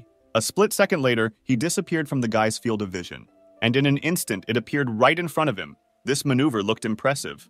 Well, it's clear that Rui had a good reaction and was able to dodge it. He began to repel all enemy attacks and did it skillfully and professionally. The teacher said that the guy was quite good because he could parry his blow. And all this was thanks to his teachers in the form of friends and sister and Rio. The guy decided to strike, but it was unsuccessful. But the teacher's blow had its fruits, and Rui even moved a couple of meters. The guy even had to use magic so as not to fall on the floor. He realized that he would not be able to hit the teacher at close range, and he needed to move away. Then I decided to use a technique called Big Flame. The ball of fire moved closer and closer to the teacher. It was indeed a well-trained magic, but did the main character really think that he could take a teacher with it? Kojiro prepared to defend himself from such an attack. He needed to put in no little effort to do this. He then used magic and was still able to repel the attack. It is clear that the main character did not expect this and was surprised. But the teacher said that there was no time to be surprised. Doing what the enemy doesn't like is the basis of battle. If everything is converted into numbers, then there is not much difference between him and the teacher. But he didn't know that the guy was a difficult child. He was sure that if he continued like this, he would definitely be able to defeat the guy. Then the teacher realized that the guy was becoming stronger during the battle. In addition, he can remember its movement at incredible speed. Rui learned by memorizing from his little sister and Rio. Then the guy completely gave up on his feet and was ready to continue the fight. He wanted to move away and switch to magical attacks, but he does not have enough speed to move. Thanks to the shuffling of feet, it was difficult to predict the teacher's next move. He just needed to find his weak spot and hit him there. Unfortunately, the teacher was able to pierce the guy with his sword. It was very bad for the guy. The teacher has already said goodbye to the guy. The man felt some hot air around him. He couldn't figure out what it was or who it was. As it turned out, this was the guy's plan, and now was his decisive act. The guy decided to use a space cut, as in the case of the stone monster. It was a good move, but only if the guy could hit the teacher. Kojiro, in turn, used a technique called the swallow's tail. After such a blow, the guy could no longer stand on his feet and fell, coughing in his own blood.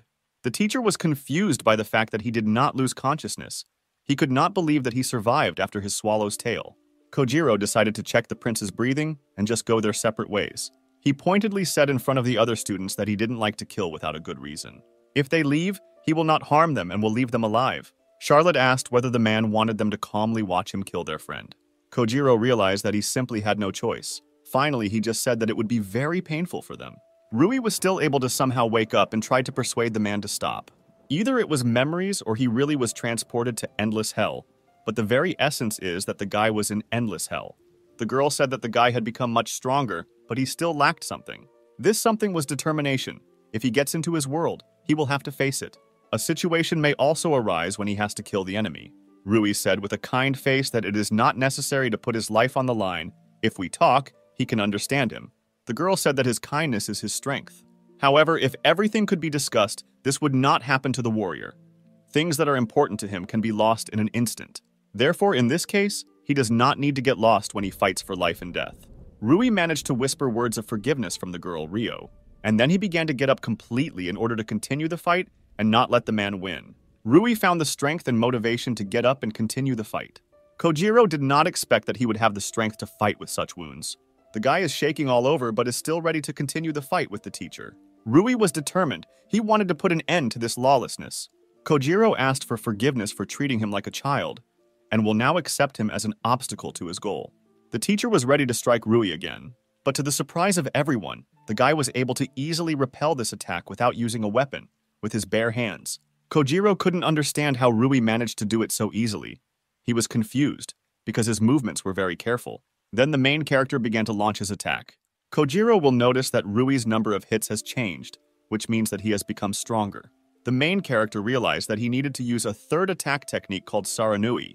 This blow was really strong and unexpected for the teacher. The man immediately fell to his knees after such a blow, and the guy immediately began to thank him because thanks to him, he learned the horror of war and true determination. And with the help of this power, he will overcome the teacher. Kojiro did not expect such a surge of strength from the guy. He was not ready for it. In such a small amount of time, he became stronger. He became too strong. Kojiro couldn't believe that willpower changes people like that. The man noticed changes in the guy's face. It is unclear why the main character's eyes changed color and became red. Rui realized that this is not just like that and they give him strength. The main character remembered how in endless hell, he said that when they were training, he noticed that she began to defend herself faster than he began to attack. The girl was happy about this because it meant that the guy became stronger and that he noticed it. It's called the Dragon's Eye, and only the strongest of dragons have it. Unlike the Magic Eye, it also sees life and qigong, muscle tension, and movement. With this, you can understand how the enemy will attack. Rui was upset when he learned that only dragons could wield it, but the girl made him happy and told him that he could have it too. Her blood flows inside him, and thus he can also use Dragon Qigong. Rui was really glad that he too would someday have the Dragon Eye. He will appear when Rui senses real danger and is ready to fight with his will. Then the power of dragons will definitely save him. Rui was grateful for these words and Ryo's lessons. It is clear that for Kojiro, this meant that he had even more problems. He was sure that now he would definitely not lose and walk towards his goal. It is clear that Rui will not just stand there and began to defend himself. The main character needed to jump back, but he didn't hit. He hoped that everything would work out. On top of that, Rui literally managed to cut off the teacher's hand during his attack. The main character asked whether Kojiro was ready to continue the fight since he could no longer use a sword. After these words, Kojiro became completely furious. But he also has a reason for which he needs to win this battle. Even if he is covered in blood or dirt, he must win. But Rui also has his own reason. All his friends and people dear to him, he is obliged to protect them. Their battle will go down in history as a legendary confrontation. He became stronger in order to defeat the teacher. Kojiro lost his arm, and now this. But Ryu cannot lose no matter what. The main character began using Dragon Qigong as his #1 attacking move. Rui was ready to use the Dragon Star Fist. Kojiro was wondering if the guy could stop his ace in the hole. Giant General's Sword. This is magic that only magicians with a general mark can use, but on the way to save Ryo and her sister, there will probably be even stronger opponents. Rui, with inner tension, gathered the last bit of determination in himself to deliver the final blow, feeling a growing wave of energy ready to spill out at the moment of the solemn embodiment of his determination. Rui, trained by the strongest, was ready to take charge again and protect Yuri and everyone, holding his resolve as a guard ready for the test. Kojiro admitted that the guy turned out to be much more complex than it seemed at first glance, and agreed with this, encountering unexpected depth and strength in him. He sincerely regretted his actions, realizing that if he were as strong as that guy, he wouldn't have to do what he was doing now. Rui, feeling the weight of responsibility for his friends and loved ones, was ready for anything, feeling an unshakable determination within himself. As a result, he will be able to avoid Kojiro's attack and carry out his own, which will show how masterful he is in his strength and dexterity. And as expected, the blow was too heavy for Kojiro, who simply passed out, unable to bear this crushing blow. Rui attributed his success to Ryo. Thanks to her, he gained the determination that allowed him to overcome all difficulties. Of course, the protagonist's instant victory was inseparable from the support of his friends, who were always there, ready to defend him. After some time, everyone worked hard together, trying to save Kojiro and bring a change to the current situation. Fortunately, with their joint efforts, they managed to bring Kojiro back to consciousness, restoring him after the fight.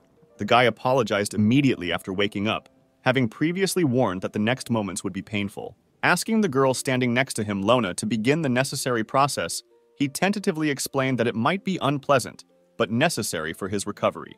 Lona proceeded to use High Hill, providing the boy with the healing he needed to recover from the fight. The man was surprised to see how she was able to restore him simply by casting a spell, because even experienced healers usually need several hours for such a restoration. The girl wondered if it hurt, but despite this, she skillfully continued her work, creating a healing spell with grace and skill. Kojiro expressed outright surprise at Lona's professionalism and skill in healing, clearly admiring her skill. Kojiro couldn't believe that he was able to move his arm again. Now new prospects were opening up for him, and he realized that he would be in debt. The teacher could not understand why Rui decided to save him after all the events that had happened and the actions he had done. But the guy himself also seeks to understand what the point is when Kojiro, at the end of the battle, found himself under his protection. It was as if he had conceded, as if he was deliberately aiming for defeat, giving the impression that his goal was to concede in this battle. Then Kojiro realized that his deception had been figured out, and even the children noticed this cunning move. Having lost the battle, he realized that the most important thing now was to take the prince to the hospital, because the chances of saving him were extremely small. Approaching him, Yuri asked him not to worry, trying to calm him down and support him, despite the current situation. In fact, the main character gave him a magical artifact, revealing a secret that could change the course of events. Thanks to the substitution medal that the adventurer in the dungeon provided him with, he managed to escape, avoiding the danger that awaited him. The blow was so powerful that he still temporarily lost the feeling of recoil, switching off from the intensity of the moment. It was clear from his expression that he was enjoying this. enjoying the moment of recovery and peace from the intense events. Then Kojiro, realizing his mistake, knelt down, beginning to beg forgiveness to those whom he had upset with his actions. After such changes, I don't even want to respond to words, but it is clear that the upcoming punishment will not be easy. The teacher, realizing the current situation, was ready to accept any punishment. He only asked to be given a chance to tell how everything came to this. Her gaze changed sharply, as if she was preparing for something big. A second later, the man fell to the floor, as if conquered by a wave of pain that overwhelmed him, depriving him of support. Lona could not understand what was wrong, because she was treating. But the temperature continued to rise, as if the rebellious organism did not want to agree with her efforts. After some time, the man began to feel better, as if the shadow of pain was gradually dissolving under an invisible ray of relief. Well, nothing can be done about it. The temperature does not subside because of this, as if it had become an unruly element, ignoring any attempts to influence. As it turned out, the man had the mark of a slave, as if invisible chains of long-lasting submission paved the way to his past, intertwining with his present. Rui noticed that he was not just a slave, because the seal was made in the wrong sequence, as if a moment had flown through his awareness, revealing a mystery hidden in the mystical signs. The man said that the guy was great because he understood. This mark is prohibited by royal decree, being an illegal seal of slavery, as if he had unraveled the secret message in the signs of submission. It's only a matter of time before he dies due to his failure to kill the prince, but he wants them to listen, as if his final plea remains forever hanging in the air, awaiting justice. As it turned out, he has a 7-year-old daughter, but a year ago she fell ill with an unknown illness, as if the shadow of a mysterious illness had enveloped their lives, leaving a trace of mysterious moments. His symptoms were the same as those of his wives who had died several years ago, as if the curse of the past had come to life again in their lives, repeating itself with merciless precision. Many doctors were unable to cure his daughter. She weakened day by day. When he lived far away, 2 men came offering a special magical item to relieve the symptoms. In return, he had to carry out several errands. He realized the severity of his sins. He no longer cared what would happen to him, as if the burden of regret had become an integral part of his existence. Well, his daughter named Fuyu was sinless, and he begged to save her, like the last innocent soul captured by fate. The main character asked if everyone had heard the man, emphasizing that it was their responsibility to save his daughter, as if the question hung in the air, filling him with determination. Just then, 2 strangers were sitting in the man's house, discussing that they had discovered a potential source of income, as if invisible threads of fate intertwined their decisions in an unpredictable whirlpool. After all, it's enough to just keep her alive, as if a mysterious proposal sounded in the room, breaking the silence and infiltrating the plans of strangers. They decided that they needed to make more money from that samurai, seeking to get rich quickly, as if the greedy minds of strangers were weaving plans, ignoring moral boundaries. Well, their sweet conversation was interrupted by Rui, who spectacularly appeared like a shadow of the unknown past, disrupting the flow of their greedy plans. The guy was really furious and ready to deal with them, as if the fire of indignation burned in his eyes, guiding him forward. The men immediately picked up knives just in case, as if the dark shadows were preparing to dance in anticipation of the outbreak of a threat. Then the main characters commanded Iris to start something, as if she had become the executor of their strategy, an invisible hand embodying their intentions. The girl then began to crush her opponents, as if a whirlwind of revenge had suddenly erupted, and she became an unstoppable force, falling on those who faced her wrath. And then she took Fuyu in her arms, as if gently and decisively protecting her from the storms of a hostile world, creating a protective shield around her ward. The men realized that once again their secrets had been revealed, because they thought that they were hiding safely, as if the invisible hand of fate was revealing their secrets at an unexpected moment. Wolf said that it was easy to find by smell, as if his sensitive sense of smell was the key to revealing the secret hiding places weaving in the air. Well, the guy said that he was the first to analyze everything, as if his mind became a spearhead, penetrating secrets and solving their riddles.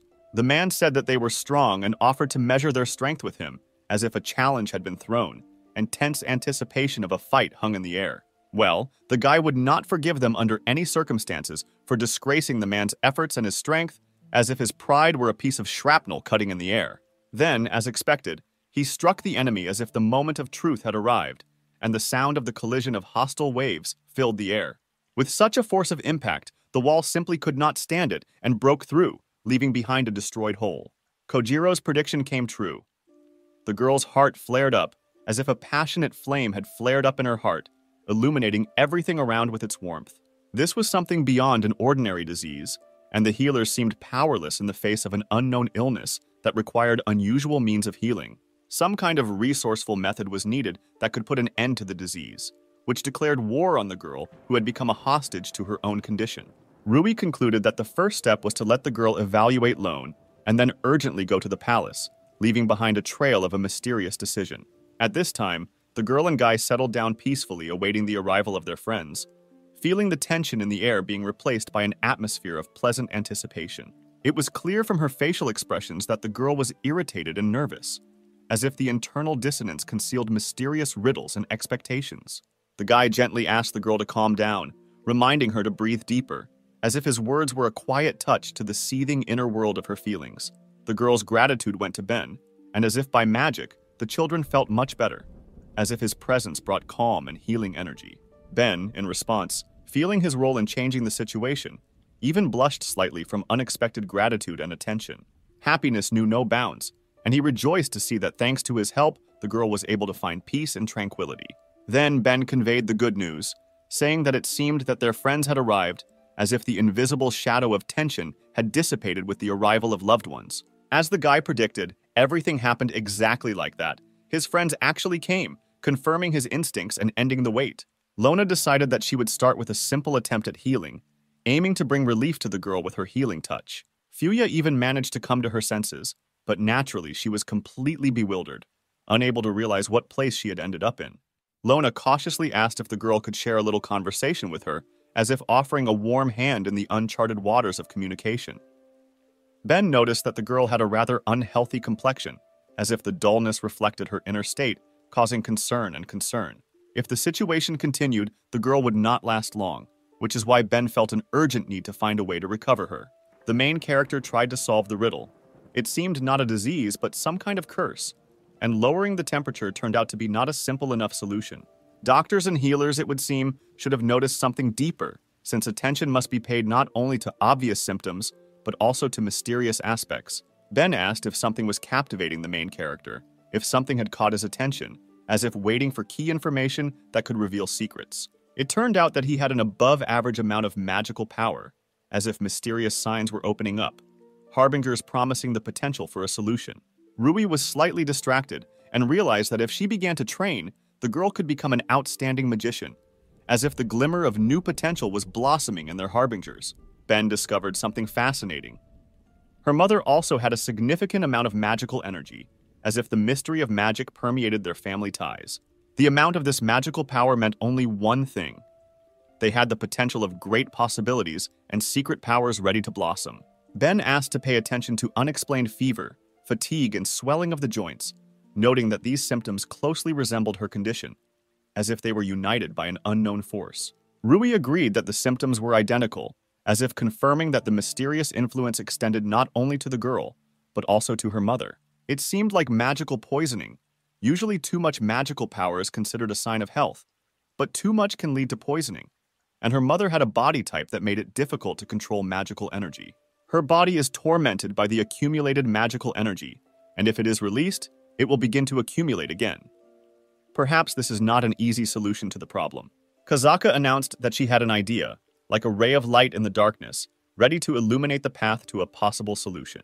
She offered to give them her idea for free, like a gift ready to shed light on the dark corners of their mysterious quest. She begged them to try it on the girl, as if staking any hope of successfully testing their shared path to healing. Rui waved his hand, inviting Lona to join him, as if anticipating the moment when a new chapter in their strange healing journey would begin. The guy asked Lona to put it on the girl and use it when she felt tired, creating an opportunity for her to heal through healing. Lona announced that she had a gift, asking if the girl could accept it, as if the offer of a mysterious gift was hanging in the air. Fuya tried to express gratitude but suddenly began to faint, as if emotional stress had overtaken her, leaving confusion and anxiety in its wake. Of course, the girl immediately began to treat her, as if healing magic had been summoned in response to an unexpected fainting spell.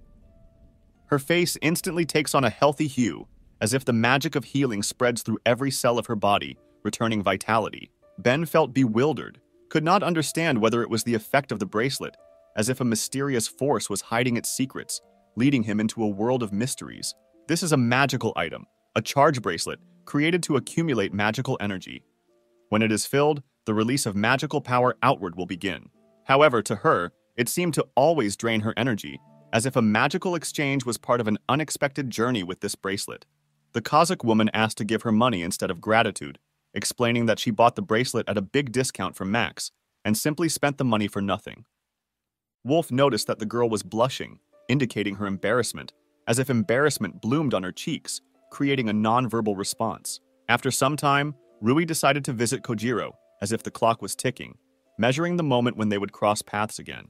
The teacher expressed gratitude for the guy's visit, announcing that the academy was closed for the holidays, and now he had free time. As the guy noted, the man seemed to feel great, as if positive energy and satisfaction surrounded him.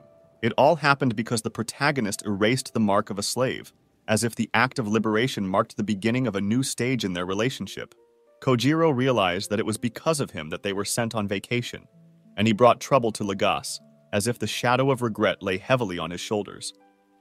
The man should have been severely punished, but Yuri took him under his wing, as if his difficult past was in the hands of a man ready to change the outcome of events. So far, he has not been removed from the post of class teacher, as if the educational institution provided him with a temporary refuge, allowing time to heal the wounds. It was as if suddenly an almost sepulchral silence reigned, as if everything around instantly froze, leaving only the echo of previous events.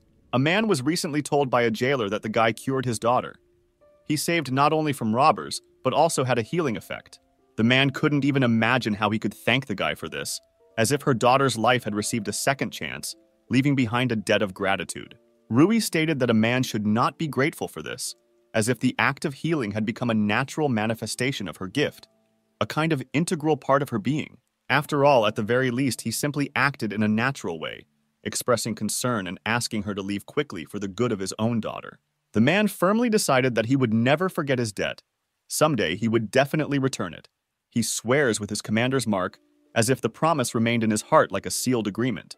At this time, Iris seemed alarmed by something, as if the shadow of an indefinite anxiety was approaching, overshadowing the clarity of her usual mood. Although it was still early, the guy was extremely tired and decided to take a nap, as if the need for rest had become the main pressing issue. But his attempts to sleep were interrupted by Iris, who at that moment entered the room, as if an invisible force of fate had directed her to him. She immediately apologized for her late arrival, explaining that she had a friend gathering information who came for a surprise visit. An interim report on the ruins of the hero was received, as if pieces of the past and future began to sparkle in this information kaleidoscope.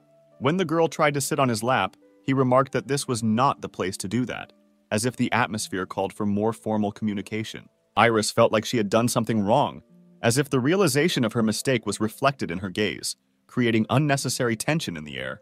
Then she pressed herself as close to the guy as possible, as if trying to smooth out the previous awkwardness and restore communication on a closer level. She even wondered if it was all too fast, as if trying to decipher the fine line between the speed of events and her comfort. The main character realized that this was indeed too close. There are only two people in the room, and they are so close to the bed that it will be difficult for him to concentrate. The girl noticed the guy's worried look, as if the reflection of his anxiety was mirrored in her attentive gaze. Iris was annoyed that the guy was not listening to her, as if an invisible wall of misunderstanding had risen between them. Now, realizing his mistake, he was ready to listen carefully to her, as if awareness of his own inattention had opened up a new perspective for him in communication. The girl decided to tell, so that the information would not leak out, as if the circumstances required clarity and common understanding in a situation full of tension. Since the guy didn't listen to her, she decided to get closer to him. He noticed that this was impossible, as if reality had interrupted their moment, emphasizing the inadmissibility of further physical steps. Although perhaps this attracted him, as if a moment of intimacy left a mark on his perception. Iris wondered if their relationship was a servant-master relationship. At first, she showed him respect, as if trying to decipher the subtle dynamics of their bond. As the companion of the great demon king, she was content enough to help him, as if in her eyes he was not just a servant, but a companion in great deeds. Spending time together, succumbing to his strength and kindness, just looking at him, her soul becomes warm, as if emotional memories warm her inner world. And then for the first time she felt the distance between them. She began to feel jealous of the hero's granddaughter, as if the new element of interaction brought with it difficulties. She realizes that she may not be worth it, but she decides to try anyway, as if the desire to cross the border of her feelings became too strong to resist. She asked if the guy wouldn't mind. He could return her feelings. Then she kissed the guy, as if this moment had become decisive in their relationship, filling the space with new, unknown emotions. To my surprise, the guy didn't try to resist at all, as if at that moment he decided to indulge in the flow of feelings, leaving questions and doubts behind. He noticed that it was unusually pleasant, as if in this kiss he had found something that he had been missing for a long time. The girl said that she was very pleased, as if the confirmation of her feelings added warmth to the air and blurred the sharp edges of their misunderstanding. Rui reciprocated. He was flattered that such a girl had feelings for him, as if mutual recognition brought them even closer. Iris asked if she could come down, as if the question became a bridge to return to more mundane questions and activities. Rui said that this was not necessary, as if he gave her freedom of choice, creating an atmosphere of mutual respect and understanding. In fact, she didn't tell him anything, as if a secret was hidden in her eyes, adding heightened interest to the moment. From their first meeting, she fell in love with his sweet face, as if the facial expressions of his face became a magical guide to the world of her feelings. She apologized for ignoring him the first time she met the guy because she felt embarrassed and insecure.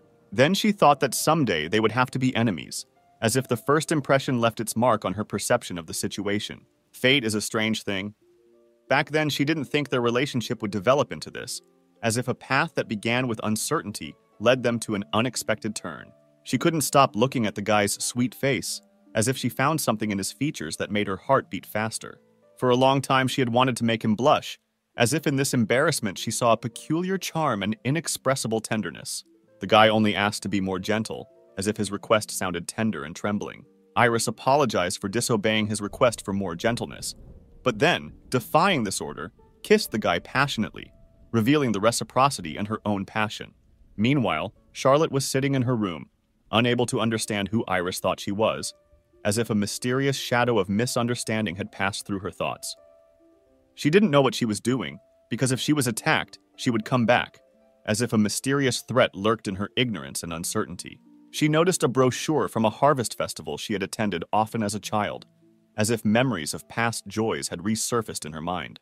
And in this, she saw some kind of sign from the universe. She understood what was needed, as if the random find had become a reminder and direction for her from the cosmos. While the guy was sleeping, it was time to enjoy his sweet sleeping face, as if these moments of peace brought joy and peace. Using her long nails, the girl decided to sneak into the room, as if her determination and dexterity were the keys to the secret corners.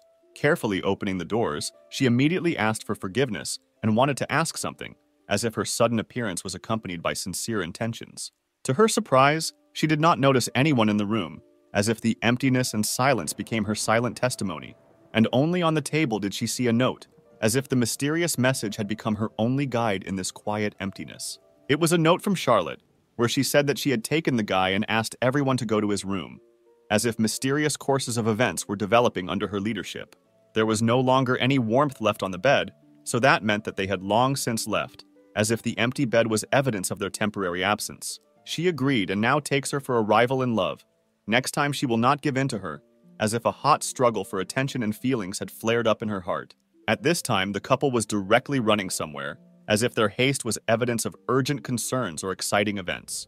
The guy, waking up in the morning and finding that she was in his room, was scared. He would have been grateful if she had given advance notice that they would be leaving, since the surprise had caused misunderstandings and anxiety. And then the gaze of a couple of girls fell somewhere in the distance, as if something had attracted their attention in the distant future. This is the trading country of Bloom, as if the name of the place carried a hint of prosperity and variety of trading opportunities. They really use ships as homes, as if sea travel has become not only a means of transportation for them, but also a way of life. A state city on the seashore, founded long ago by a great merchant, it is called the largest port on the mainland, as if its history is imbued with great trading traditions. Usually there are more people in the capital, but today there are a little more people here, all because today is the first day of the fertility festival, as if a festive atmosphere filled the streets of the city. The main character was incredibly happy, because for the first time he came to some festival, as if enthusiasm and excitement filled his heart. He immediately grabbed his girlfriend's hand and told them to go, as if the excitement of discovering a new adventure had visibly awakened his resolve. Charlotte slightly did not expect such abruptness from the guy, as if his unexpected energy gave their walk an unexpected pace. She noticed that they hadn't gone on a date together in a long time, and she was glad that she brought him, as if remembering how nice it was to spend time together gave them a special mood. And then their journey into the world of adventure began, as if every step at the festival opened up new interesting opportunities for them. They both had as much fun as they could, as if every moment at the festival became a reason for laughter and joy. It was just time for a snack, as if appetite had become an involuntary companion of their exciting journey through the gastronomic delights of the festival. Rui really enjoyed the food, as well as everything else about the festival, as if the delicious food had become an integral part of his positive experience of the event. So they will be cheerful for the second half of the day. Charlotte's fish soup is also very tasty, as if the delightful impressions left them with energy and satisfaction. However, all the stores she showed were good, as if the selection of offers pleased them with variety and quality. There were even magical objects that Max probably didn't have.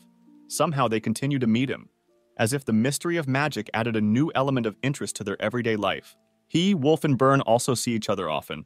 I don't know what happened, but they somehow found a common language, as if the invisible ties of friendship became stronger. Charlotte asked the guy not to worry, because she had already planned everything, as if her confidence added comfort and confidence in future events. To be honest, this made the main character laugh, as if the unexpected course of events added lightness and playfulness to the situation. He asked the girl for forgiveness after he saw her face, as if caring about her feelings became more important to him than jokes. He just feels like an ordinary student when they walk him around so calmly, as if the ordinariness of the moment creates a pleasant sense of normalcy. From the moment he decided to save his little sister with Rio, he only thought about how long he would have to fight alone to achieve his goal. He did not think that he would spend such a peaceful time, as if life had surprisingly changed its ways. The girl kindly called him a fool, as if the playful abuse had become another link in their friendly relationship. They really may be a little unusual, as if the originality gives their relationship a special charm. But this does not mean that they cannot be satisfied with something ordinary, as if in simple joys they find their uniqueness. Maybe because they try so hard, they have the right to everything and faces more than others, as if their efforts give special meaning to every moment. Rui completely agreed with this, as if in the unity of thoughts and feelings they found the harmony of their existence. For some reason, he really began to think too much, as if a shadow of misunderstanding had covered his thoughts. Charlotte offered to go already, because she had not yet had enough fun, as if the anticipation of the fun made her look forward to the continuation of the adventure. The main character looked at the girl and how happy she was with a smile on his face, as if his own happiness was closely connected with the joy he brought to her. Still, they bought something. The guy, as always, bought something incomprehensible, as if his interest in unusual things was an eternal source of surprise. The fun passed for him as if in an instant. He wondered how many more stores they would go to, as if his curiosity knew no bounds. But suddenly, all the fun in the guy's eyes ended after one mention of his name, as if a wave of seriousness and anxiety covered his soul. Out of nowhere, Elena appeared behind the guy, as if she had emerged from the shadows, ready to bring new twists to their adventures. Charlotte could not understand what was going on, as if Elena's mysterious appearance had brought mystery and unsolved mysteries into her world. The main character was clearly not happy about the girl's appearance, as if her appearance disturbed his peace and caused misunderstanding. He immediately began to wonder where she came from here, as if trying to reveal the secret of her appearance in their world. Now she was convinced that it was still a guy. She had been looking for him for a long time, as if solving a riddle that had been tormenting her mind for a long time. She didn't think he would leave the village and become an adventurer, as if imagining his future had changed her view of him. Elena had clearly been preparing for this meeting for a long time. Her gaze expressed secret plans and long-hidden feelings. As an adventurer, you can earn money and travel to different countries. It was a very convenient profession. It took a lot of effort to find him, but she still turned out to be strong. She quickly advanced to silver rank. Elena, noticing the determination in the guy's eyes, decided to invite him for a walk. And at that moment, on a magical night, she said that she forgives him for his previous rejection, opening the door to a new chapter in their relationship. In a world of magic and mystery, where destinies are intertwined, she, like a gentle shield, will cherish him again. Her love is an invisible armor in the storm of life. Perhaps her intentions were hidden in manipulation, because this, apparently, was not a simple defense. In her presence, he did not know how to relax. Naturally, her words caused a wave of anger in the girl, stirring up the inner fire of intransigence. If he desires misfortune, let him follow this dark path where shadows envelop the soul, for light and joy will be far from him. Charlotte politely asked if she could squeeze in, eager to find comfort in their conversation. Charlotte said that the girl is free from obligations to the guy and can choose not to communicate with him. Now she takes care of him, as if she has become his invisible protector. Lena perceives Charlotte as the girl's mistress, aware of the upcoming date, and therefore is not going to interfere, leaving them to enjoy the moment together. Elena couldn't believe it. The lady turned out to be more than just a childhood friend. Charlotte's gaze embodied something deeper and mystical. Earlier, the guy mentioned her to Charlotte, but she did not imagine that he was dating such an unusual girl, as if he was revealing the secrets of the world to her. If Elena wanted a fight, then Charlotte was ready. But if she was afraid, then it was probably best for her to return to her village and avoid conflict.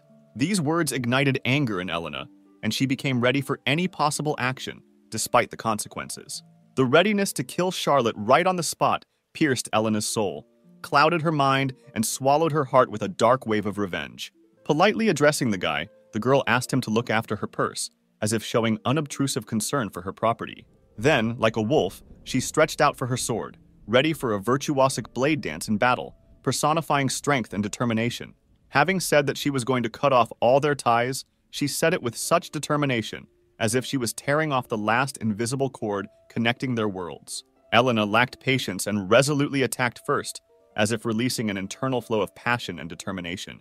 Of course, Charlotte easily deflected this blow, as if dancing with the wind, allowing her to masterfully soar in the air, avoiding a collision.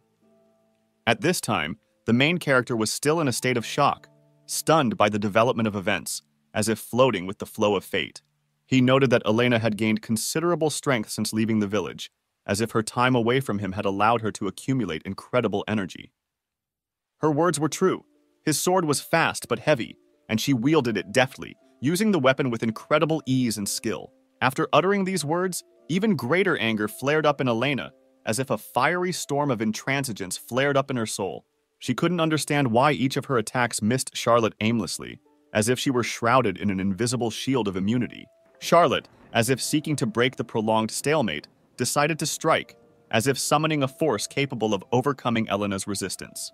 Deciding to use the brave cherry petals technique, Charlotte created a beautiful and deadly whirlwind attack, as if scattering indomitable petals around her, summoned to the dance of fate. In addition, Sakura's aspiration, acting as a powerful technique, enhanced the effectiveness of her attack, as if natural forces were supporting her stamina and determination. Elena, it seems, will not forgive Charlotte for anything, as if a strong determination arose in her heart not to forget and not to forgive. She couldn't comprehend how Charlotte dared to seduce her with Rui, as if it was an incredible betrayal that deeply wounded her trust. Charlotte felt as if she saw herself in Elena before she met the guy, as if her own path was reflected in the mirror of time. Boasting of her gift, Charlotte, when faced with failures, showed her hysteria, as if it was difficult for her to come to terms with the fact that not everything was going according to her plan. The main character changed her, and Charlotte felt gratitude to him for this, as if he were the architect of her changes. Elena remained perplexed, could not understand why Charlotte decided to free herself from the sword, as if from a symbol of her strength and steadfastness. The girl came to the idea that if Elena did not attack, it could mean that she was admitting defeat, as if giving Charlotte freedom of choice. Elena was losing track of how to express her anger vividly, as if she had exhausted all ways to express her anger in this situation. Then, naturally, she decided to attack again, as if trying to regain control and prove her strength. Charlotte once again chose to use the brave cherry petals technique, as if creating a whirlwind of invisible but deadly blades around herself. Only this time she used a move called Petal Flash, as if adding a new, unexpected dimension to her attack. In this fight, Charlotte looked much more powerful than Elena, as if her strength and skill shimmered in every movement, asserting her superiority. As expected, Elena was unable to defeat Charlotte and only fell, as if realizing her defeat in this battle. Rui just watched all this ups and downs in silence, shocked, as if trying to comprehend all the chaos unfolding before his eyes. Charlotte clearly expressed joy at being able to protect not only herself, but also the guy, as if she had found satisfaction in her determination and strength. Then, with a smile on her face, she waved her hand to the main character, as if to sign her gratitude for his role in this unusual theater of events. The guy admitted that the situation seemed frightening, as if he was aware of the seriousness of what was happening and its impact on their world. Even after explaining what had happened, they were still pursued, and it was lucky that they were somehow able to return to the capital, as if carried away by a whirlwind of incomprehensible events. The girl began to apologize for disrupting his first festival, as if feeling responsible for the unsuccessful conclusion of events. But the main character did not think that there was any problem in this, as if appreciating the importance of the moment and looking at the situation with optimism. Plus, he added that she was truly amazing, as if finding great qualities in her that outweighed the bad parts. Suddenly, she began to train Qigong, focusing only in front, and became stronger, as if new energy and determination had awakened in her soul. In response to this, when he saw Elena, he instantly fell down, as if feeling like a failure in comparison with her inner strength. It seems that in this situation, it is difficult for him to find the strength to become stronger, as if he feels his own limitations in the fight against current circumstances. Charlotte instantly grabbed the guy's hand and walked with him somewhere, as if holding his hand, she was opening up new horizons before them. Dragging him to the bed, she declared that she had become stronger thanks to him, taking him as a model, as if in his presence she found strength and inspiration. Although the main character did not expect such a turn of events, he felt touched by this, as if something unexpected and pleasant had awakened in his heart. He was only frightened by such a girl, but this does not change who he is, as if his own stable personality traits remain inside him. Rui was glad that a person appeared in his life whom he could trust and discuss everything, as if he had found his support and understanding in this regard. Although it is difficult for him to admit, simply forgetting this girl turned out to be a difficult task for him, as if her influence had left a deep mark on his heart. Charlotte promised to make him forget her, as if her eyes sparkled with determination to erase the memories of her previous girlfriend. After that, she kissed him passionately, as if this kiss was a promise of a new beginning and oblivion of previous difficulties. For the first time, she yielded to him, realizing that she also needed to become more experienced in these sensual moments, as if discovering new facets of her own desires. Charlotte promised that she would try all day to make him forget, as if trying to create moments of weightlessness and pleasure for him. The main character apologized for everyone constantly paying attention to him, as if aware of his role in the spotlight. But Charlotte did not attach any importance to this, as if for her the lack of time was just an insignificant factor in their communication. Elena, after the battle, still could not come to her senses and was ready to go to extremes, even to the point of thinking about killing Charlotte. She couldn't comprehend how Charlotte dared to desecrate her boyfriend, as if in her eyes it was supernatural audacity. At that moment, a stranger approached the girl and asked if he could ask her something, as if the sudden appearance of a stranger added a new twist to events. The man introduced himself by the name of Thorn, as if adding to the mystery of his appearance in this already tense environment. He said that he was helping find the way for lost lambs, as if his arrival turned out to be some kind of strange salvation at this moment. Elena stated that he looked suspicious and did not want to talk to him, as if she felt something mystical and disturbing in his presence. The man was still able to hold the girl by mentioning her hated enemy and the person she seeks to win back, as if these words had an effect on her, making her think. The stranger asked to believe him, clarifying whether what he was saying was true, as if casting doubt on his veracity. The man said that he knows all these details because he is a pastor and is able to sense people's weaknesses, claiming that they can help Elena. Elena could not comprehend what the man meant when he spoke of saving her, as if his words remained a secret, incomprehensible and mysterious to her. No matter how he looks, he is actually well placed in a large organization. If she wants help, they can help solve her problems, as if providing new perspectives and opportunities. Elena noticed that it all really looked very suspicious, as if every element of this incident was filled with mystery and uncertainty. But if, like today, she misses the guy again, it's as if doubt and fear of loss are tormenting her heart. In the worst case, you can beat them up and just leave. She is just going to use them and nothing more, as if her goal is to survive at any cost. Elena stated that she agreed to the man's terms, as if making a decision that she believed could ensure her survival and protection. Elena was curious about what kind of organization this was, as if she was trying to unravel the veil of secrecy surrounding this mysterious man and his proposal. He said that he was a member of an organization called the Church of Genesis, confident that she would definitely like the name, as if assuming that she would find something attractive in it. The man was disappointed that nothing was known about the Demon King until now, as if his expectations and hopes for new information remained unfulfilled. He reminded that the subordinate is trying harder at his job, as if calling for greater dedication and diligence in performing his duties. 300 years have passed since separation from Rui's sister Alice, and he has aged greatly, as if time had left its inevitable mark on him.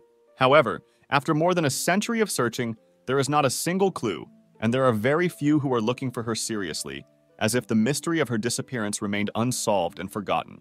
A guy approached the man and asked if she could talk to him for a moment, as if the appearance of a new face brought some change to the routine. The guy's name was Jason, as if the new name gave him individuality and mystery in this difficult world. 300 years have passed since the mistress disappeared, and the inhabitants of the demon territory began to show dissatisfaction due to the long absence of their king, as if the power and order in their world began to be shaken. Recently, wars have begun, as if demons deprived of their ruler fall into chaos and struggle for power, bringing with them destruction and anxiety. And this was just the beginning, as if the shadows of future storms were already darkly stretching ahead, foreshadowing even greater trials and changes. The man was furious at the news that there was a new contender for the throne, as if his power was under threat, and this made him angry and worried. The man is almost the only protector of the Demon King's family. The guy realizes that angering him is in vain, and it is probably better for him not to worry about the possible consequences. As he said earlier, due to the absence of a king, the inhabitants of the demon territory have a hard time, however. Thanks to him, the country was not left without a ruler, and this prevents complete chaos from disintegrating. But this still cannot continue for long, as if the pressure of circumstances and the instability of power are slowly but surely eroding the foundations of a demonic society. The man agreed that there was some truth in this, but it was wrong to assume that he was not looking for a replacement, as if recognizing his secret desire to find a worthy heir. Jason confidently declared that he would become the new king, as if challenging the current protector of the Demon King's lineage. It is clear that the man was not just angry, but simply furious after hearing what he heard, as if his emotions flared up and turned into a storm of indignation. Jason's gaze, on the contrary, was very confident and calm, as if he did not have the slightest doubt about his words and actions. The man said that the guy had simply wasted his time and asked him not to come into his sight again, as if stopping any discussions and putting an end to their meeting. Someone approached the guy and said that he was great, as if expressing recognition for his determination and courage in a difficult situation. They asked Jason how it all went, as if expecting details about the meeting with the man and the conversation about claiming the throne. He began to say that, as the Prime Minister said, he was too devoted to the country, and better than others, he did not involve himself in this either, as if conveying the assessment of his situation by senior officials. The man who appeared said that they would then ask them themselves, as if hinting that fate might bring unexpected turns. It was Minister Gran who heard their conversation, as if suddenly intervening in events and leaving his mark on the turns of history. He was interested and asked for more details, as if trying to unravel the mystery and understand what forces and influences were currently operating in their demonic society. However, everything that the guy tells further will become a big secret. He has one condition, as if hinting that this information is not intended for a wide range of people. He wants permission to enter human territory, as if raising the question of the need for cooperation and interaction between two different worlds. Indeed, if he gives him permission, he will be able to pass, as if opening up the opportunity for the guy to interact with the human world. A long time ago, when the hero ogre defeated the Demon King, it was as if a legendary story about the struggle between different worlds and forces began. There was a war between three races: demons, beastmen, and humans. A great war, in which the continuation of the race of each of the races was at stake, like a clash of destinies and survival. It divided the territory where the Demon King lives and the territory where people and beast people live.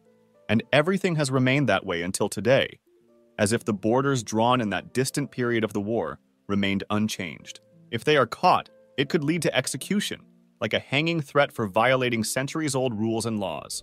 Well, the guy couldn't understand what the man was waiting for, and asked if it was time to return to the era when demons were the strongest, as if offering to look at the past in search of solutions to current problems. In the dark corridors, a man, brave and determined, meets his fate and becomes a hero saving demons, his sword sparkling, piercing the darkness and releasing light in their world. Having met a mysterious woman with eyes sparkling under the moonlight, the man was clearly aflame with passion. In her gaze, he found something that stirred his soul. Jason realized that a new piece had appeared in his game, a pawn, and finally the moment of revenge had come when he would make his move and change the course of fate. He will take revenge, although it is not clear for what, but Jason intends to direct his revenge towards Alice, as if in the shadows of the past there is a secret hiding that requires unraveling. At this time, the main character, his fears coming true in his eyes, entered the vast expanses of endless hell, where darkness swallowed up every glimmer of hope. Angry at Rio's actions towards the guy, Alice looked excitedly in his direction, a wave of misunderstanding and disappointment raging in her heart. She, embarrassed and confused, decided to diffuse the tense situation, and in a light mocking tone asked how much time she would have to spend on the guy's lap. Alice noted dissatisfiedly that she had to sit on her knees more often than she would like, while in turn, she never preferred this position. The main character, not paying attention to this, believed that there was no problem in this, not realizing the dissatisfaction and disappointment that Alice concealed within herself. Rio embroidered fun into every minute with the fabric of her mood, generously decorating life with smiles and funny stories, trying to bring her sister out of seriousness and into the world of laughter. The guy, being at the exciting peak of his story, asked if he had time to share the details of his adventure in the dungeon, revealing all the secrets of the hero and the information discovered. On the canvas of the performance, where he was depicted surrounded by 3 faithful friends, the image of not just a hero emerged, but a great monarch, ruler of 3 worlds. The images of the Fairy King and the Snake King were spinning in his mind, and he believed that it was they, this trinity of mysterious lords, who could reveal the secrets of the hero. Although there was almost negligible information about the Snake King, fairies and Lamia, preferring to avoid contact with other races, became mysterious creatures, and the girl had no idea where traces of their presence could be found. Alice, having no information about the whereabouts of the fairies and Lamia, made Rio feel even more lost in this mysterious web of unknown areas. The disillusioned protagonists realized that even their own sisters did not have the information they needed, and the question of how to find out became a mystery along a foggy path. Rio supported the guy, assuring him that there was nothing scary on the unknown path, and that he would definitely be able to cope with the challenges facing him. In recognition of her confidence in him, she decided to give the guy an award, symbolizing his strength and determination in climbing unknown paths. The reward was a kiss, which became a sincere treasure, emphasizing not only her recognition of his perseverance, but also awakening new feelings in him. Then, as if transporting their feelings to a more intimate dimension, they easily found a more comfortable position, plunging into the world of ascent together. For Alice, this became a clear sign of the beginning of a war between her and her sister, in the struggle for attention and recognition, which so suddenly found itself in the arms of a guy. Rio, due to her own desires, asked not to interfere with the act of love, which became a kind of response to the challenges thrown by their sisters to each other. Alice, deciding to use a technique called high fire, attempted to change the dynamics of the war by introducing an element of surprise and force into her strategy.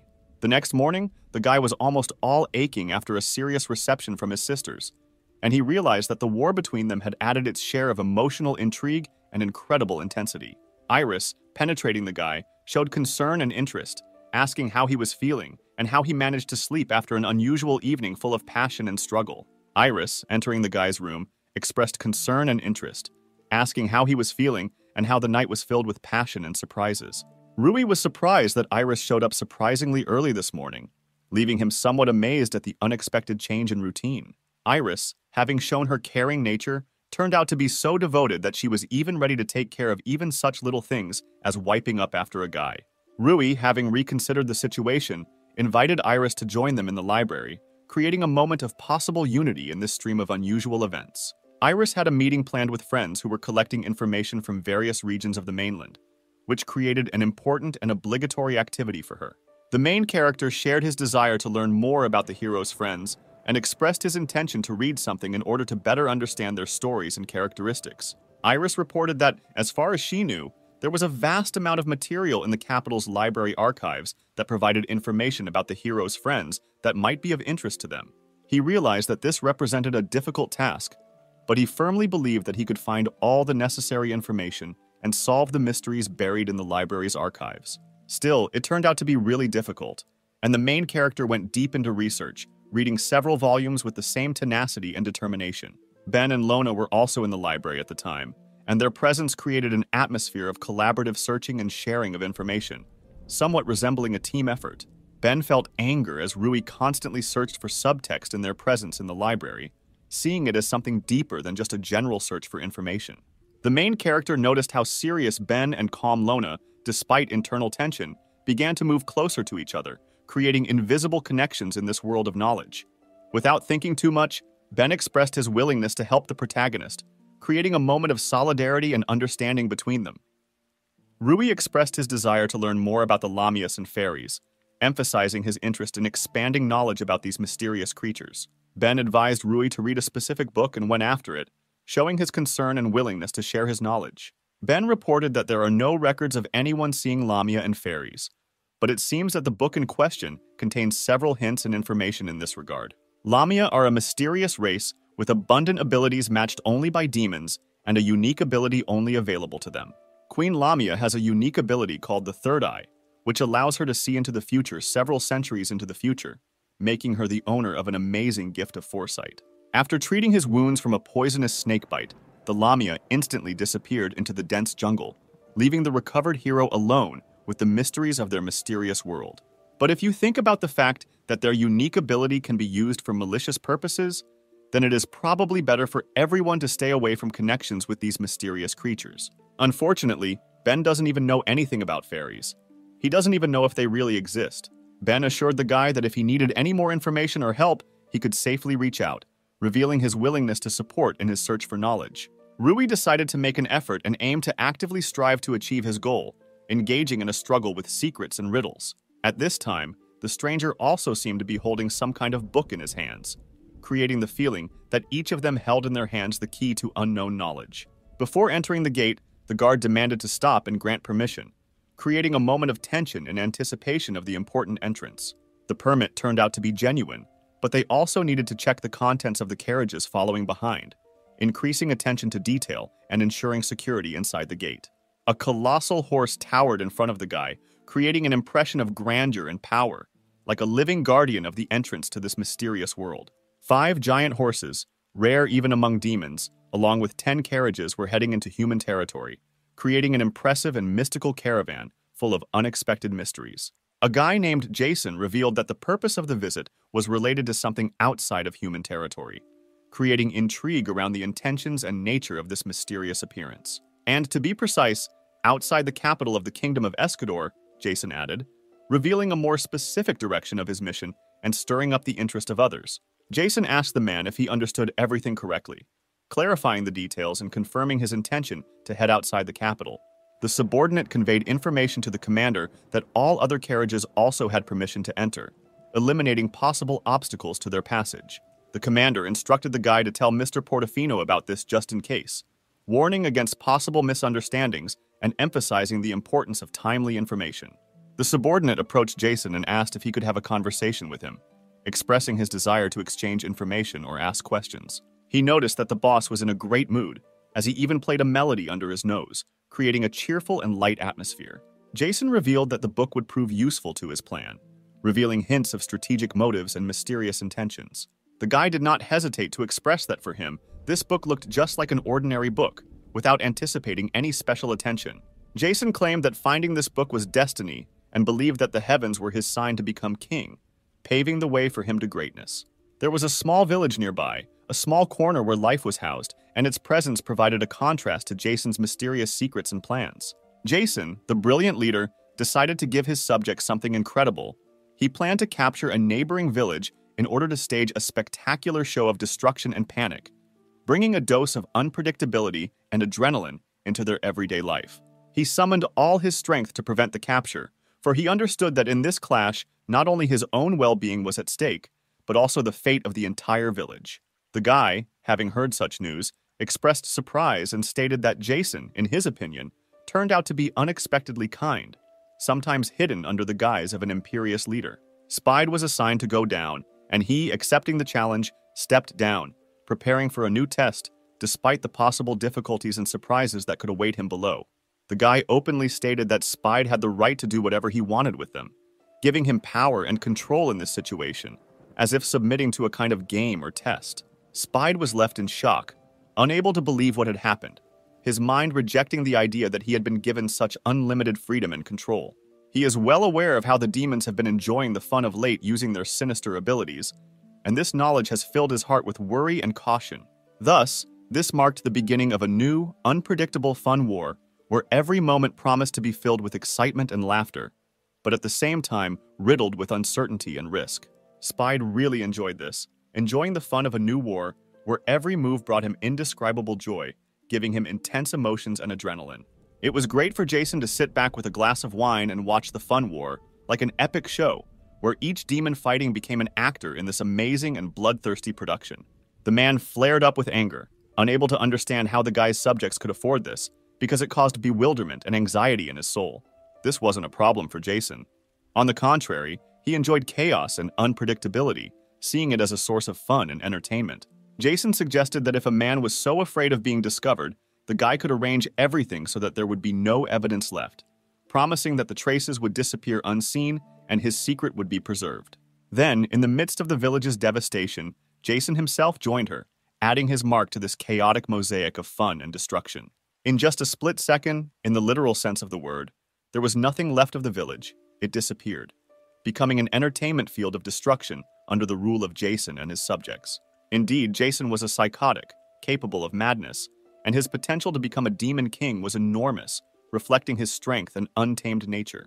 However, it seemed like it wasn't enough to cause chaos in just one small village, and Jason had already begun to think about how to expand his power and chaos to a larger area. He hoped that the capital would be the ideal place for new entertainment and an outlet for his unbridled desire for fun and chaos. As a result, the main character did not discover anything about the Snake King or the Fairy Queen, with the exception of the book that Ben recommended to him, leaving the hero waiting for new mysteries and adventures. Charlotte suddenly appeared in front of the guy, adding mystery to his quest and causing excitement with her unexpected appearance. Charlotte revealed that she met the girl and Ben in the city, and they told her that he was in the library, deciding to wait and make a joke. Charlotte seemed unable to catch him off guard. If his business in the library was completed, then Charlotte invited him to go home, warning him of a possible secret that she could reveal. He informed Iris that he needed to visit the library without revealing his plans to Charlotte and leaving her in the dark about his motives. He did not share with Charlotte the real purpose of his studies at the academy, fearing that if he told the truth, she would not believe him, which is why he did not tell Iris about his visit to the library. It would probably be a shock to her to learn that the ancestor she believed in was connected to his studies at the academy, and so he decided not to reveal this information. He discovered that his ancestor was the one who sealed the good demon and dragon kings, putting him in a difficult position and forcing him to hide the truth from Charlotte. If Charlotte found out that he was seeking to release the sealed good demon and dragon kings, it could put her in an unpleasant position, so he chose to hide his true intentions. Charlotte also noticed that the guy was thoughtful and anxious, which caused her concern, the feeling that there was something hidden in his soul that he was not ready to reveal. But he assured that everything was fine and suggested not to continue the conversation, as if trying to close a topic that he did not want to open. Charlotte stopped abruptly and stated that although she did not know what he was hiding, she did not intend to persuade him to reveal his secrets, respecting his decision. Charlotte once again emphasized that he was completely free to say nothing if he didn't want to, reaffirming her respect for his privacy and choice to keep secrets. Sincerely expressing her faith in him, Charlotte assured that they trusted him, supporting him in any decision and accepting him without conditions. If he believes it is better not to reveal his secret, she is ready to simply listen to him, recognizing his right to personal intimacy and choice to remain silent. The guy was surprised by the girl's reaction, but at the same time realized that he could continue to manipulate her, so she had to be prepared for this and closely monitor the situation. Yuri was curious what happened, since his father had not invited him to his place for a long time, creating a mysterious atmosphere and raising questions about the reasons for such a long silence. However, instead of inviting him into the common room, his father called him into his private room, emphasizing that the conversation should be confidential and secret. A few seconds later, Yuri and his subject entered his father's room, ready for a secret conversation and attentive to any possible details. Now it became clear who Yuri took after. They were like two peas in a pod with his father, reflecting the similarity of character and behavior, which could not help but attract the attention of others. The father said that he would now make tea and invited them to take a sitting position, creating an atmosphere of comfort and preparing for a frank conversation. A few minutes later, the tea was ready, filling the room with a pleasant aroma and creating a cozy atmosphere for continuing the conversation. The atmosphere between father and son was pleasant and kind, filling the room with warmth as if they were enjoying their moments together. Recently, there was a message about the arrival of a messenger from the country of demons in the capital, which, despite the usual, gave the event a special mystery and interest. It is clear that after such information, both guys were in complete shock, faced with unexpected and potentially dangerous circumstances. Yuri was curious to know what the goals of the envoy from the land of demons were, and when he intended to arrive in the capital, creating a sense of the unknown and mysterious in the upcoming events. Yuri did not know where to put his nerves after learning that the messenger from the land of demons intended to arrive tomorrow, filling his feelings with tension and anxiety. The father asked Yuri to remain calm, claiming that he hoped they could maintain composure when faced with the arrival of an envoy from the land of demons. Taking into account the risk of attack, you will have to invite the envoy to the palace and then move away from the city with him, avoiding potential dangers. This is all just guesswork for now, but apparently this is solely the decision of the minister, who is showing a belligerent mood. The father asked Yuri to carry out the evacuation, emphasizing the seriousness of the situation and the need to safely leave the possible conflict zone. The most important thing now is that the royal bloodline is not interrupted, even if something unexpected happens to the father, emphasizing the importance of maintaining the chain of inheritance. The man immediately apologized to the guy for his unusual request, recognizing the possible emotional and moral burden associated with such a request. The man announced that he was transferring responsibility for the future of this country to his subject, doing this with special solemnity and hope for prosperity. The guy assured that he would protect Yuri even at the cost of his life, expressing devotion and determination in protecting the future of the country and its leader. The father realized that he had raised his sons correctly, and there was nothing better for him than to see them show loyalty and responsibility at a critical time. He thought to himself that even if the demons attacked, his sons would still not let the country fall, expressing confidence in their ability to protect and preserve the country's prosperity. Some guard at the gate expressed a desire to return home, expressing his feelings of fatigue or dissatisfaction with the current situation. A man asked Carlos where his energy had gone, expressing curiosity or surprise at the changes in his mood or behavior. As it turns out, it was a commander named Ekel, providing information about the identity of the one asking the question about Carlos's energy loss. Carlos was indeed surprised by such a meeting with Commander Ekel, feeling surprise and perhaps some misunderstanding in the situation.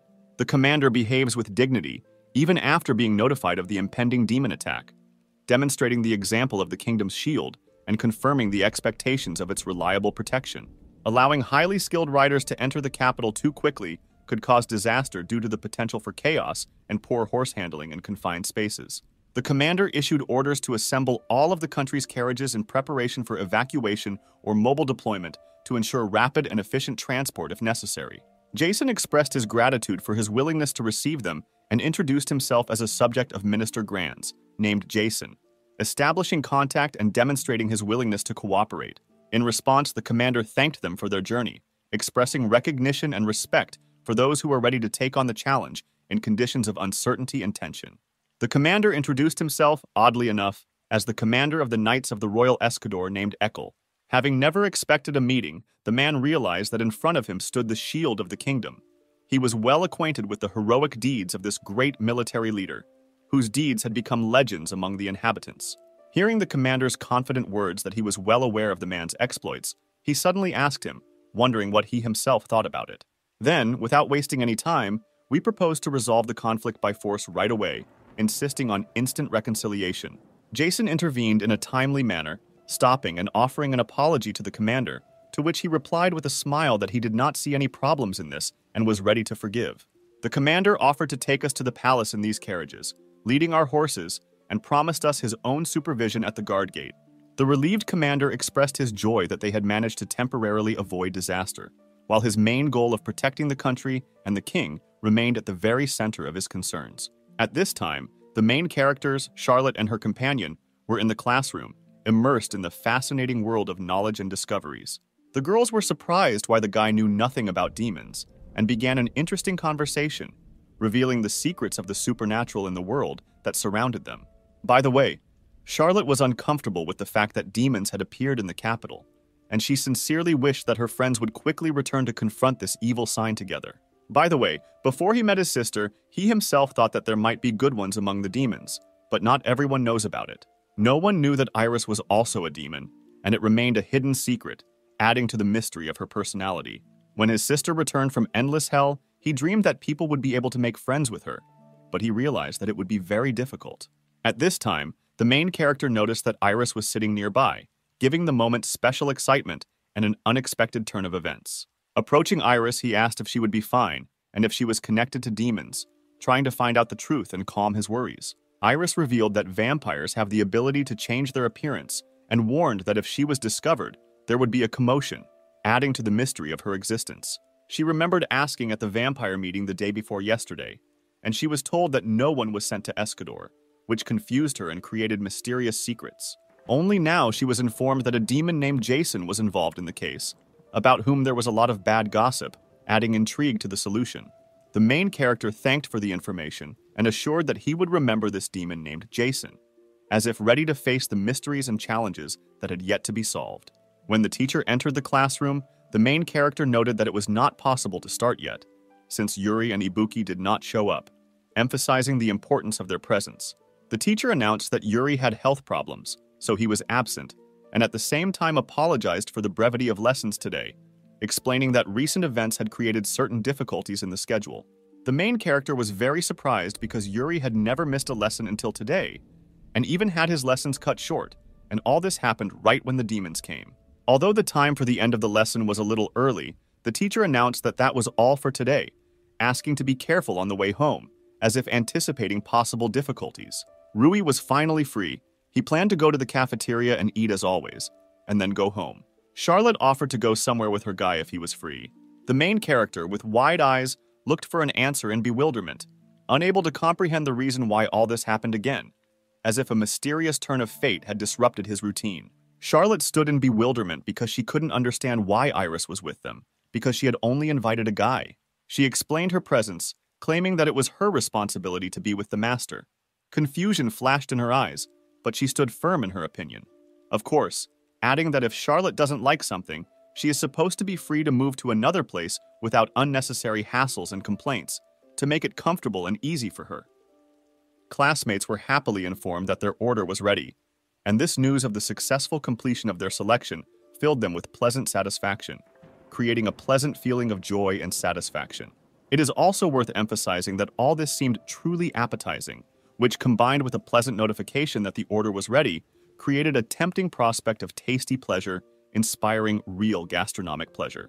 The main character completely immersed himself in pleasure, fully enjoying the delicious food that was brought to him, forming a moment of complete satisfaction and true joy around himself. Noticing that he was dirty, Iris immediately began to help him, showing care and friendliness at this unexpected moment, creating an atmosphere of attention and support. From the expression on her face, it became clear that she was alarmed by the girl's behavior, reflecting anxiety and bewilderment at the unexpected actions of her interlocutor, creating an atmosphere of misunderstanding and anxiety. She was sure that Iris was doing this on purpose, demonstrating her actions right in her presence, causing her a feeling of dissatisfaction and irritation. After that, she decided to take action and was ready to tell the guy something important, taking responsibility for conveying information, creating an environment of seriousness and readiness to act. Then she suddenly just licked it, creating a moment of confusion and surprise with her unexpected action, giving the situation a strange cast and raising questions in the air. And after that, she gratefully expressed her gratitude and said that everything was delicious, ending the meeting with a positive review, creating a pleasant impression and ending the meeting in a good mood. Of course, the main character could not understand what was happening here and was slightly alarmed, feeling some awkwardness and misunderstanding of the situation, creating an atmosphere of mystery and slight anxiety. Everyone else present will also always be in shock at what is happening, creating an atmosphere of surprise and bewilderment among everyone present, leaving a trace of mystery and surprising excitement in the room. Iris then offered her pancake to Rui with a smile on her face, creating a warm and pleasant environment where the delicacy became not only a symbol of taste, but also a sign of friendship, blossoming in an atmosphere of mutual understanding. Immediately after this, Charlotte began to offer her cake, adding to the atmosphere of fun and sharing of treats, creating a delicious moment in their communication together, where taste and joy became an integral part of this pleasant evening. The guy was at a loss, could not understand what was happening, because he saw how both girls were competing for his attention, and did not know how to behave in this situation, feeling a mixture of surprise and bewilderment. It was difficult for him to choose one girl because both of them were ideal in their own way, creating a dilemma of choice and causing mixed feelings in him, leaving him in a state of indecision and hesitation. He then decided to use the escape technique, and by simply using the disappearing technique, he suddenly disappeared from the setting, leaving the girls in amazement and bewilderment, creating a mysterious effect and a mysterious ending to the scenario. Charlotte sarcastically called the guy polite, insisting that payment could wait, adding a humorous note to their communication and emphasizing a peculiar view of the situation, giving the conversation a slight ironic tone. After all these events, Iris apparently decided that it was time for her to go home, emphasizing the closure of the meeting and perhaps the desire to avoid further surprises, creating an atmosphere of closure and resolution. She explained her move by saying that without the main character, there was no point in being there, expressing her need for his presence and emphasizing the connection between them, giving the situation a touch of emotional importance. Charlotte couldn't understand why Iris always said things like that, causing her confusion and questions about her friend's behavior, leaving a sense of mystery and misunderstanding in the air.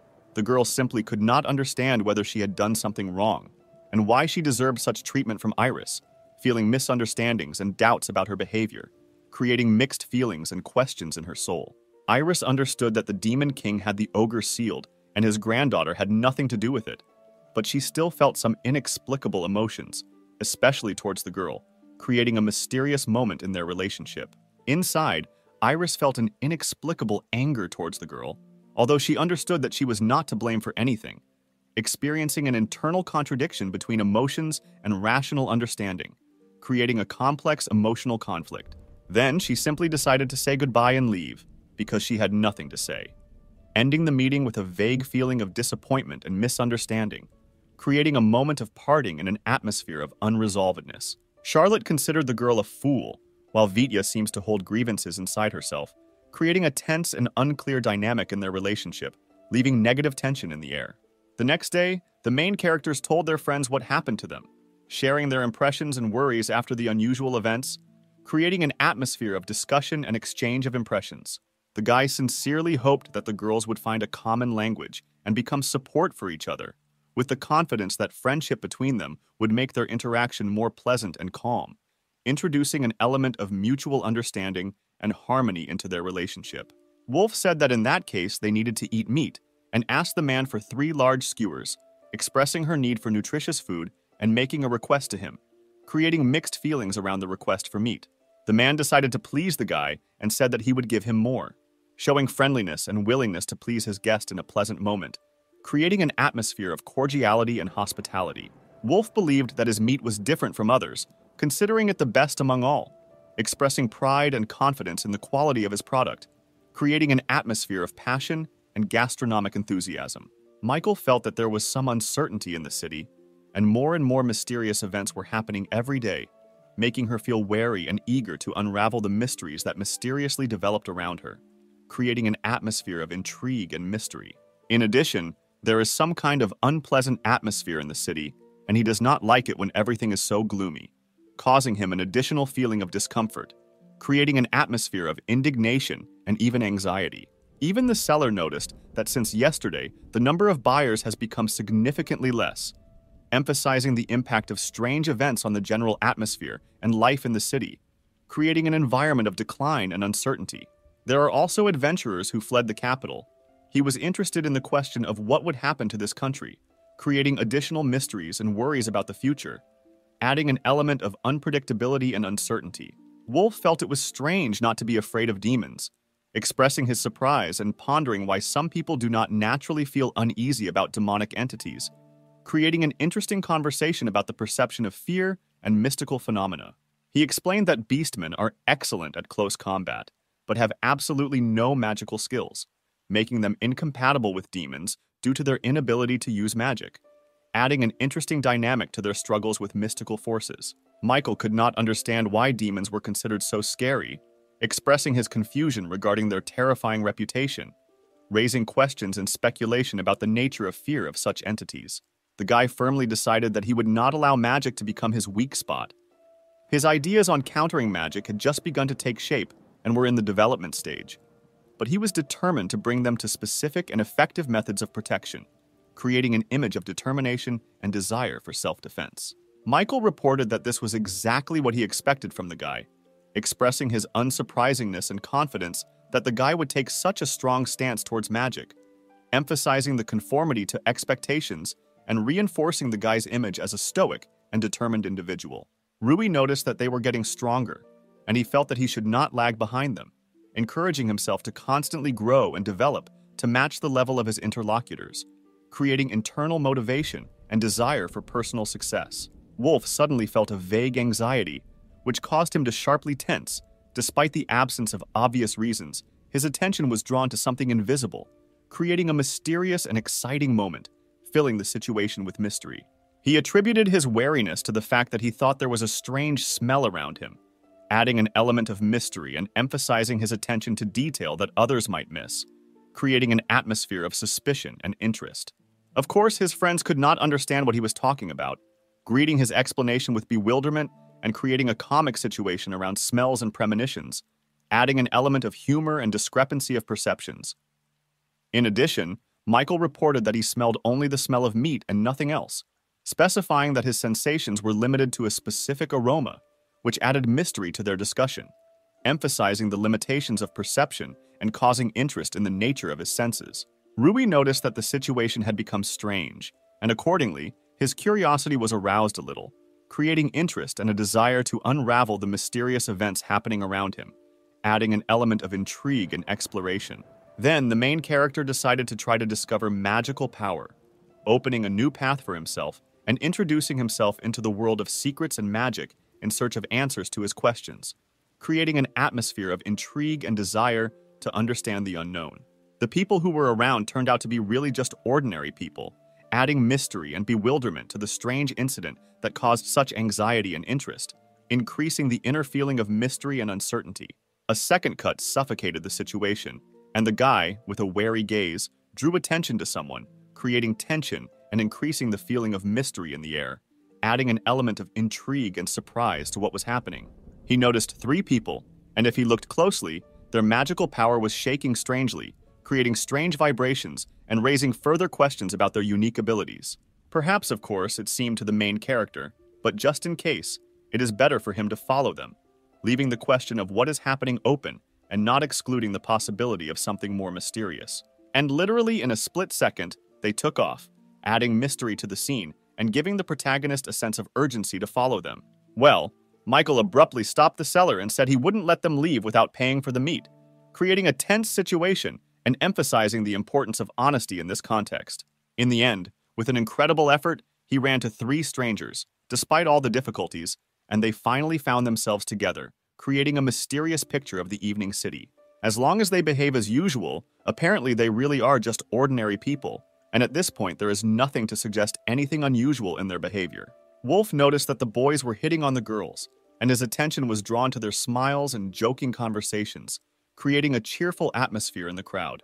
And then, as if out of nowhere, the guys started dragging the girls into some alley, adding mystery and excitement to the city night scene. 3 strangers reported that the girls were brazenly resisting, all because they thought they looked human, creating funny misunderstandings in an unexpected situation.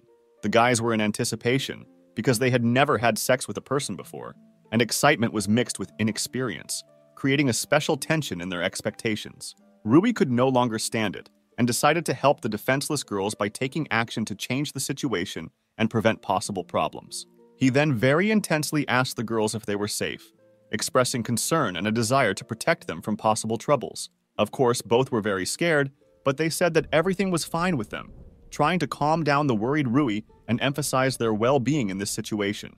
The protagonist told them not to run, warning them that it was dangerous here, and tried to convince them to stay in a safe place where potential problems could be avoided. One of the strangers approached the guy, arousing his attention, and began to ask questions or express his thoughts, creating interaction in a mysterious situation. Because he ruined their fun, one of the strangers promised to kill him, creating a tense moment at the climax of the story and threatening serious consequences. Michael asked if they were going to run away, expressing his concern and desire to help them in such an unpleasant situation. The strangers were determined, and not understanding with words, they decided to explain their position to him through bodily actions, creating a tense moment in the exchange of hostile emotions. But the main character and Wolf were also very serious and were ready to fight, preparing for a possible clash with determination and resolve. The guy had low magical power and weak defense, creating a threat and adding an element of danger to his participation in a possible clash. On the contrary, he would definitely not lose with an ordinary sword, giving the situation a certain epic feel and emphasizing his chances in the fight. And so it happened. In a split second, he simply broke the stranger's sword, demonstrating his strength and causing surprise among those around him. Wolf was very angry, because he could not tolerate such behavior from the guys, and his indignation added tension to the already existing situation. He met one of the villains head-on, delivering a powerful blow that sent him crashing to the ground, emphasizing his willingness to protect and fight for justice in this unpredictable conflict. After which Rui himself decided to get into the fray in order to help his friend, adding a new element to the chaos of the conflict and emphasizing their solidarity in this difficult situation. He decided to use supersonic lightning, adding an element of surprise and power to the fight to turn the tide in his team's favor. And this indeed helped. At least one of them received a serious blow, emphasizing the effectiveness of using supersonic lightning in the fight. With the reinforcement of their friends in superior numbers, they felt confident in their superiority to the strangers and prepared to end this ridiculous conflict in their favor. The protagonist pathetically asked if the last remaining guy was ready to continue, expressing his readiness to end this troubled moment and emphasizing his determination. By tearing the chain from his chest, he became a symbol of possible surprise, leaving everyone around him tensely waiting to see what would happen next in this mysterious and unpredictable scenario. And then demonic wings began to appear on him, giving this unusual situation an even more mystical and mysterious character, leaving everyone in amazement. He said it was too late to apologize and said he would kill the guy, hardening his tone and adding a new element of tension and danger to the situation. It is clear that the main character knew this, but he also noticed that the stranger skillfully hid his magical power, creating a certain mystery and an additional element of danger. The chain he removed had the ability to hide his demonic nature. It wasn't perfect, but to most common people, it effectively masked his true nature. The protagonist noted that this was indeed the case, emphasizing his insight and ability to discern subtle details in a situation. The main character noticed that the chain removed by the stranger was capable of hiding his demonic essence, and if the guy had not smelled the smell, he would not have noticed either. Perhaps there are other demons among them, and the situation may be even worse than it seems. Magic items weaken the magical power of demons, adding a new element to the scenario's characteristics and influencing the power dynamics in the conflict between the heroes and the stranger.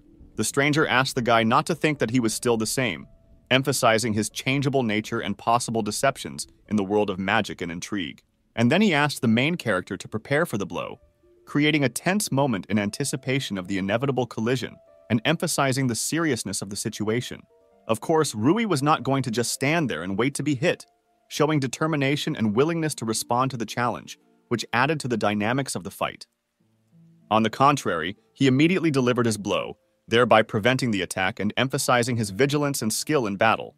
The blow was really strong, and the opponent flew straight into the opposite wall, creating a spectacular finish to his attack and emphasizing Rui's power in combat battles. He just could not understand how the demons got into the city, and whether there were other demons in the city, adding questions and mystery to the mysterious events in their surroundings.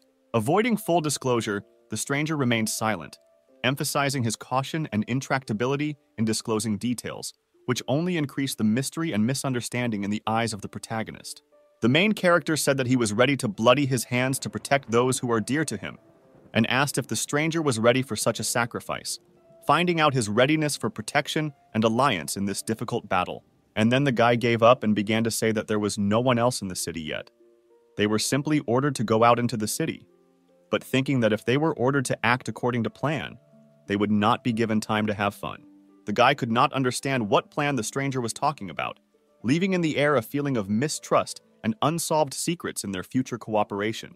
But he couldn't say, because if he spoke out, his boss would simply kill him, creating an additional layer of danger and drama in their interaction.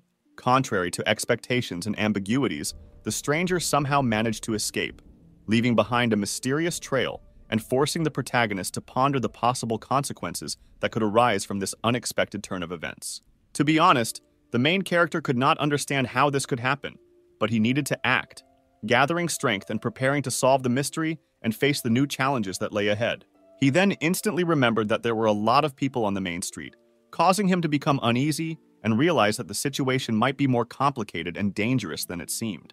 And under any circumstances, the stranger must be stopped somehow, otherwise big problems will arise, forcing the protagonist to feel increasing tension and responsibility for the safety of the city. Just then, Michael came running in, complaining about being left without paying, adding a new element to the chaos and possible negative consequences for the protagonist's team. It just happened that Michael was so lucky that a stranger almost ran into him, creating a comic moment in the chaos and further confusing the situation. After which, Michael heard him strike the stranger, bringing him up to date and emphasizing the need for coordinated action in this difficult moment. He, of course, didn't understand anything, but he got the gist that he needed to hit the guy, creating comic confusion and adding misunderstanding to the already existing situation. Immediately after this, his eyes lit up, and the idea of a secret move appeared, suddenly changing Michael's character and adding an element of surprise to the development of the fight. Next, of course, a punch called an explosive fist was thrown, creating an epic moment in the fight and surprising everyone with his unexpected skill. Of course, the blow was even stronger than that of the protagonist, adding a new level of power to the stranger's defeat and causing amazement among those around him. The stranger could not understand how this happened because he thought that everything would go smoothly, leaving him bewildered and embarrassed by unexpected resistance. When Michael was asked if he had overdone it, the main character, on the contrary, said that he was great, supporting him and expressing recognition for an unexpected and successful technique in the fight. Well, Michael still continued to yell about being left without paying, adding a comic element to the situation and highlighting his displeasure at this chaotic moment. Rui revealed that the demons may be up to something, so they need to scout, adding an additional element of mystery and preparation for possible dangers in the future. If they have a plan, they must first find out who their boss is, emphasizing the need for strategy and intelligence to effectively counter the demonic conspiracy. But to do this, the main character will have to use his power a little, emphasizing the need to use his skills and magic to achieve his goals. Rui then raised his hand to the stranger's forehead, creating a mysterious moment that could have a connection to his magical abilities or some mysterious ritual. To be honest, Michael could not understand what the main character was up to, creating an additional layer of intrigue and uncertainty in their group, causing interest and misunderstanding from those around him. An advanced version of memory manipulation magic is magic that can put an unconscious person into a trance and control them, opening the possibility of forcing them to tell all the information, creating an intriguing element in the world of magic and introducing new possibilities into the plot. Michael reported that it was truly scary magic, emphasizing its power and raising alarm about the potential dangers associated with its use. The main character seems to be able to take control of the stranger, highlighting his mastery of magic and creating new possibilities in a situation with a demonic threat. As it turns out, the stranger's name is Arago, adding a new element to the plot, a character name that may have its own history and meaning in the world of magic and mystery. Still, it was true that no one except the three of them went outside, increasing the feeling of isolation and emphasizing their special position in this mysterious situation. The stranger reported that Jason made them sit in the hotel forever, and this really pissed him off, introducing new details into the motivations of the characters and the dynamics of the plot. If what Iris said yesterday was true, then he is still that villain, adding to him negative aspects and a threat to the heroes and those around him. The main character asked what they were going to do, expressing concern and uncertainty about the group's future actions and plans. He didn't know the details, only that they had some kind of ritual to perform, and they were going to use people from the capital as victims, creating a new level of tension and urgency in the task of preventing a sinister plan. He was told to commit genocide, revealing a darker and more catastrophic plot that gives the whole situation a deeper, darker dimension. And they had to start this chaos by introducing an element of timing and emphasizing the urgency of the task of preventing an ominous event. Today at 3 o'clock, they would have to attack the city with the ringing of a bell. They were supposed to attack in 2 groups, adding specific details and clarifying the villain's plan of action. I start with the hotel, and the freaks should not have destroyed the capital at once, creating a more complex scheme and attack plan that requires careful research and prevention. Of course, such information shocked everyone present, increasing tension and emphasizing the urgency of the need to prevent the upcoming threat. The protagonist decided that he would force them to sleep through sleep magic, taking decisive steps to neutralize the danger and create an opportunity for a deeper study of their plans. And then he began to run somewhere, leaving everyone in amazement and introducing a new element of surprise into the course of events, creating additional difficulties for the heroes. At the moment, it was 2 o'clock in the afternoon and 50 minutes, emphasizing the limited time before events occur and increasing the sense of urgency in the actions of the protagonist. They simply did not have time, because in 10 minutes the demons would begin to attack the city. They needed to protect everyone from the demons, but at the same time, they needed to find out Jason's real goal, introducing poignant moments and internal contradictions into the plot. Friends reported that the guy was very strange, adding a mysterious element to the plot and possible difficulties in revealing his true intentions. And he said that he should not think about going there alone, because they are with him. They will do everything he asks, showing unity and readiness to support the main character in a difficult situation. To be honest, the huge hero was slightly shocked after such words, reflecting his surprise and perhaps an unexpected sense of responsibility for those who were ready to follow him. He decided that he would still rely on the boys, deciding to entrust his fate to the group, feeling that there was strength in unity, and preparing for joint efforts in the fight against the demonic threat. He, realizing that the demons would soon begin to attack, decided to rely on his friends, armed himself with a sword, and, with faith in their joint strength, went forward to save his city from sinister forces. The main character decided that he would go towards the hotel, where there would be many demons, demonstrating his determination and willingness to fight the threat directly. Rui, using his memory manipulation magic, decided to probe the demon's memory, hoping to learn more about their plans and goals in order to have an advantage in the upcoming clash. And Michael had to go to the royal palace and report everything to the knights, creating an additional plan of action and ensuring that the official defenders of the city were informed. If he says that he stands up for Yuri, he is listened to, emphasizing the importance and influence of Yuri in the city and the possibility of using this to his advantage in the current situation. Michael was only interested in one thing. After he reported whether he could act as he wanted, expressing his desire to maintain some degree of freedom in solving the problem. Then they had to be careful, realizing that every step in their plan matters, and any mistake could be decisive in the fight against the demons and to save the city.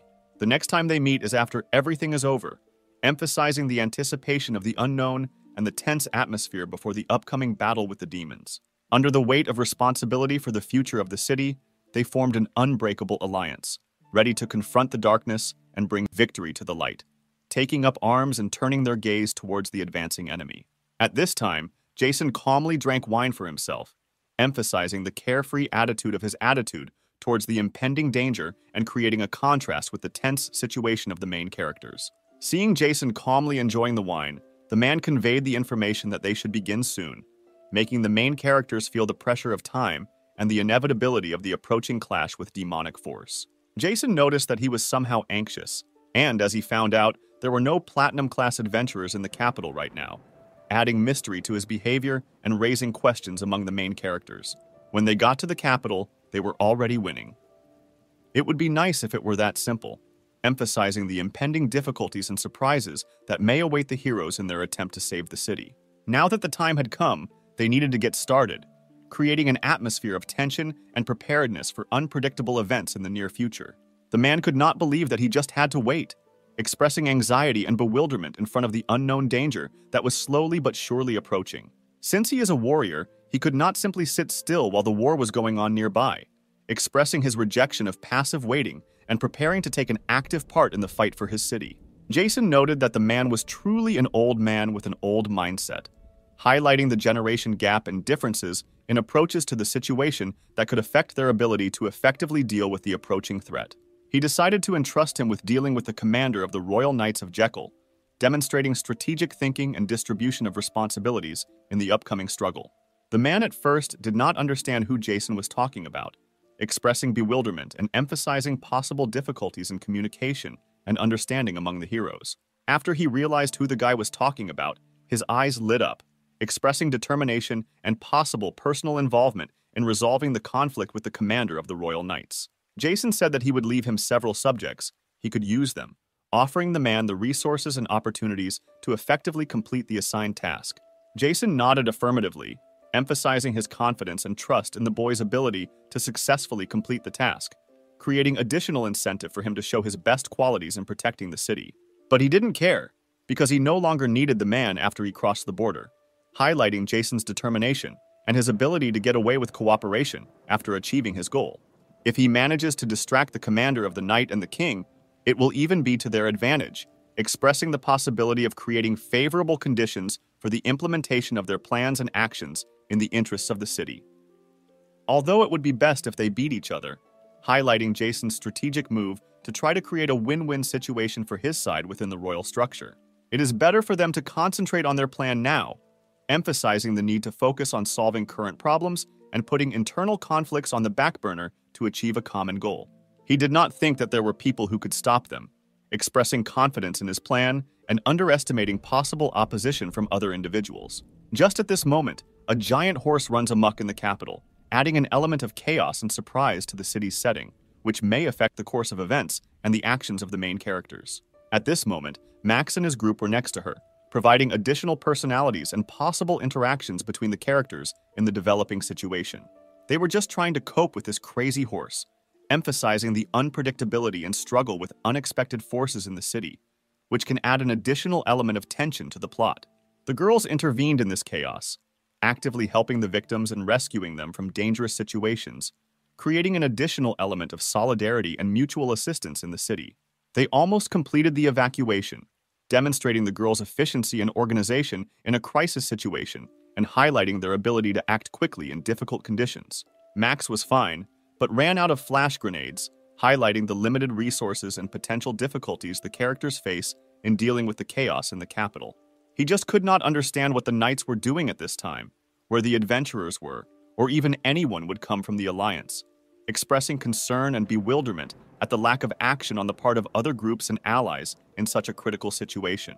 Max has already begun to lose hope that anyone will help them, emphasizing the feeling of helplessness and loneliness in the face of growing threat and lack of external support. And just when he was distracted, a giant horse charged at him, adding an unexpected turn of events and increasing the tension in the fight against chaos in the capital. And then he realized that he could no longer evade, and simply decided to take a stance, expressing determination and readiness to confront, despite the unexpected attack of a giant horse. Well, fortunately for Max, it is unclear who decided to help him, emphasizing the sudden support that appeared from an unexpected source at a critical moment. Wolf, arriving just in time, quickly joined Max, creating a unified front line in the fight against the giant horse and increasing the chances of a successful confrontation in this unexpected clash. Max Extra could understand what the guy was doing here, creating a mystery around Wolf's presence and possibly introducing additional mysteries into the course of the plot. He reported that the leader told him to protect the people in this territory, and they just happened to be here when this horse suddenly went berserk, adding an explanation to his appearance and strengthening Wolf's role in protecting the city. They were able to somehow save the people, but they themselves would not be able to defeat the horse, emphasizing the complexity of the situation and the need to join forces to overcome the threat. Wolf was effusive in his praise and expressed his admiration, saying that the boys were truly great, having overcome difficulties and shown outstanding perseverance in all trials. The guy instantly turned into a wolf, and claiming that he was now taking the initiative, said that from now on he was leading the business and promoting it with his wolf lifestyle. The guy asked if Max was scared, because for the first time he showed his strength, demonstrating that he was capable of something much more impressive and powerful. Well, to tell the truth according to Max, he was not only not afraid, but he was delighted and said that it was simply incredible, and he was simply delighted with all this magical magic. To be honest, it never even occurred to him that the moment would come when such words would be spoken to him, and he was pleasantly surprised and even a little shocked by this unexpected confession. Having said that the demons were preparing to appear at the hotel near the royal palace, the guy said that the leader was already on his way, but he could use additional help in this difficult matter. Max only knew about the adventurers, noting that the Platinum class, the highest currently, was not in the capital. But among the Gold class adventurers, there were probably still some left. Then the guy decided to take the issue with the horses into his own hands, while Max suggested turning to the adventurers for a conversation and joint action. Quite frankly, it is not at all clear for what exact reasons, but at that moment, Max seemed to suddenly lose his confidence and somehow awkwardly found himself in a state of confusion. Having overcome his inner fears, Max finally decided that he would definitely call for additional help and involve his reliable friend for support, relying on their joint efforts in this difficult matter. Wolf, who rose to the attack, moved into battle, filled with determination and passion, ready to face the unknown, because before him was a spectacle of trials requiring strength and courage. Max, with full confidence that the adventurers did not trust them, turned out to be right. The chances of success were extremely meager, as originally expected, and the whole situation seemed even more hopeless to him. Well, since he was already asked for help, he readily took up the matter, trying to make every effort and help as much as possible, because it was important for him to contribute and satisfy the request, and he worked to the fullest, without sparing himself. He couldn't bear the thought that his friend might die, and so he determinedly set out to do whatever he could to prevent that fate, preparing to fight and doing everything in his power to save his friend. Of course, the girls agreed with Max because he had an irresistible charm and the ability to win their hearts, and in his every request or proposal, there was an easy confidence, which made his opinion very attractive to the fair sex. They certainly didn't have enormous power, but that didn't make them powerless.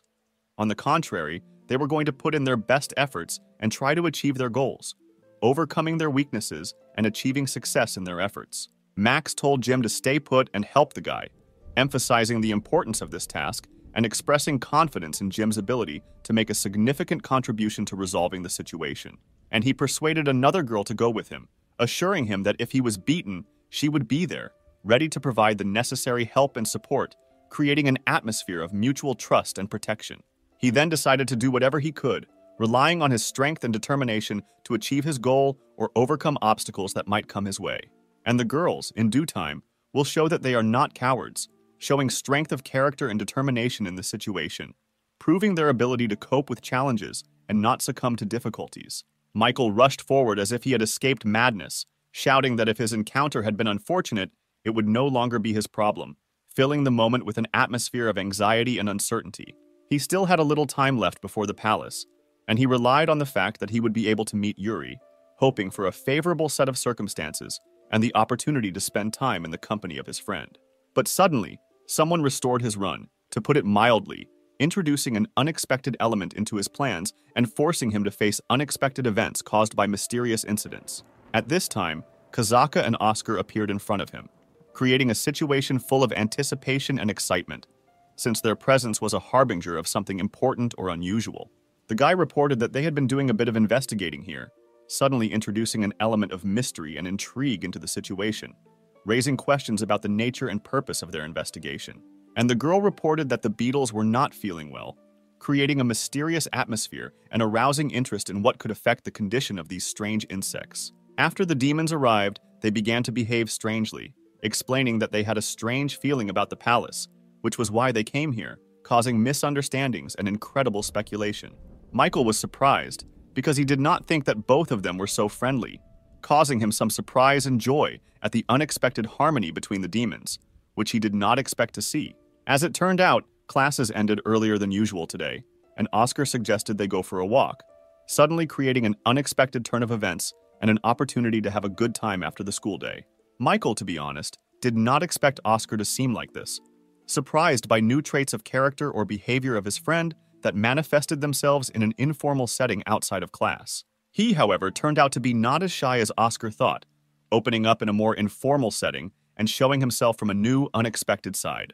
To be honest, Oscar easily fell into that couple when Michael said that he was in love with the girl, causing surprise and joyful emotion in his behavior. The brain then decided to wonder what Michael had forgotten there, perhaps hinting at mysterious or important aspects of the past or forgotten details that might be relevant to the current situation. Then, over the course of several minutes, Michael told them all the details and events, removing the questioning shadows and creating clarity around what could have happened and how it affected his current state. And accordingly, taking this into account, there is a high probability that the palace seems strange in the eyes of the demons. So it is necessary to quickly deal with these circumstances and find out what could cause their unusual perception. Michael politely asked for their help, emphasizing his dependence on their support and joining forces in solving the mysterious situation surrounding the strange perception of the palace. They then decided to go to the palace, oddly enough, perhaps to unravel the mystery and understand why it evokes such strange impressions and feelings in the demons. Not far from them, Michael noticed a guard, causing him to be a little alarmed and attentive to safety, because the presence of a guard could indicate something unusual in the vicinity of the palace. Michael shouted very loudly to the guard, trying to get his attention and ask him with a request or question, creating a situation that required attention and a response. But the guard showed no attention, and Michael decided that it seemed he would have to get closer to get his attention and get an answer to his questions. Michael said that if they didn't hurry, the capital would simply come to an end, adding drama and urgency to the situation to emphasize the need for a quick response and resolution of the problem. But he was quickly stopped and told that there seemed to be something there, drawing attention to a possible source of problem or danger that needed to be investigated and resolved. He then decided to use magical analysis, attempting to penetrate the mysteries and energies of the surroundings in order to identify unusual or anomalous phenomena that could be related to the strange state of the palace and the demons. Oscar noted that this was quite high-class barrier magic, indicating the presence of powerful artificial barriers, perhaps created for the purpose of protecting or hiding something important within the palace. And not everyone is capable of creating such a powerful barrier, which is why the guard did not pay attention to Michael's presence, since usually such magical protections remain invisible to ordinary observers. This barrier appears to have a cognitive alienation effect. The guard cannot see or hear them, creating the illusion of invisibility and inconspicuousness for those who try to get close. Therefore, even if the capital were turned into embers, inside the palace it would look the same as usual thanks to this cold magic, maintaining the appearance of an ordinary and unshakable reality inside the palace walls. Michael decided that he could simply break this wall and began to literally beat it, trying to overcome the magical barrier with physical force, expressing his determination and reluctance to accept the impassibility. Yes, he decided to use the Supreme Bomb, with the hope that it would somehow help, showing determination to use all available means and strength to overcome the magical barrier and the problem inside the palace. Well, oddly enough, nothing helped, and the guy simply sat back, realizing that the use of a higher bomb or physical force had no effect on the magical barrier, creating disappointment and uncertainty in further actions. But he is glad that he at least cracked it, leaving the hope that even small successes can lead to overcoming the magical barrier and achieving the goal. Oscar once again explained that this barrier was most likely created by the forces of about 10 demons, adding an additional element of mystery and complexity to the picture of the situation. If you don't use the latest fire magic on him, it is impossible to pass through, which means that Michael's blow was not strong enough, and a more powerful impact will be required to overcome the barrier. And he said that he tried to use the belt of magical power, but nothing worked, emphasizing that the magic he tried to use could not overcome the magical barrier. He did not sense Yuri's presence from the palace, which added to the mystery and anxiety, as Yuri was usually easily detected in the magical plane, and his absence created additional questions and anxiety. Michael could not understand when Oscar had learned to search for magical power, causing surprise and questions as to how even ordinary personal items acquired such amazing skills. Oscar still decided to look for Yuri, despite the complexity of the situation, showing determination and willingness to take the lead in solving the riddles and finding answers inside the mysterious palace. It is not clear for what reason, but he almost fainted, causing anxiety and bewilderment as to the reasons for his unexpected state at this moment. The guy then reported that he was in a folding area and felt Yuri's magical power in the gateway, adding new mysterious elements and indicating Yuri's possible location in this unusual magical environment. If you get there, you can defeat the one creating the barriers, and it will disappear, providing a new path to solve the mystery and overcome the magical obstacles inside the palace. Of course, Michael was for such an idea, because this proposal opened up the opportunity not only to discover Yuri, but also to get rid of the source of the magical barriers standing in the way of solving the problem. Just at this time, the guards were punched in the face, which caused some satisfaction and a feeling that their plan was beginning to work, making it clear that magical influence on the barriers could produce results. As it turns out, these were demons who were beating up the guards, adding an element of chaos and danger to the environment, which could be due to their interests within the palace and their influence on the magical barriers. They laughed because the partner was worried about his friend, demonstrating his cruelty and indifference to the feelings of others, which created an additional layer of tension in the situation. One of the demons reported that if the surviving partner sat on his knees, he would let him live, offering the destruction of the relationship and reduction to a level of submission in exchange for sparing his life. Of course, the guard was not ready to let them into the city and considered this very cruel, expressing his displeasure and protest against the threats and violence from the demons. The stranger hoped to negotiate with him, but nothing came of it, creating a situation of conflict of interests and possible conflict in an attempt to find a compromise or solution. It is unclear why something suddenly stopped him, creating questions and confusion as to what could have influenced the sudden change in circumstances. As it turns out, it was the main character who saved the guard, adding a twist and highlighting his role in resolving the conflict between the guards and the demons. The guy immediately asked if the man was okay, expressing concern for his well-being after intervening in a conflict with demons. To be honest, this guard's look was very frightened because he did not understand what was happening, evoking sympathy and understanding of the complexity of the situation that he had to face. The main character said that he would figure it out himself, emphasizing his willingness to take responsibility and resolve the situation in the future. And then he advised them to identify people with injuries and direct them to the gates, providing specific actions to organize assistance and manage the situation within the city. The guards couldn't believe that such a small boy had saved them, causing surprise and perhaps a re-examination of stereotypes about who can be a hero or leader in difficult situations. One of them heard that he had defeated the swordsman who had attempted to assassinate the prince a month ago, spreading rumors about this student from the magic school, which gave him additional status and respect in the eyes of the guards. The guards said that if it became dangerous, the guy should run, showing concern for his safety and warning against possible dangers in the future. The stranger could not understand how he saved the warriors, causing him bewilderment and interest in what abilities and skills allowed him to cope with such a difficult situation. Magic is the profession of demons. They will definitely benefit by expressing skepticism and confidence in the power of demons in the field of magic and anticipating the outcome of future events. Of course, the main character knew about the power of strong demons, but he is very sorry that they use their magic for such sinister purposes, expressing sympathy for potentially powerful creatures, but used for harmful purposes. He simply could not let them into the city, expressing his determination to confront the demons and not allow them to enter the safe areas of the city. The man then decided to use a supreme firestorm, taking measures to protect the city and confront the demons, showing his willingness to use powerful magical abilities to protect the monastery. Of course, Rui was prepared for this, demonstrating confidence and readiness to take on the challenge of the ultimate firestorm and use his magical skills to combat the danger. He was ready to defend the capital with all his might, showing devotion and determination to protect his city from possible threats and ensure the safety of its inhabitants. The demons could not understand who he was, leaving them bewildered and uneasy at the mysterious figure willing to confront them with such determination. They promised him that he would not return alive, hinting at serious threats and raising tension in anticipation of an imminent confrontation.